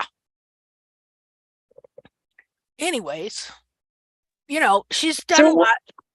Pads, Going back to pads, everything. going back to that x-ray, what did they see on the solar view that they didn't think that they could take more toe off? Because there was excess toe, that at least it would give it closer to at least a 0 angle, but it wouldn't. Well, just taking off toe, that's just going to bind your foot more, is what it's going to do, because when the heels are that trimmed, well, that wasn't even trimmed out, they just never expanded. And so you have heels that are growing horizontal and the whole back of the foot pulled down, and that's going to push your toe forward. So if you take the toe back, then it's just going to make the coffin bone back up itself and bend the foot even more from the front, is what's going to happen. The problem is not the toe. The problem is not the negative palmar angle. The problem is the whole back of the foot never expanded and was allowed to raise because she never trimmed the frog. And so you had a big dead frog with a growing horse. And so the back of his foot could not lift up and expand. That's what happened to him. Because see, every foot wasn't quite like that, but it was still bad. Like the other foot had some height to it, but it was still really bound. See the difference? Still, that's a very, very bound foot. The other foot, though, this part never raised up, and the heel is like growing like this. So anyway. So I have a question, Linda. Uh-huh. So for all you more experienced people than me, what do you do with a horse that negative palmar angle, and the horse didn't have any sole, so you have nothing to work with? Mm-hmm. What do you do? Well, you just try and get the back of that foot to expand and grow back. That's all you can do. Like, she put pads on him. Mm-hmm. See, right here, trying to get all that to expand and move up. See there? What if you put pads on him and nail shoes on him? It's not going to open up anyway. I mean, you get better weight distribution, but it's still going to lock the hoof in place, isn't it? Yes. I'm not worried about that stuff, about shoes and pads and stuff like that. You know, anything that's going to lift up the back of that foot to help that horse, I don't even care. You know, no, but I was trying to ask an honest, legitimate question. Oh no, I know that. But if the shoe is holding the foot in place, can the heel expand anyway? Well, yeah. I see that the foot is elevated, but can the heel still expand? Yeah, because your heels are back here. See, the heels can still expand if you're trimming the foot right and trimming the frog right, the heels can still grow in. And Linda Van Elzen, who turned into a farrier, my friend Linda Van Elzen from Canada, who started trimming with a wood rasp. Okay, and now is a farrier with doing 250 horses. Okay, she uses shoes and DIM and all that stuff to get horses heels growing and elevated. So it's the front part of the foot. What? Sorry, why in this case did she not use DIM in the picture that we see? I don't know, because she kind of quit working with me, and she's working with the farrier, and I mean, she's just sent me some pictures, and so she's doing the best she could. I can't help her other than I shared a bunch of stuff with her about why the foot was like that. I told her that, I was sorry, but that gal wasn't exactly doing a TACT trim because we believe in trimming the frogs. And I explained to her why the foot distorted like that. Well, both the feet are distorted, but this one distorted in a different way. And so I explained all that to her, and I shared as much as I could with her. And then she's been working to try and get the situation rectified, and she's had to work with a farrier as well, and things like that. And so she's doing the best she can. And, she's still working with her horse and learning stuff. Super nice gal. But anyway, yeah, I don't know, I still got a pony I'm trying to correct from all this bad trimming that I did, and I'm still even working on my own horse to try and get him there. I see horses' feet though. Like when I was on that successful hoof care group that's not successful, I seen people that were just getting horses that hadn't been trimmed for a long time that had great feet, and I just shuddered. I shuddered because I knew that they were going to start trimming them and ruin those feet.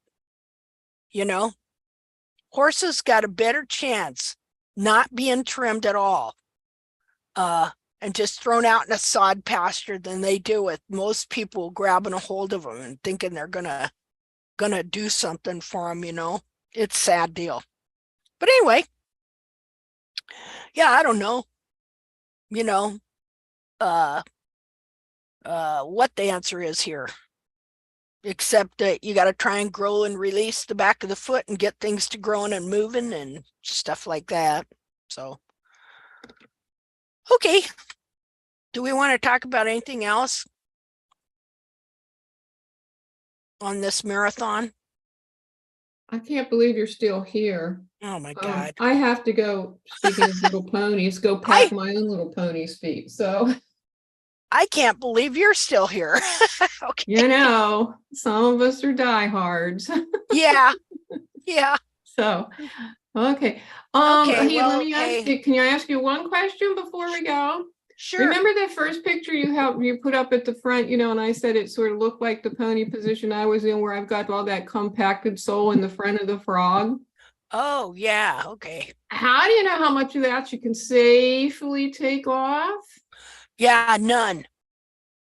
Okay, that's what I'm doing. Because, Okay. I've got that little slipper toe now that's sort of growing off, but it's all detached. And I just keep putting the rasp on the, on its side, and I just rasp it. Whoever posted that on the web on the site about holding the rasp on the floor to make sure you got your bevel even all the way around. I don't know how I came upon that, but that's what I started doing to that slipper toe. Okay.